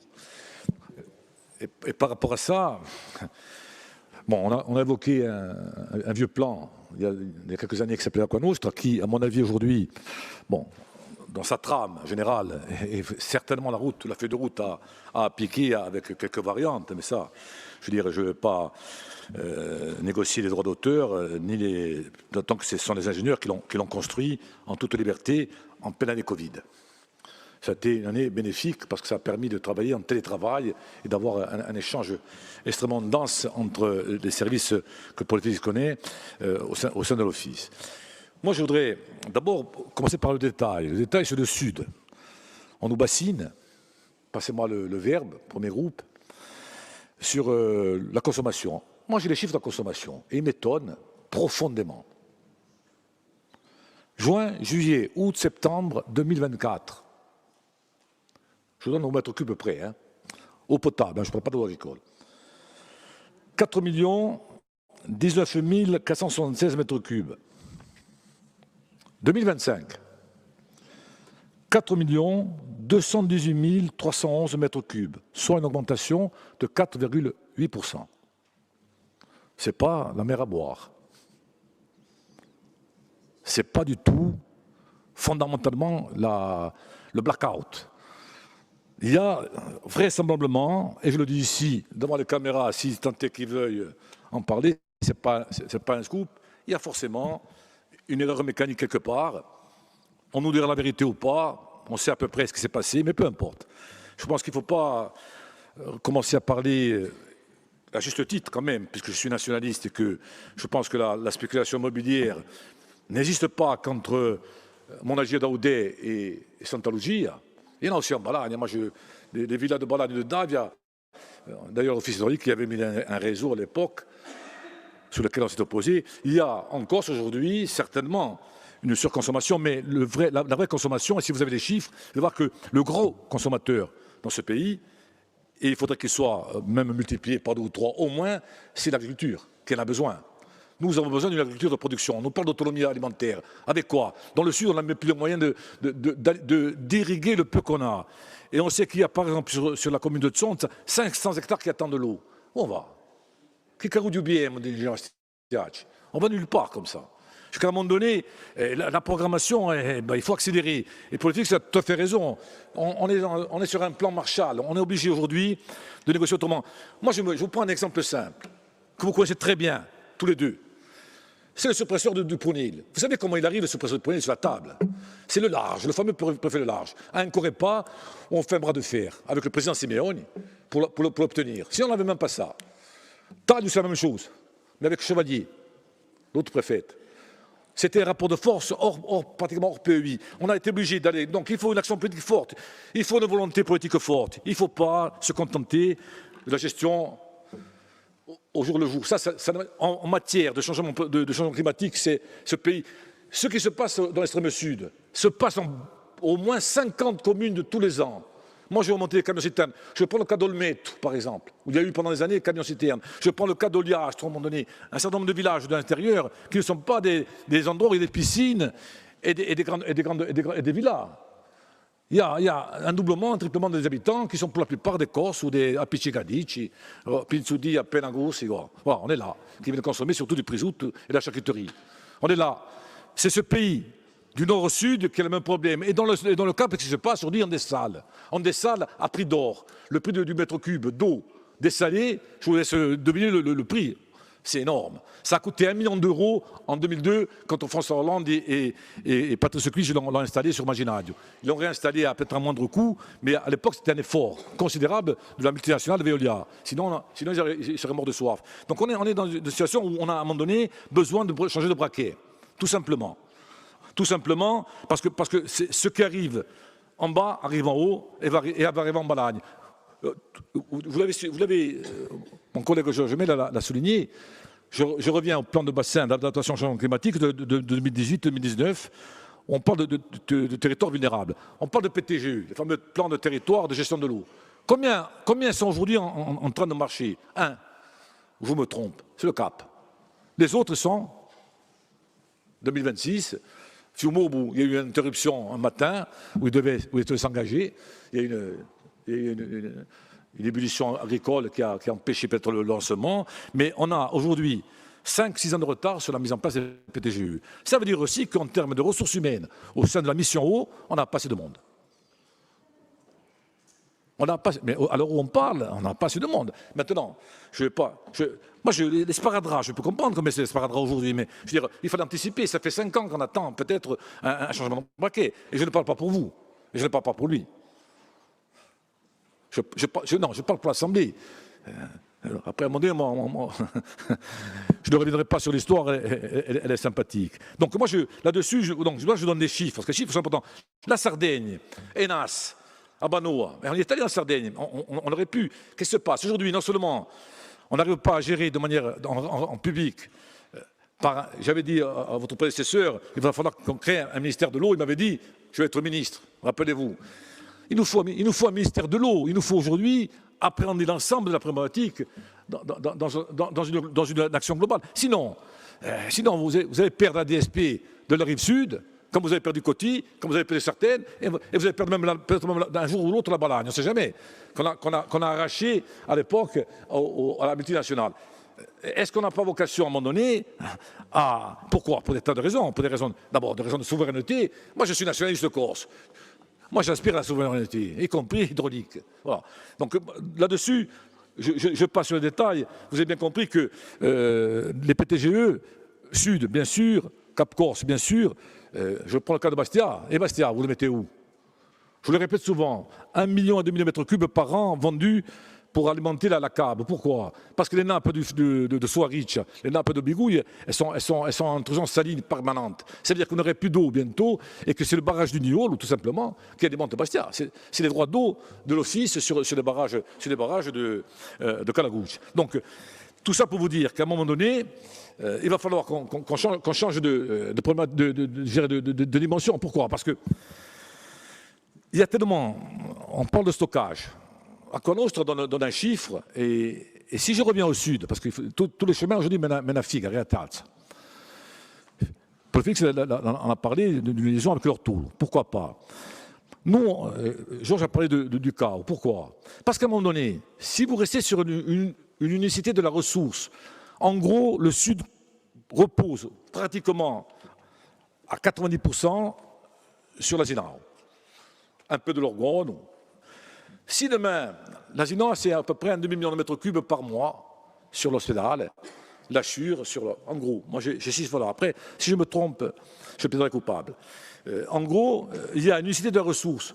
Le même problème se pose pour la région d'Ariac. Vous avez un barrage, cette Torla. Si demain il y a un problème sur Torla, il y a 100 000 habitants sans eau, et je ne parle même pas d'agriculture. On a intérêt à mailler, à interconnecter et à stocker de manière beaucoup plus massive. Et ça, le problème du Sud, comme je l'ai dit, il commence à imaginer. S'il n'y a pas une politique de l'eau d'une autre dimension, on est condamné année après année à subir l'aléatoire. On est dans l'aléatoire, on est au loto. Et quand le politique évoque la gestion sarde des 2 ans et demi de stockage, le seul barrage, vous connaissez le seul barrage de Corse qui peut tenir 2 ans, sur 2 saisons sèches. Paradoxalement, ce n'est pas le plus gros. C'est pas d'où, là.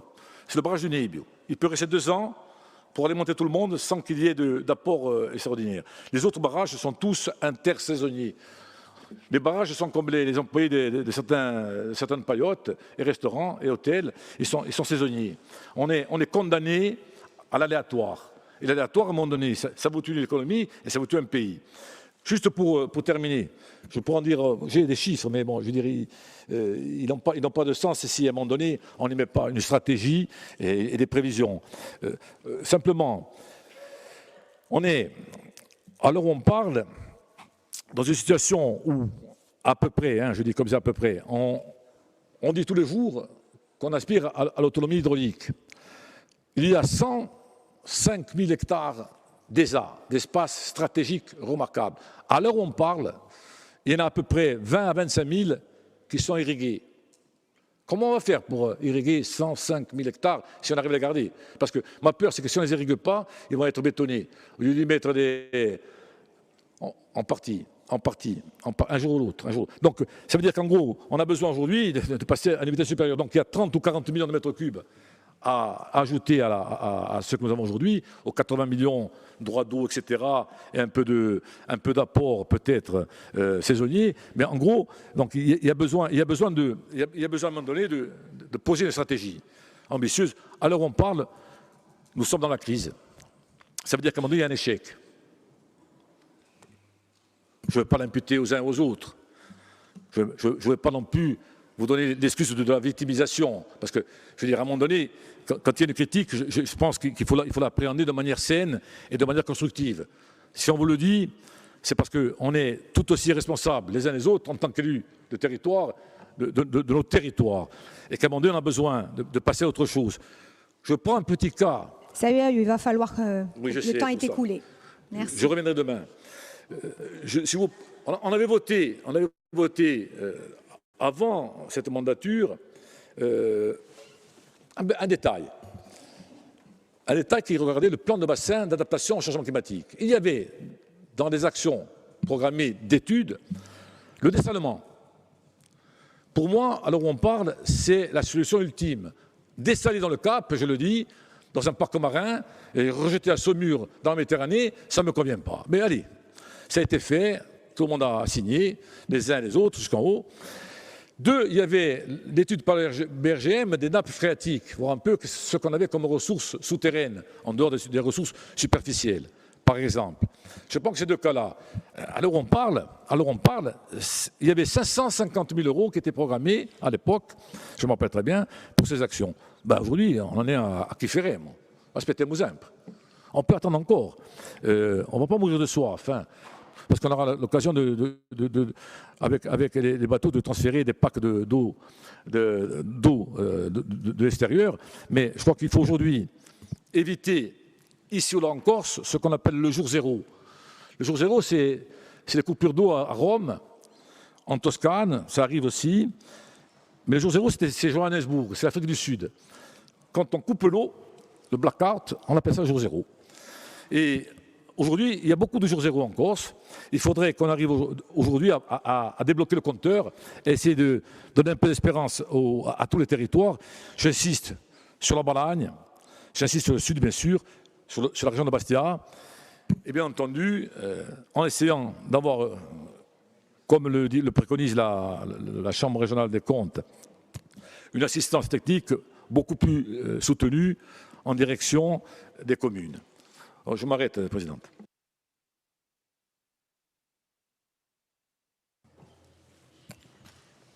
Bien. D'autres interventions, Jean-Jacques Lucchini.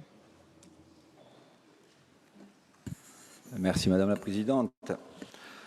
Bon, moi, je vais revenir quelques mots sur ce rapport, hein, qui, je pense, qui répond point par point aux recommandations de la Chambre régionale des comptes. Il y avait 3 priorités qui avaient été mises en avant pour la Chambre régionale des comptes. C'était les économies d'eau, un pôle d'échange autour de la problématique de l'eau et la gouvernance de l'eau. Donc, on n'est pas là pour faire un catalogue de ce qui a été réalisé par notre collectivité. Donc, je pense que ça a été très bien explicité dans le rapport. Donc, moi, je vais revenir un petit peu sur le changement de braquet, hein, puisque ça a été évoqué, et la politique qu'on mène depuis 2015. Moi, ce que je veux vous dire, c'est qu'en 2015, quand on est arrivé aux responsabilités, sur notre mandature, on est arrivé avec une page blanche. Depuis 30 ans, plus aucun ouvrage hydraulique n'avait été construit, sauf la modeste retenue de Bassach. Hein, le reste, rien n'avait été fait. Il n'y avait pas de programme eau, il n'y avait pas de service au niveau de l'eau, il n'y avait rien. Donc ça, il faut quand même le rappeler. Donc dès 2015, qu'est-ce qu'il a fallu faire? Première des choses à faire, il a fallu faire un diagnostic. Il a fallu prendre des décisions et voir ce qu'on allait faire. Alors, ça a été la première étape qui a été faite avec le plan Aquanostre. Je reconnais que c'est un plan qui était ambitieux, hein, et qui donnait une vision politique jusqu'à 2050. Ça a été fait. Ce plan, il a proposé plusieurs possibilités techniques. Il a proposé aussi des choix politiques différents, lesquels nous avons accès, et qui sécurisaient la Corse jusqu'en 2050. Donc ça a été la première étape. Alors nous, on a travaillé sur ce socle, bien sûr. Aquanostre, c'était un socle sur lequel on a travaillé. Et est arrivée une deuxième contrainte qui a été fulgurante. Ça a été la contrainte du réchauffement climatique.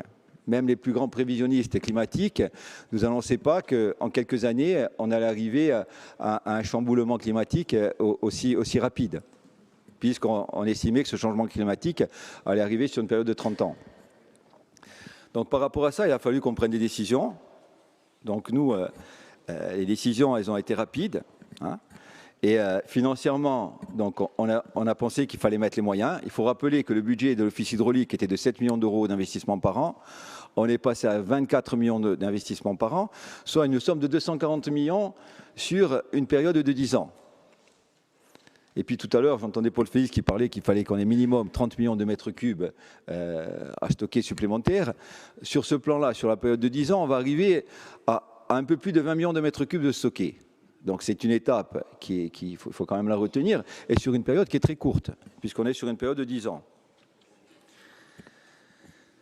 Ensuite, sur notre projet, puisque donc le rapport de la Cour régionale des comptes nous parlait d'économie d'eau. Donc dans notre programme, en plus du stockage, il y a quand même 5 millions de mètres cubes d'eau qui vont être économisés, avec un système satellitaire qui va nous permettre de voir sur toutes les canalisations fuyardes qu'on puisse intervenir pour essayer de limiter les pertes d'eau. Donc ça, c'est un programme qui a été mis en place aussi. Au niveau de l'agriculture, aujourd'hui, chaque jeune agriculteur qui s'installe ou chaque agriculteur aîné qui demande une aide de l'ODARC pour mettre en place des systèmes d'irrigation a obligation de passer par des systèmes économes et par des systèmes qui sont nouveaux pour économiser l'eau. Donc ça a été fait aussi. Donc au niveau de la collectivité de Corse, on vient de créer, ça va se faire là maintenant récemment, une nouvelle direction de l'eau et de la sécurité sanitaire, avec des personnels compétents qui vont évaluer, définir nos politiques publiques, arbitrer le choix financier. Alors tout cela, bien sûr, va se faire en transversalité avec l'Office hydraulique, qui aujourd'hui, bon, c'est le maître d'ouvrage, l'aménageur hydraulique de la Corse, et qui est en charge de gérer les ressources en eau de la Corse. Ensuite, il a fallu faire aussi, chose qui n'avait jamais été faite, un gros travail juridique, parce que l'Office hydraulique n'avait pas autorité pour aller travailler et pour intervenir sur les terrains appartenant à la collectivité de Corse. Ça a été fait aussi. Donc nous, le vrai... Ensuite, on a parlé aussi d'une vision politique sur les prochaines années. Il faut savoir, ça a été dit par la présidente tout à l'heure, qu'il va y avoir la révision du stage qui va se faire en 2027 avec la révision du PADUC aussi. Donc ça, c'est des documents de planification qui vont définir une vision globale de l'aménagement de la Corse. Ça va être un vrai projet de société et qui va tenir compte des problématiques de l'eau pour toutes nos politiques publiques. Alors, nous pensons que notre politique de l'eau doit être liée à nos choix politiques. Et je vais revenir sur cette question, qui est une question qui est fondamentale. La question que l'on doit se poser, avons-nous les moyens d'accueillir de nouveaux flux de population chaque année? Avons-nous capacité à héberger des yachts de plus en plus grands qui consomment énormément d'eau? Devons-nous continuer à promouvoir le tout-tourisme sur la période estivale? Devons-nous continuer à promouvoir la résidence secondaire et les gros projets touristiques? Nous pensons que ce n'est plus possible. Nous sommes dans un projet de société pour tous les Corses et toujours en cohérence avec la ressource de l'eau. Aujourd'hui, nous savons que nos ressources en eau vont diminuer dans un avenir très proche de 40%. Alors nos choix sur l'arrivée massive de population, sur des ports de plaisance gigantesques pour accueillir de grosses unités, sur un tourisme estival non maîtrisé, sur des PLU proposés qui favorisent encore la résidence secondaire, nous sommes clairement contre cette vision politique de notre âge. L'avenir, c'est prévoir la Corse par rapport à la ressource en eau disponible. C'est pour cela que nous avons fait le choix d'un tourisme déconcentré sur l'hiver, le printemps et l'automne, quand l'eau est disponible. Le choix hier de l'achat de flux aériens en période touristique creuse en est la preuve. Notre choix, c'est surtout d'enrayer les flux de population vers notre île. Et nous menons un combat historique pour un statut d'autonomie qui nous permettra de mettre en place un statut de résident. Notre choix, c'est aussi et surtout de pouvoir nourrir les Corses, avec une agriculture de production, économe en eau. Certains de nos opposants politiques restent sur d'anciens modèles économiques très libéraux, sans tenir compte des contraintes climatiques, sans tenir compte de la préservation de nos écosystèmes, avec des projets pharaoniques, gourmands en eau et en oubliant que l'eau est un bien commun et doit se partager équitablement. Alors moi, ça a été évoqué, je ne voulais pas l'évoquer, mais je suis obligé de parler de la polémique sur le manque d'eau dans l'extrême sud, qui est alimentée par nos opposants politiques. Notre état de stock en eau sur Figre est aujourd'hui d'1,7 million de mètres cubes. Et je peux dire que nous sommes en capacité pour fournir les mètres cubes prévus par l'opérateur privé en charge de distribuer l'eau dans l'extrême sud. Par contre, il faut savoir, et là on n'a pas les mêmes chiffres, que la consommation d'eau potable dans l'extrême sud a augmenté sur une période de 3 ans de 16%. Et c'est lié essentiellement au nombre de résidences secondaires, contre seulement 7% sur 20 ans pour la consommation agricole. De plus, ce territoire est soumis à une sécheresse, vous le savez, qu'on n'a jamais connue. Première fois qu'on a une telle sécheresse dans l'extrême sud. Ensuite, tout à l'heure, on parlait de gouvernance. J'ai entendu parler de gouvernance sur l'eau, et j'ai entendu parler aussi de choix politiques et d'opérateurs. Moi, quand je vois le choix politique des collectivités du Sud-Corse, de travailler avec un opérateur privé pour distribuer l'eau doit être assumée. On avait parlé tout à l'heure. Il faut l'assumer, ce choix-là. Un opérateur privé de type multinational est là pour effectuer le plus de bénéfices possible et donc pour vendre le maximum d'eau. Nous, on le dit, on le répète, nous pensons que l'eau est un bien commun et qui doit être géré par un établissement public avec le souci majeur de préserver nos ressources et d'économiser notre eau. Donc nous sommes encore une fois sur deux modèles économiques qui sont complètement opposés. Dans notre plan à 10 ans, avec la construction de parce qu'on nous dit qu'on ne fait rien, dans notre plan à 10 ans, avec la construction de la réhausse du barrage de Figre, nous avions déjà anticipé ces prévisions climatiques extrêmes. Cet ouvrage, qui est déjà bien avancé, devrait être livré en 2028. Il est couplé aussi, tout à l'heure on a parlé du surpresseur de Portivec, il est couplé aux travaux en cours, qui sont en cours actuellement, pour le renforcement du réseau sur le projet Scopette. Et ça va permettre d'optimiser le surpresseur de Portivec. Donc les choses, elles sont en cours et vont se faire, et rapidement. Et dès la réception des travaux de la REOS, les besoins en eau, ça c'est les estimations qui ont été faites par les services et pas que par les nôtres, les besoins en eau seront sécurisés pour l'extrême sud jusqu'en 2045. Et ce n'est pas pour ça qu'on va s'arrêter. Dès 2026, nous allons travailler sur 3 secteurs déjà identifiés. Donc tout à l'heure, il y avait une demande sur le cave. Donc le cave va être aussi, on va travailler dessus. Ça va se faire maintenant. Et donc, après l'étude sur ces 3 sites qui ont déjà été choisis, il y aura la construction d'une nouvelle retenue collinaire qui viendra compléter les ouvrages existants.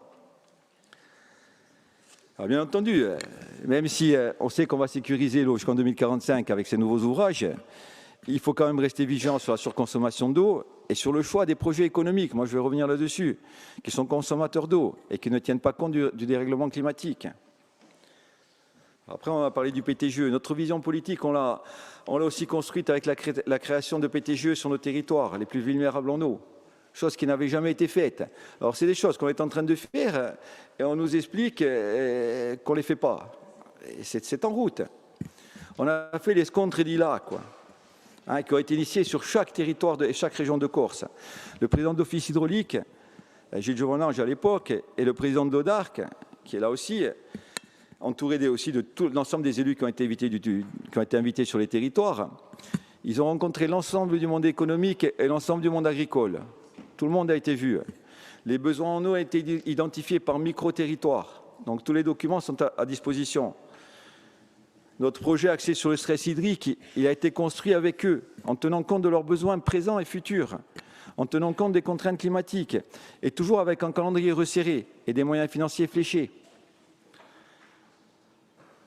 Ensuite, on nous parle beaucoup des grands barrages. Pourquoi la politique des grands barrages a été abandonnée par de nombreux pays? Car en France, la construction d'un grand barrage, c'est 20 ans d'études environnementales et de construction, et c'est 100 millions d'euros. Dans une période où on connaît les contraintes financières qui sont très fortes. Alors si on attend 20 ans, moi je pense qu'il sera trop tard. Nous avons fait le choix d'aller vite, parce que pour nous, il y a urgence. Une réhausse de barrage, comme celle de Figre, c'est 20 millions d'euros. C'est 3 ans de travaux. Une retenue collinaire, par exemple celle de Vadine, dans le Fiumaube, c'est 10 millions de mètres cubes supplémentaires stockés, et c'est 5 ans. Il faut le dire, ça aussi.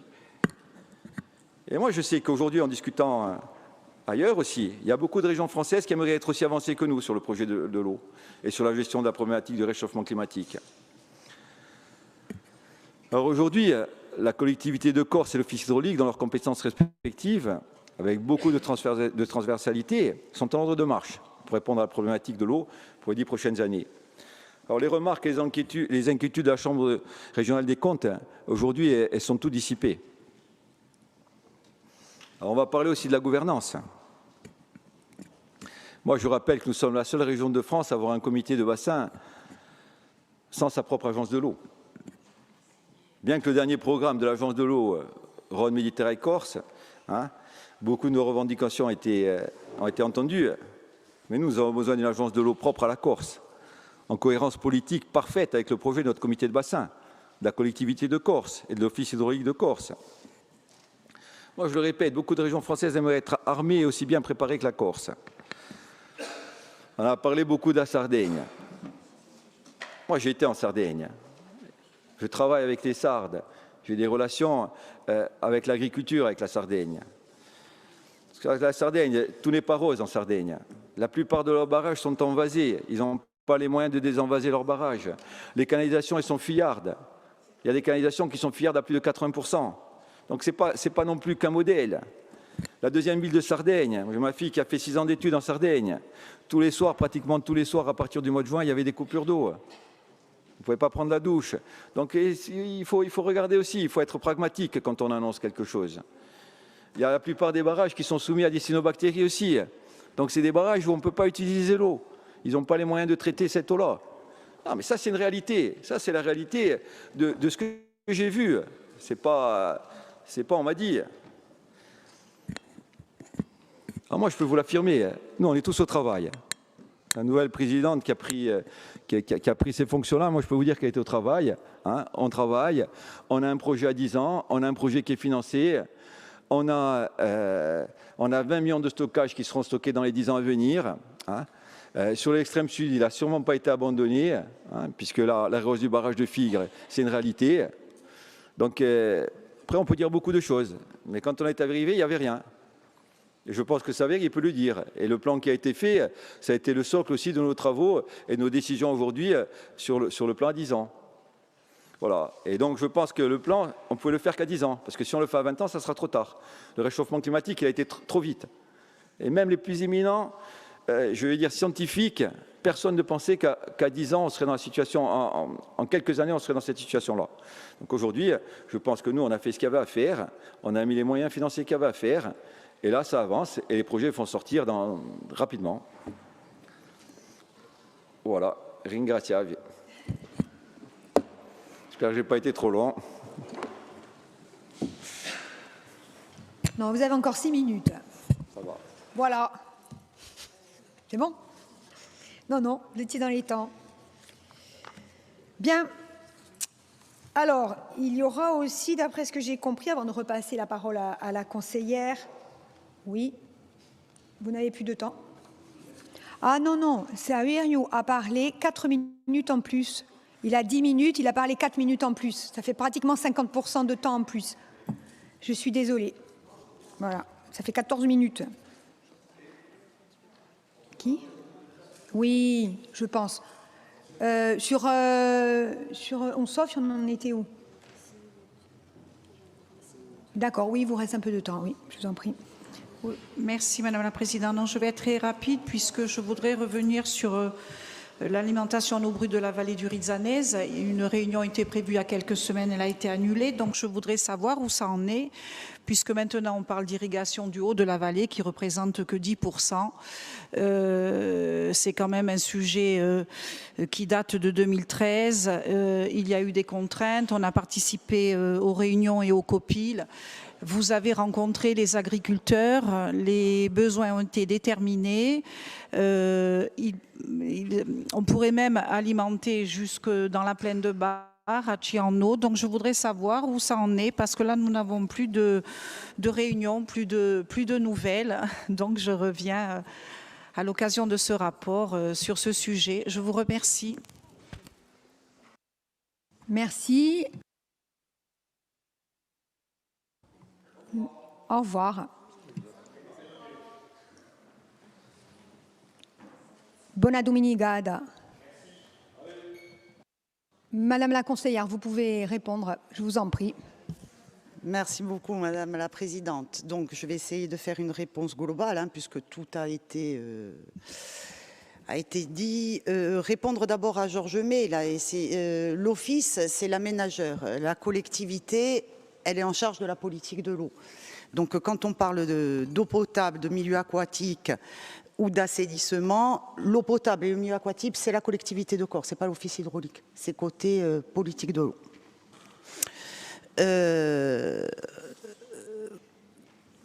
Je vais reprendre la stratégie qui a été mise en place. La stratégie, l'objectif. L'objectif, c'est 40 millions de stockage supplémentaires à horizon 2050, par tranche. Donc, la première tranche, elle va jusqu'en 2035, c'est la délibération de 2023 et on est à 13 millions de mètres cubes en plus. On fait Vadine à 9,5.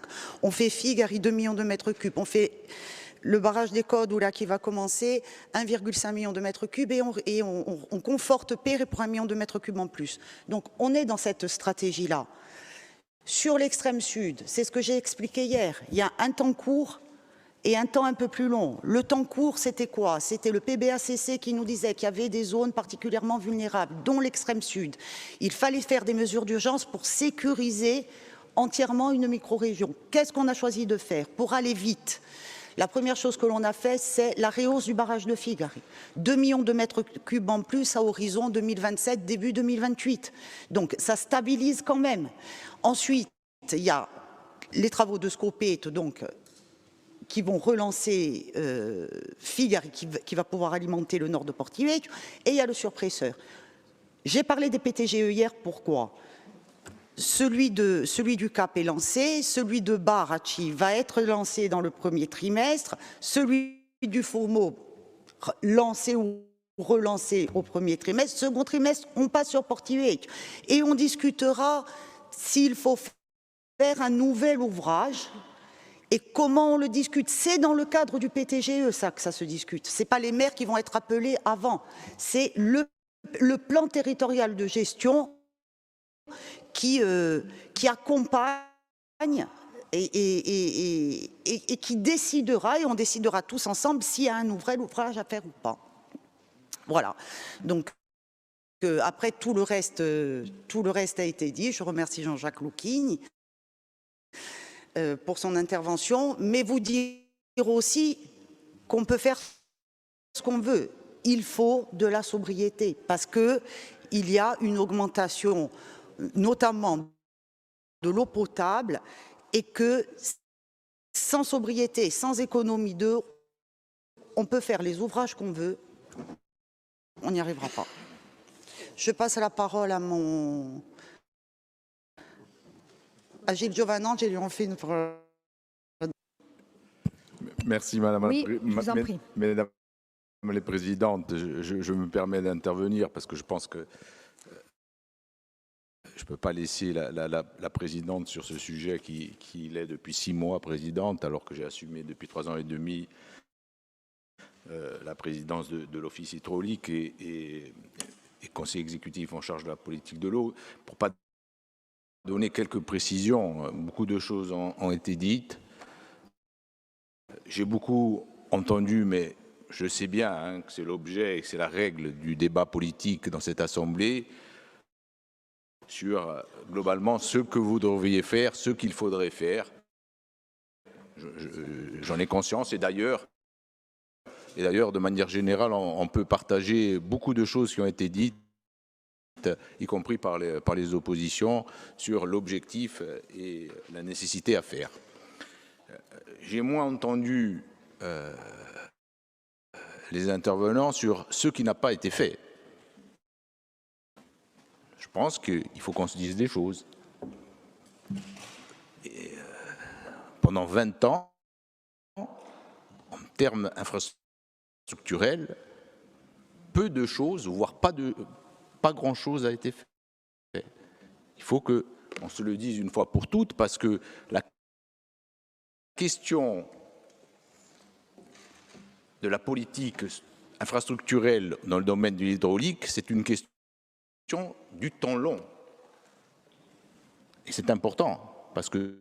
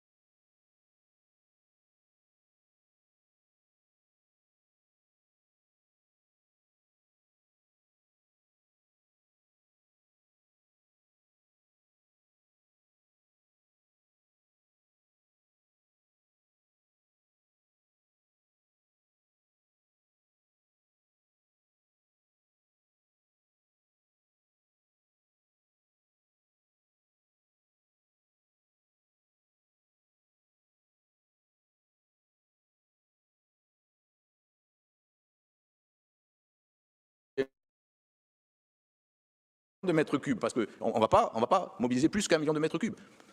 Rios, 2 millions, 20 millions. L'Ortol, pour vous donner un chiffre, 1 million, 50 millions. On a parlé Le Cave. Le Cave, c'est un vieux projet. Georges May le sait. Nous étions maires tous les deux. On en parlait déjà. Il n'a pas été fait. À l'époque où il y avait encore les crédits et la possibilité, y compris du point de vue des normes environnementales, à le faire. Aujourd'hui, le contexte, il a changé radicalement. Vous le savez aussi qu'il a changé. Aujourd'hui, le projet initial du CAV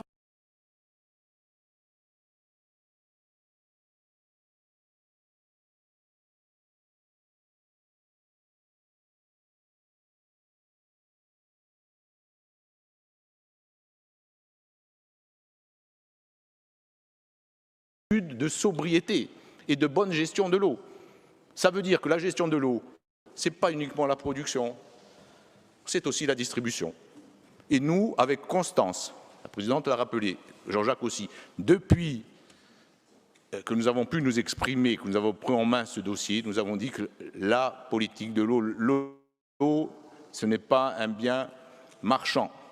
L'eau, c'est un bien qui a vocation à se soustraire aux logiques de marché. Si on confie la distribution, comme c'est fait aujourd'hui, à des opérateurs privés, en l'occurrence une multinationale, l'objectif de cette multinationale, il faut qu'on se le dise. C'est pas aujourd'hui de gérer durablement l'eau, c'est de générer des profits qui seront distribués à des actionnaires. Et en plus, à l'occasion, même pas des actionnaires corses, pour que les choses soient aussi très claires. Donc il faut qu'on sorte, il faut qu'on ait le courage de sortir de ce système-là aussi. C'est le temps à venir, il faut qu'on se le dise, c'est le temps à venir. Donc c'était des choses importantes que je voulais préciser. Je terminerai simplement par une chose, parce que les mots, ils ont du sens et les allusions qui ont été portées, des fois, elles peuvent blesser. Moi, je le fais pour la présidente, je sais qu'elle partage. Je veux saluer le travail des agents de l'Office hydraulique de la Corse, parce qu'on a la chance d'avoir un EPIC de haut niveau. On le sait, on ne le mesure pas assez. Je crois que Paul Félix le sait aussi, il le dit régulièrement. Et quand on a un outil comme ça, quand on a une service de la direction, en passant par les chefs de service, par les ingénieurs et par l'ensemble des agents qui font un travail de terrain remarquable au quotidien, il ne faut pas laisser penser qu'il y aurait des fautes cachées, qu'il y aurait des attitudes qui ne sont pas responsables ou des erreurs que l'on voudrait masquer. Ce n'est pas le cas. L'Office hydraulique, aussi bien dans l'extrême sud que sur l'ensemble du territoire où il est amené à intervenir, fait un travail de très haut niveau et de très grande qualité. Moi, je voulais le dire pour que les choses elles soient extrêmement claires de ce point de vue et je veux saluer l'ensemble des agents. Je vous remercie. Merci. Oui, bien sûr, je m'associe à ce que vient de dire Gilles Giovananti et je suis parfaitement solidaire de tous les agents de l'Office hydraulique. Je connais leur sérieux, leur dévouement, aussi bien ceux du siège que ceux du terrain. Et on tenait à le dire. J'avais oublié de répondre à Chantal. Je crois que la réunion est prévue pour novembre. Mais je vous confirmerai. Merci. Bien, merci. Donc je crois qu'on en a terminé avec ce débat. Tous les groupes se sont exprimés. Il n'y a pas de vote, hein, c'était une information. Donc, merci beaucoup. Il nous reste une motion.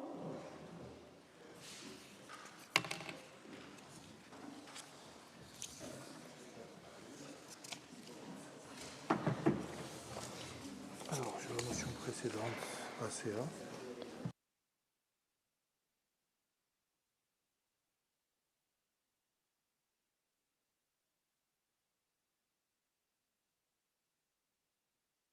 Donc, sur la motion précédente concernant la CA, il y avait eu 2 déports.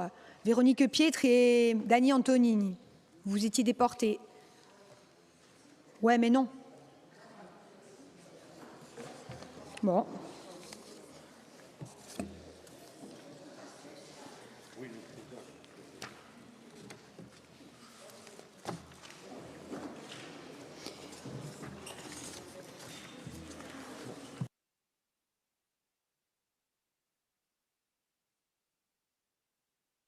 Ah pardon, on a les services qui nous informent, ils ne sont pas ici, ils sont dans les bureaux, donc ils nous informent que sur le rapport précédent, il vaudrait mieux une prise d'acte, apparemment. D'accord ? Je ne l'ai pas dit formellement, j'ai dit c'est un rapport d'information, en fait, il faudrait que vous preniez acte formellement. Donc, est-ce que vous êtes d'accord pour prendre acte de ce rapport et du débat qui s'en est suivi ? Très bien, merci, comme ça c'est dit. Et c'est mieux en le disant formellement. Bien, alors, sur la motion, puisque les personnes qui ont été citées ne veulent pas quitter l'hémicycle, je constate qu'en ce début d'année, on vous donne des recommandations. Écoutez, moi, vous faites tous comme vous voulez à partir de maintenant. Moi, je ne vais pas me battre toute l'année à faire appliquer les règlements intérieurs. C'est bon, il n'y a pas de problème. Et puis après, vous en assumerez les conséquences. Bien, donc maintenant, nous passons à cette motion. Le porteur, c'est Don Giulluccioni. Voilà. Et puis, il y a 2 amendements aussi.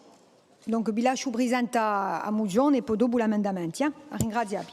Ringraziavi, cara Presidente. Bon, vous connaissez tous, vous avez suivi les péripéties extrasportives qui ont marqué l'intersaison de la CA, qui ont malheureusement conduit à l'exclusion de la CA des compétitions, des championnats dits nationaux, qui ont amené à une rétrogradation administrative de la CAIH en Régional 2 et qui se sont notamment soldés par le placement en liquidation judiciaire de la SAS qui comportait la section professionnelle du club. Fort heureusement, au début du mois de septembre, une nouvelle gouvernance a été installée à la tête de l'association, ce qui a permis de sauver cette institution du football ajaxien et du football corse. J'en profite au nom du groupe Vapo.IC, mais pour saluer la nouvelle équipe, à la tête de laquelle est placé notamment le président Michael Thor, qui a pu être reçu, me semble-t-il, par la conseillère exécutive en charge du sport ce matin, Madame Anne-Laure Santucci. Donc il y a un projet de reconstruction qui se met en place. Seulement voilà, il y a un vieux litige qui oppose le club à un de ses anciens joueurs qui a conduit le 11 juillet 2025 à une condamnation de la CA par la FIFA à une interdiction de recruter, c'est-à-dire que les nouvelles licences sont bloquées, notamment pour l'équipe première de l'ACA qui devrait évoluer en Régional 2.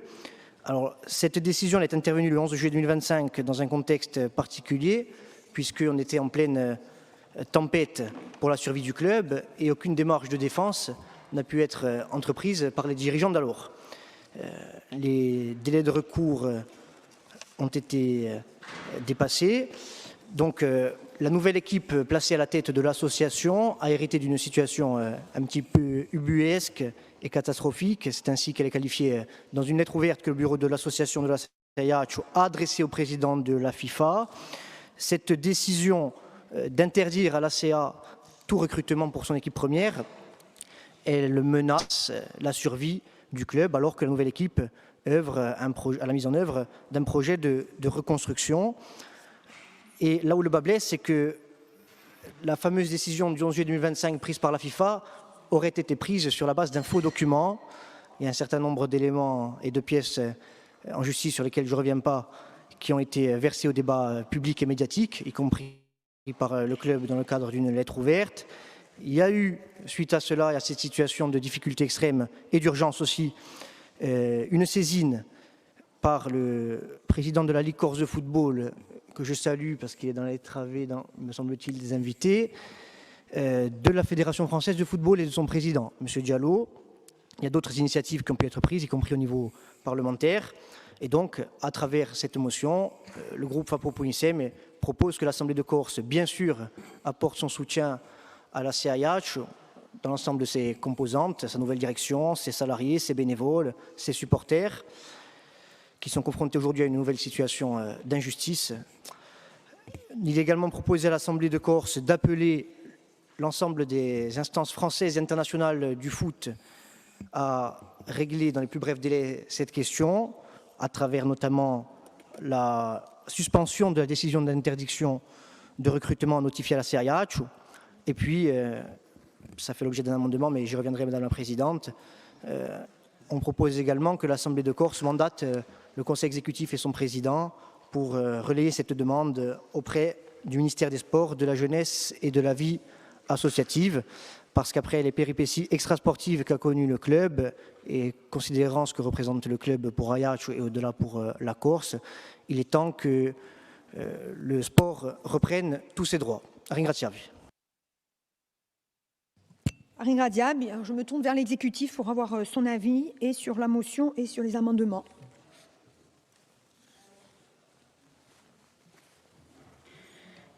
Oui, Madame la Présidente, favorable à la motion, à l'amendement. Sachez, Mesdames et Messieurs les conseillers territoriaux, que j'ai reçu à leur demande, et c'était prévu avant que la motion soit déposée, le président de la CA ce matin. Nous les avons écoutés et ils nous ont exposé leurs arguments, leur volonté aussi de repartir sur des bases très saines. Donc, je vous ferai part de cet entretien et du travail commencé avec eux dans une future session. Merci. Est-ce que l'exécutif veut rajouter autre chose? Non? C'est bon? Monsieur le Président. C'est bon, merci. Donc, qui souhaite s'exprimer? Oui, Véronique Pietri. Merci. Oui, je voudrais juste dire que notre groupe s'associe pleinement donc à cette motion de soutien à la CAIH. Je ne reviendrai pas bien sûr sur l'importance du club, ça a été largement fait pour Ajaccio, pour la Corse. Je voudrais juste insister sur sa dimension de formation de la jeunesse et de repères même pour toute la jeunesse corse. Donc je voudrais saluer bien sûr le travail de cette nouvelle équipe qui s'est mise en place et qui se bat vraiment pour sauver l'entité de la CA. Et c'est un véritable défi parce que au fur et à mesure, les obstacles se multiplient au lieu de se résoudre. C'est tous les jours de nouvelles difficultés. Et cette équipe ne mérite pas de subir les conséquences ni de la gestion défaillante d'autrefois, ni des injustices dont parlait Monsieur Luchon, qui sont en train donc de plomber toute possibilité de reconstruction. Donc, vous l'avez compris, c'est la survie du club qui est en jeu. Et pour nous, il s'agit de mettre tous les moyens possibles pour essayer d'un côté de peser de tout notre poids politique déjà dans cette démarche.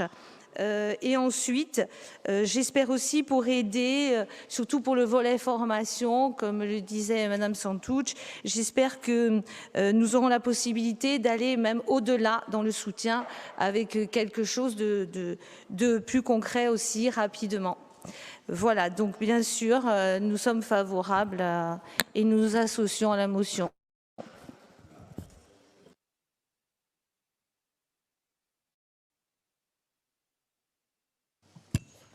Bien, je crois que Madame Santucci voulait rajouter quelque chose. Oui, non, simplement par rapport au cœur de la motion, dire que bien entendu, nous allons nous associer à tous les acteurs qui aujourd'hui doivent écrire à la FIFA pour ce sujet particulier. Et dire aussi, je voudrais quand même le dire, nous avons été, comment dire, je veux témoigner de l'engagement et de l'investissement du président, M. Thor, et de son équipe, et de l'implication de l'entraîneur et des équipes autour d'eux, et qui ont, je pense, un projet important pour le territoire. Merci, Madame la Présidente. Merci à vous. Merci. Jean-Martin, vous voulez dire quelque chose? Oui, rapidement, pour dire qu'évidemment, on s'associe à la motion, dire qu'on souhaite à la nouvelle équipe qui manifestement s'engage avec la volonté d'assainir très rapidement le passé et de partir sur des bases responsables, raisonnables, qu'elle doit pouvoir compter sur notre soutien, fut-il symbolique, que le sport c'est important. J'ai une pensée pour les supporters. Beaucoup de supporters vont voir leur part d'enfance quand ils vont au stade. C'est très important, la part d'enfance. Dire aussi qu'on invisibilise beaucoup trop le sport et la culture, de mon point de vue, dans cette Assemblée, et que c'est l'occasion aussi de dire combien le sport et la culture sont importantes dans ces grands moments d'incertitude et d'instabilité.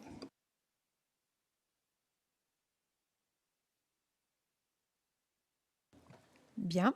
Enfin, moi, je n'ai pas l'impression qu'on invisibilise le sport et la culture, hein, si je peux me permettre, avec tous les rapports qu'il y a eu.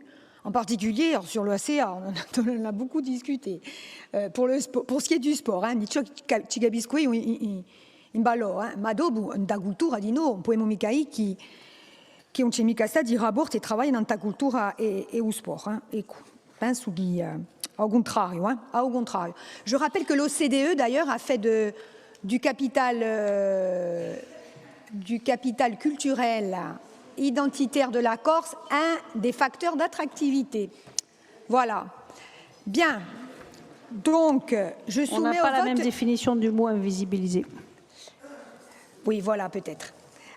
Alors, je mets au vote les amendements. Amendement numéro 1.